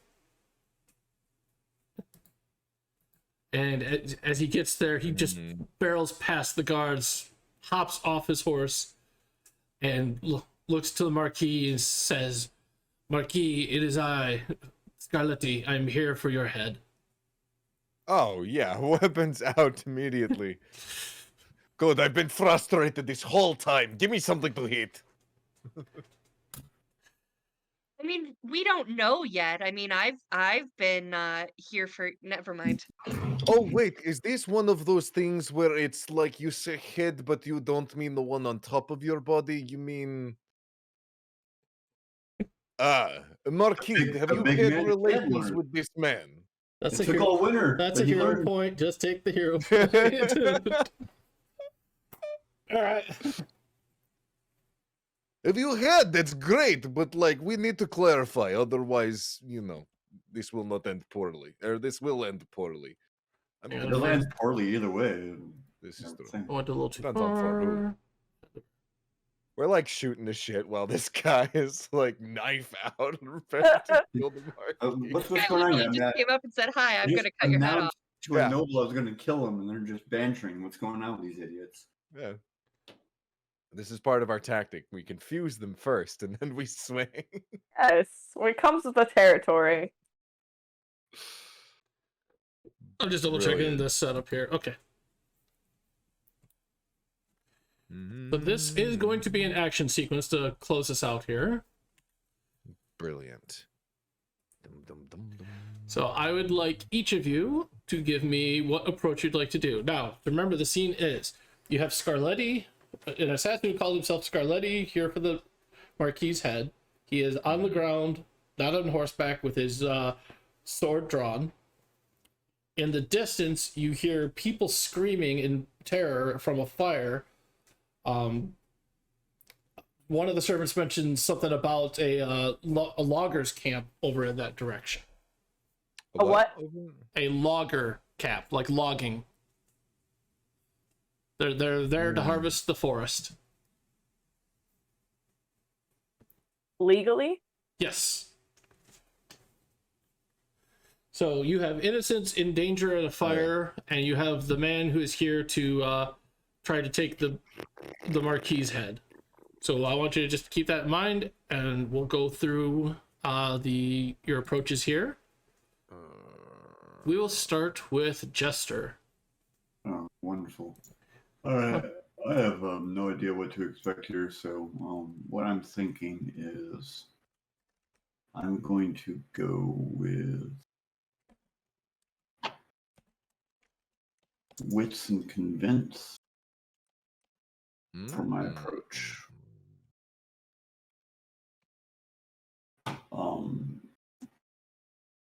What's a panache? Actually, I'm kind of feeling I can.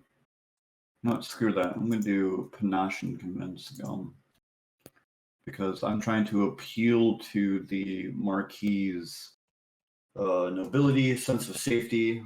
We got big burly wolfman here. Obviously, there's no harm going to come from just the one swordsman here. However, don't you think it'd be much better to watch it from over there? All right, go ahead and roll.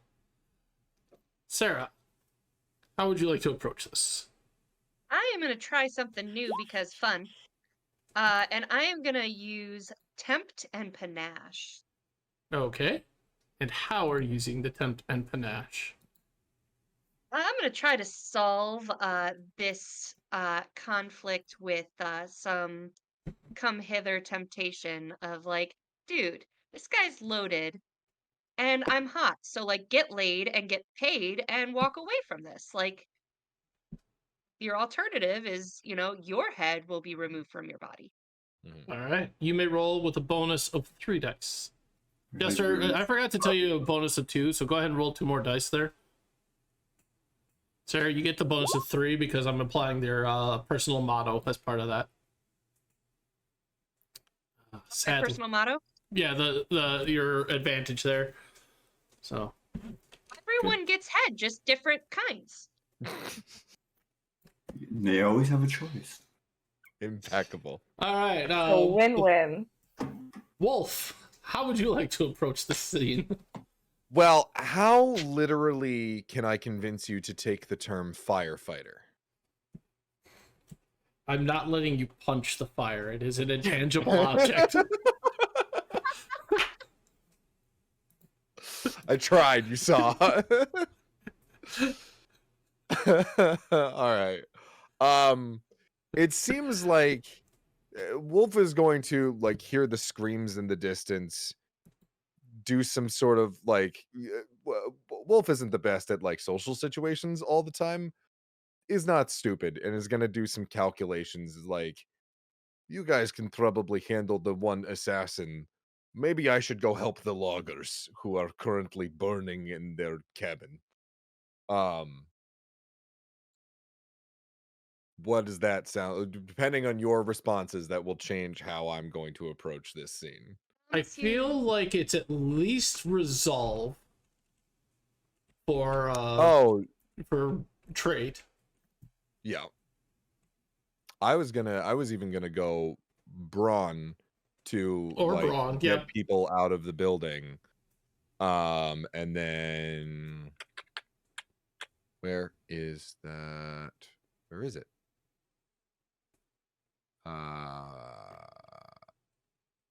And then intimidate because I imagine there are people who set the fire. Yes, they're more than likely. This one man is good, but I don't think he's that good. Right. But if you guys would suggest that I stay here and help fight the assassino, then I would. You can go, but I'm expecting one hell of a reunion. I shall come back carrying 3 men Aww, to safety. I feel like if I take them to you, that might be more danger than it is safety. Okay.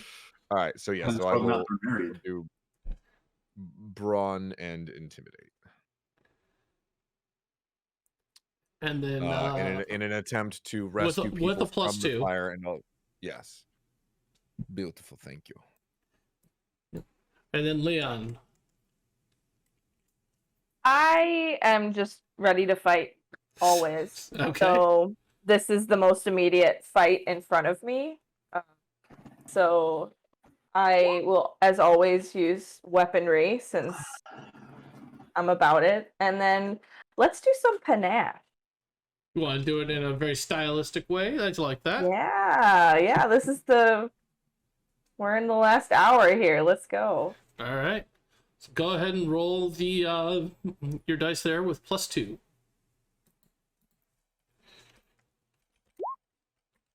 Jesus. What is it with you? It's the panache. Well, fortunately, Scarletti here is not a slouch. Oh, okay. All right. He's a villain. He's actually a good villain. He's not the chumps I've been throwing at you. Valid. I'm glad I stayed. His general approach and everything he did just kind of like hits me very much like a Castile dueler kind of thing. Mhm. If we had more time, I was gonna set it up for a duel, but I'm just trying to get us to a cliffhangery point with the time remaining. So, okay, so we've got our setup here. So, Leon starts at 6.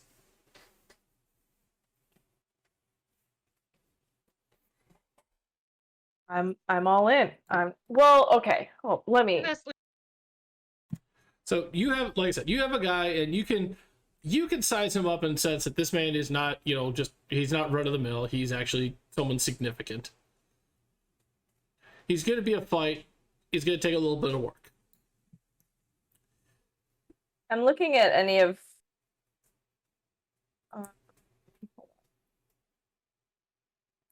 All of my sorcery things are for like supernatural, I believe, right? Yes, unfortunately.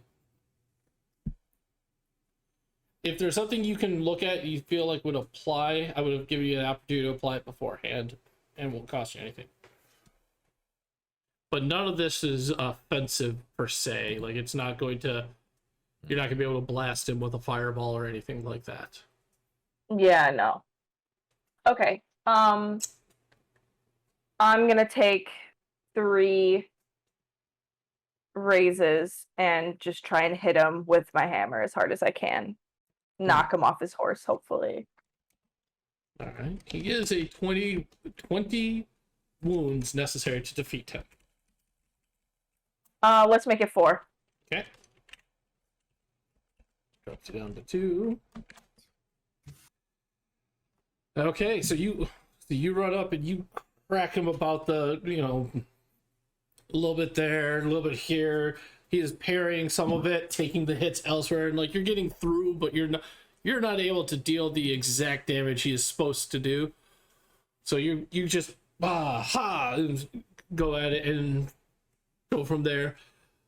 He is next at 5, and he welcomes this challenge, and he attacks you head on, and he's actually going to spend his entire pool of 5 as he goes at you. He's flashing and parrying against you and gets a couple pokes into your side. Not enough to really, take you out of the fight, but all the damage you're taking. By the way, any wounds you had before the fight, those are healed up. It's only dramatic wounds that take time. So you're starting fresh. That's for everybody. Great. But he is dealing 5 wounds to you, so that is enough for you to get a dramatic wound. And as part of everything he's doing there, his last little effort is he slices the straps on your saddle, and you fall off on the side opposite of him. And that's what's giving you the dramatic wound. Is like you land hard, you drop your hammer, but again, I have a advantage that I would like to speak of, okay. where if I spend a hero point, I ignore negative effects from dramatic wounds for the round. Hold on to that for right now. Yeah, you don't have This any is negative you don't have negative effects yet. Right now, you get a +1 to all dice rolls I have you do. Oh, okay. When you get your second dramatic wound, that's when you would want to spend that, because then that negates the villain getting +2 dice. Oh, okay. Not yet. Got it. But it's a good call. I like where your head's at. So you're on the right play it in track. your hands, just don't play it yet. Just trying to look at everything here. All right. So we're to Roberta and Wolf. Who would like to go next? Roberta, if you would like to go first, you are more than welcome.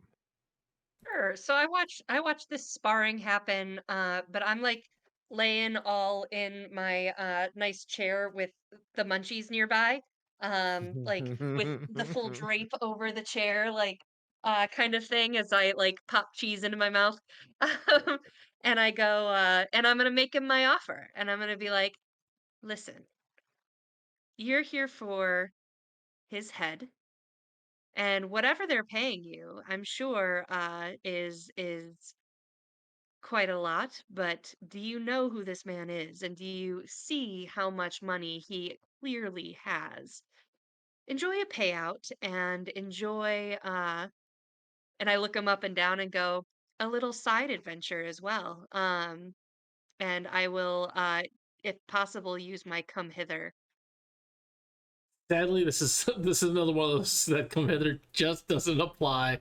If I had time for the full event, you would have had an opportunity for that. So, but what I will say is, however many raises you want to spend here, I will count that as wounds towards defeating him. You're not physically wounding him, but you are. You're enticing him to give up his attacks, and I'm going to use that as a measure to help defeat him if you wish. It's hard to fight with a boner, so. It's the crumbs and the cleavage. It really does it. Every single time he moves, he takes damage. I wonder why. oh. Anyways, how many would you like to spend at the moment? I'll spend all 4 since this tactic isn't working and I'm gonna have to change tactics. Okay. So yeah, I mean he's still like holding his own. Like some of the guards are trying to come in and he dispatches them, treating them like brutes. You know, little Nick here, little Nick there, stabbing in shoulders. He's watching to see what Leon does, and does he keep introducing himself to everyone he dispatches? No.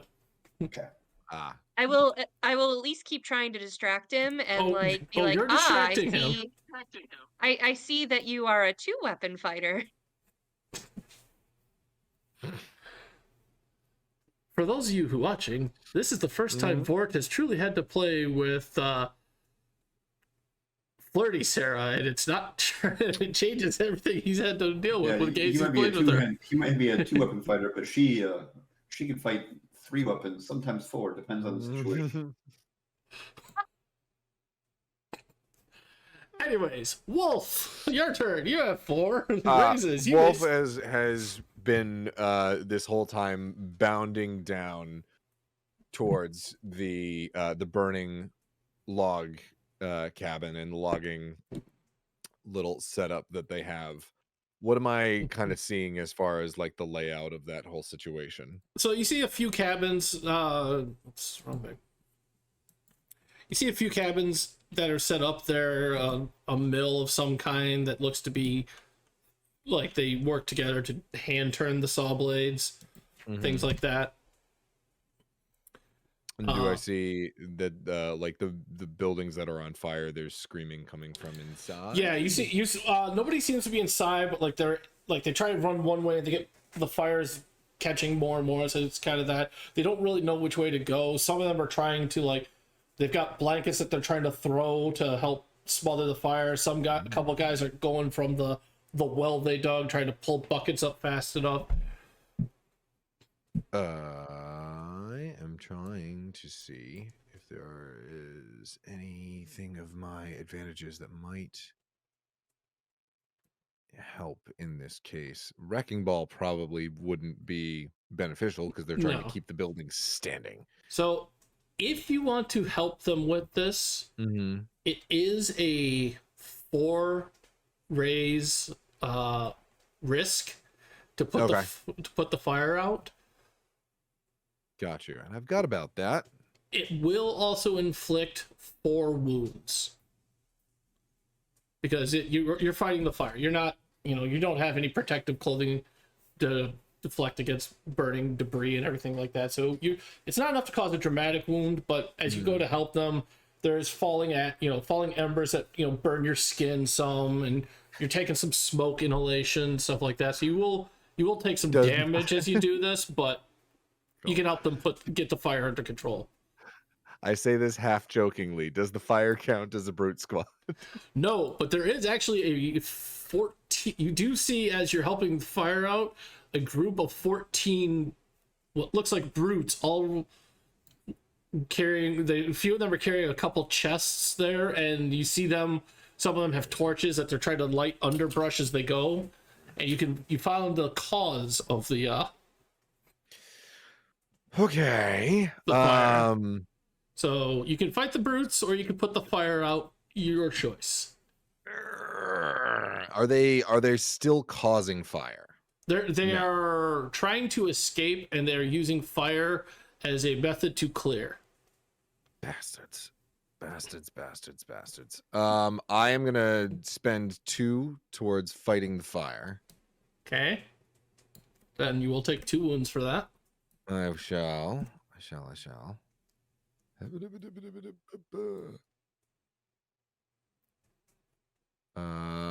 And I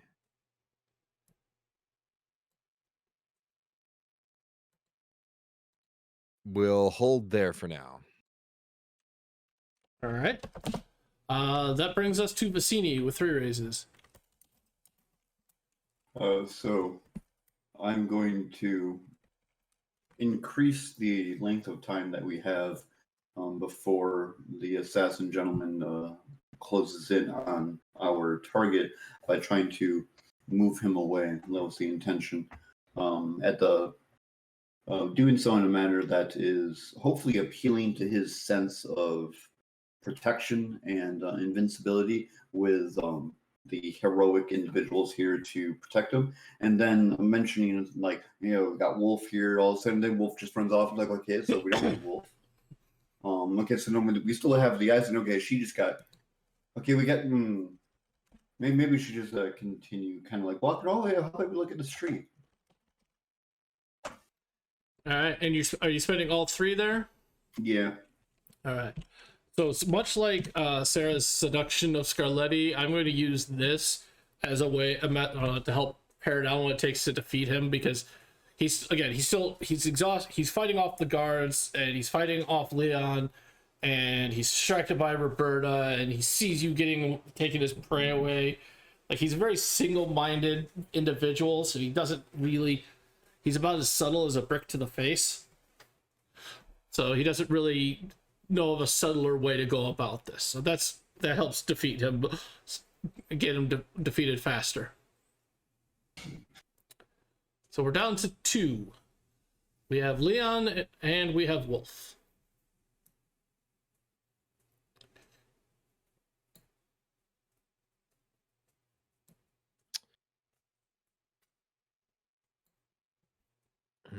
Wolf is going to keep fighting the fire. Wolf looks at the brute squad, sees that they're already leaving, kind of marks their appearance, what they're wearing, just kind of gets a general gist of them. But seeing that these people's livelihoods is at risk, is going to just kind of shake his head to himself and keep pulling up the big giant buckets of water and tossing them on the fire. All right, so you go ahead and help finish getting the fire under control. I will. Yeah. All right. The brute squad will be getting away for that, but honestly, they weren't trying to stick around anyways. Yeah. They were trying to just get in, grab, and go. Yeah. And nobody's dead yet, as far as we can tell. So that's no. There's some that are. You can see that they're injured. Like, some have some burns and stuff, and Right. some are looking a little bad from all the that. So cool. No more dead parents today. Yeah, Leon, you're up. You got 2. Pipe train. Pipe. Exciting. All right. I'm out for blood. I want to see him bleed. All right. So 2 more wounds on Scarletti. He is looking bloodied. He's got, like, from the guards that were able to get in and get a little damage to him from all the distractions of Vincini letting the guy away, and Roberta setting her seduction beams to 12, everything going out like that. You're able to recover from that, knock off your horse and grab your hammer and lay into him some more, You actually managed to knock him down to his knees. He's still defiant and not down yet, but he is getting there. I see the end. All right. So, we're gonna do one last roll here because this will time things out reasonably. I'm gonna do the same thing again. The party as a whole gets to roll the same rolls they made, no bonuses. I'm gonna roll his. If he gets enough to exceed your collective, he will get away because he can at least recognize he is gonna get beat, and he can't collect if he's knocked out or possibly killed. So I would like every one of you to go ahead and make the same rolls you made before, no bonuses. I'm gonna make my one roll as well, and like I said, if he can beat you collectively, he gets out. If not, you guys are able to incapacitate him. See, he's got 2. What did I roll? Lily's makes that 6. 10. That's gonna be a tough one. 12.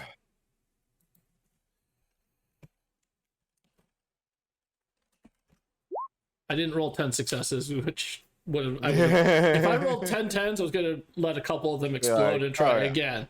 So, all right, you are able to defeat him. Defeating him does not, in this case, you will be able to knock him out because the Marquis will say, "Do not kill him," and we'll send him to my interrogators to find out more. Surely this cannot be the only man out from my head this day.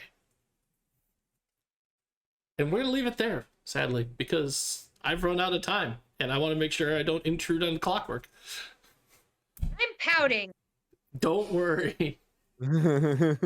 You've all done wonderful. I thank you for joining me on this trip today, as chaotic as it has been at points. You've helped make me feel a lot better about doing this. Yay. And Wolf says one last thing to the loggers before he leaves, as they're like all gathered. He's like, "Now remember, comrades, what do we say? Zakvadit, Sredsta, Poizvezrodsta. Bless you. Seize the means of production." Only you can prevent Okay, war. bye-bye. Sorry, I just really wanted to get that in. The whole time waiting for that. Sorry. That was great. Good job, That was team. awesome. this was a lot of fun. Thank you Yeah, that all was so fun. much. You're welcome for learning a new way to ride a horse. Yes, the Labukan side saddle. Yep. And this was wonderful.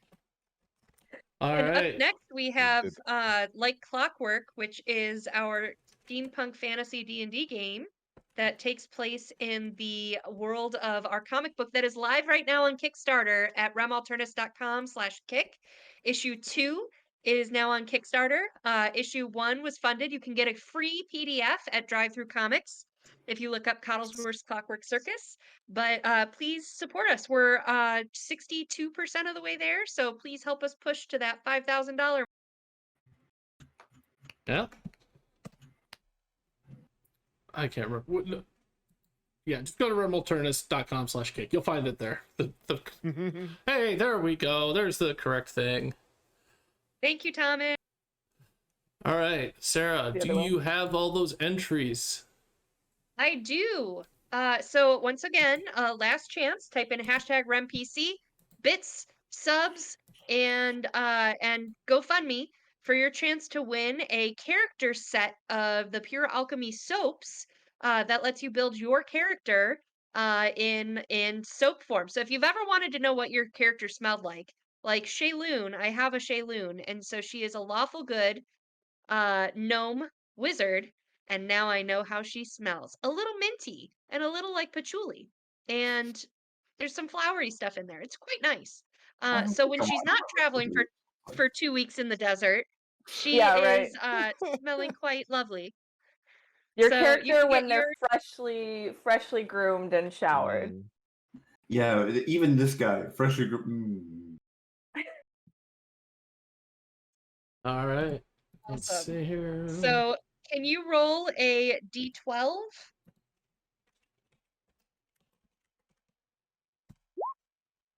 Three.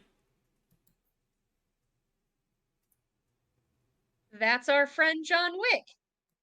Yay! John, congratulations! Hey, Hey, friend, thank you. very That's a good. nice little cherry on top. Look at that. All right. This one, I don't know how to get that information from original box set, but once we get that, I may use a messenger service from Usura to help get that information over. Yes. I think we could probably manage that. So everyone, thank you all so much for coming today. Thank you for being part of the Stream-A-Thon. It's been a marathon of fun. We just got the last leg to bring it all home. Thank you, Vorrt. Thank you, Vorrt. Thank Thank you. This was wonderful. Thank Great you. job. All right, everyone, have a good night, and please come back in about 20 minutes to 30 minutes for Like Clockwork. Good night, everybody.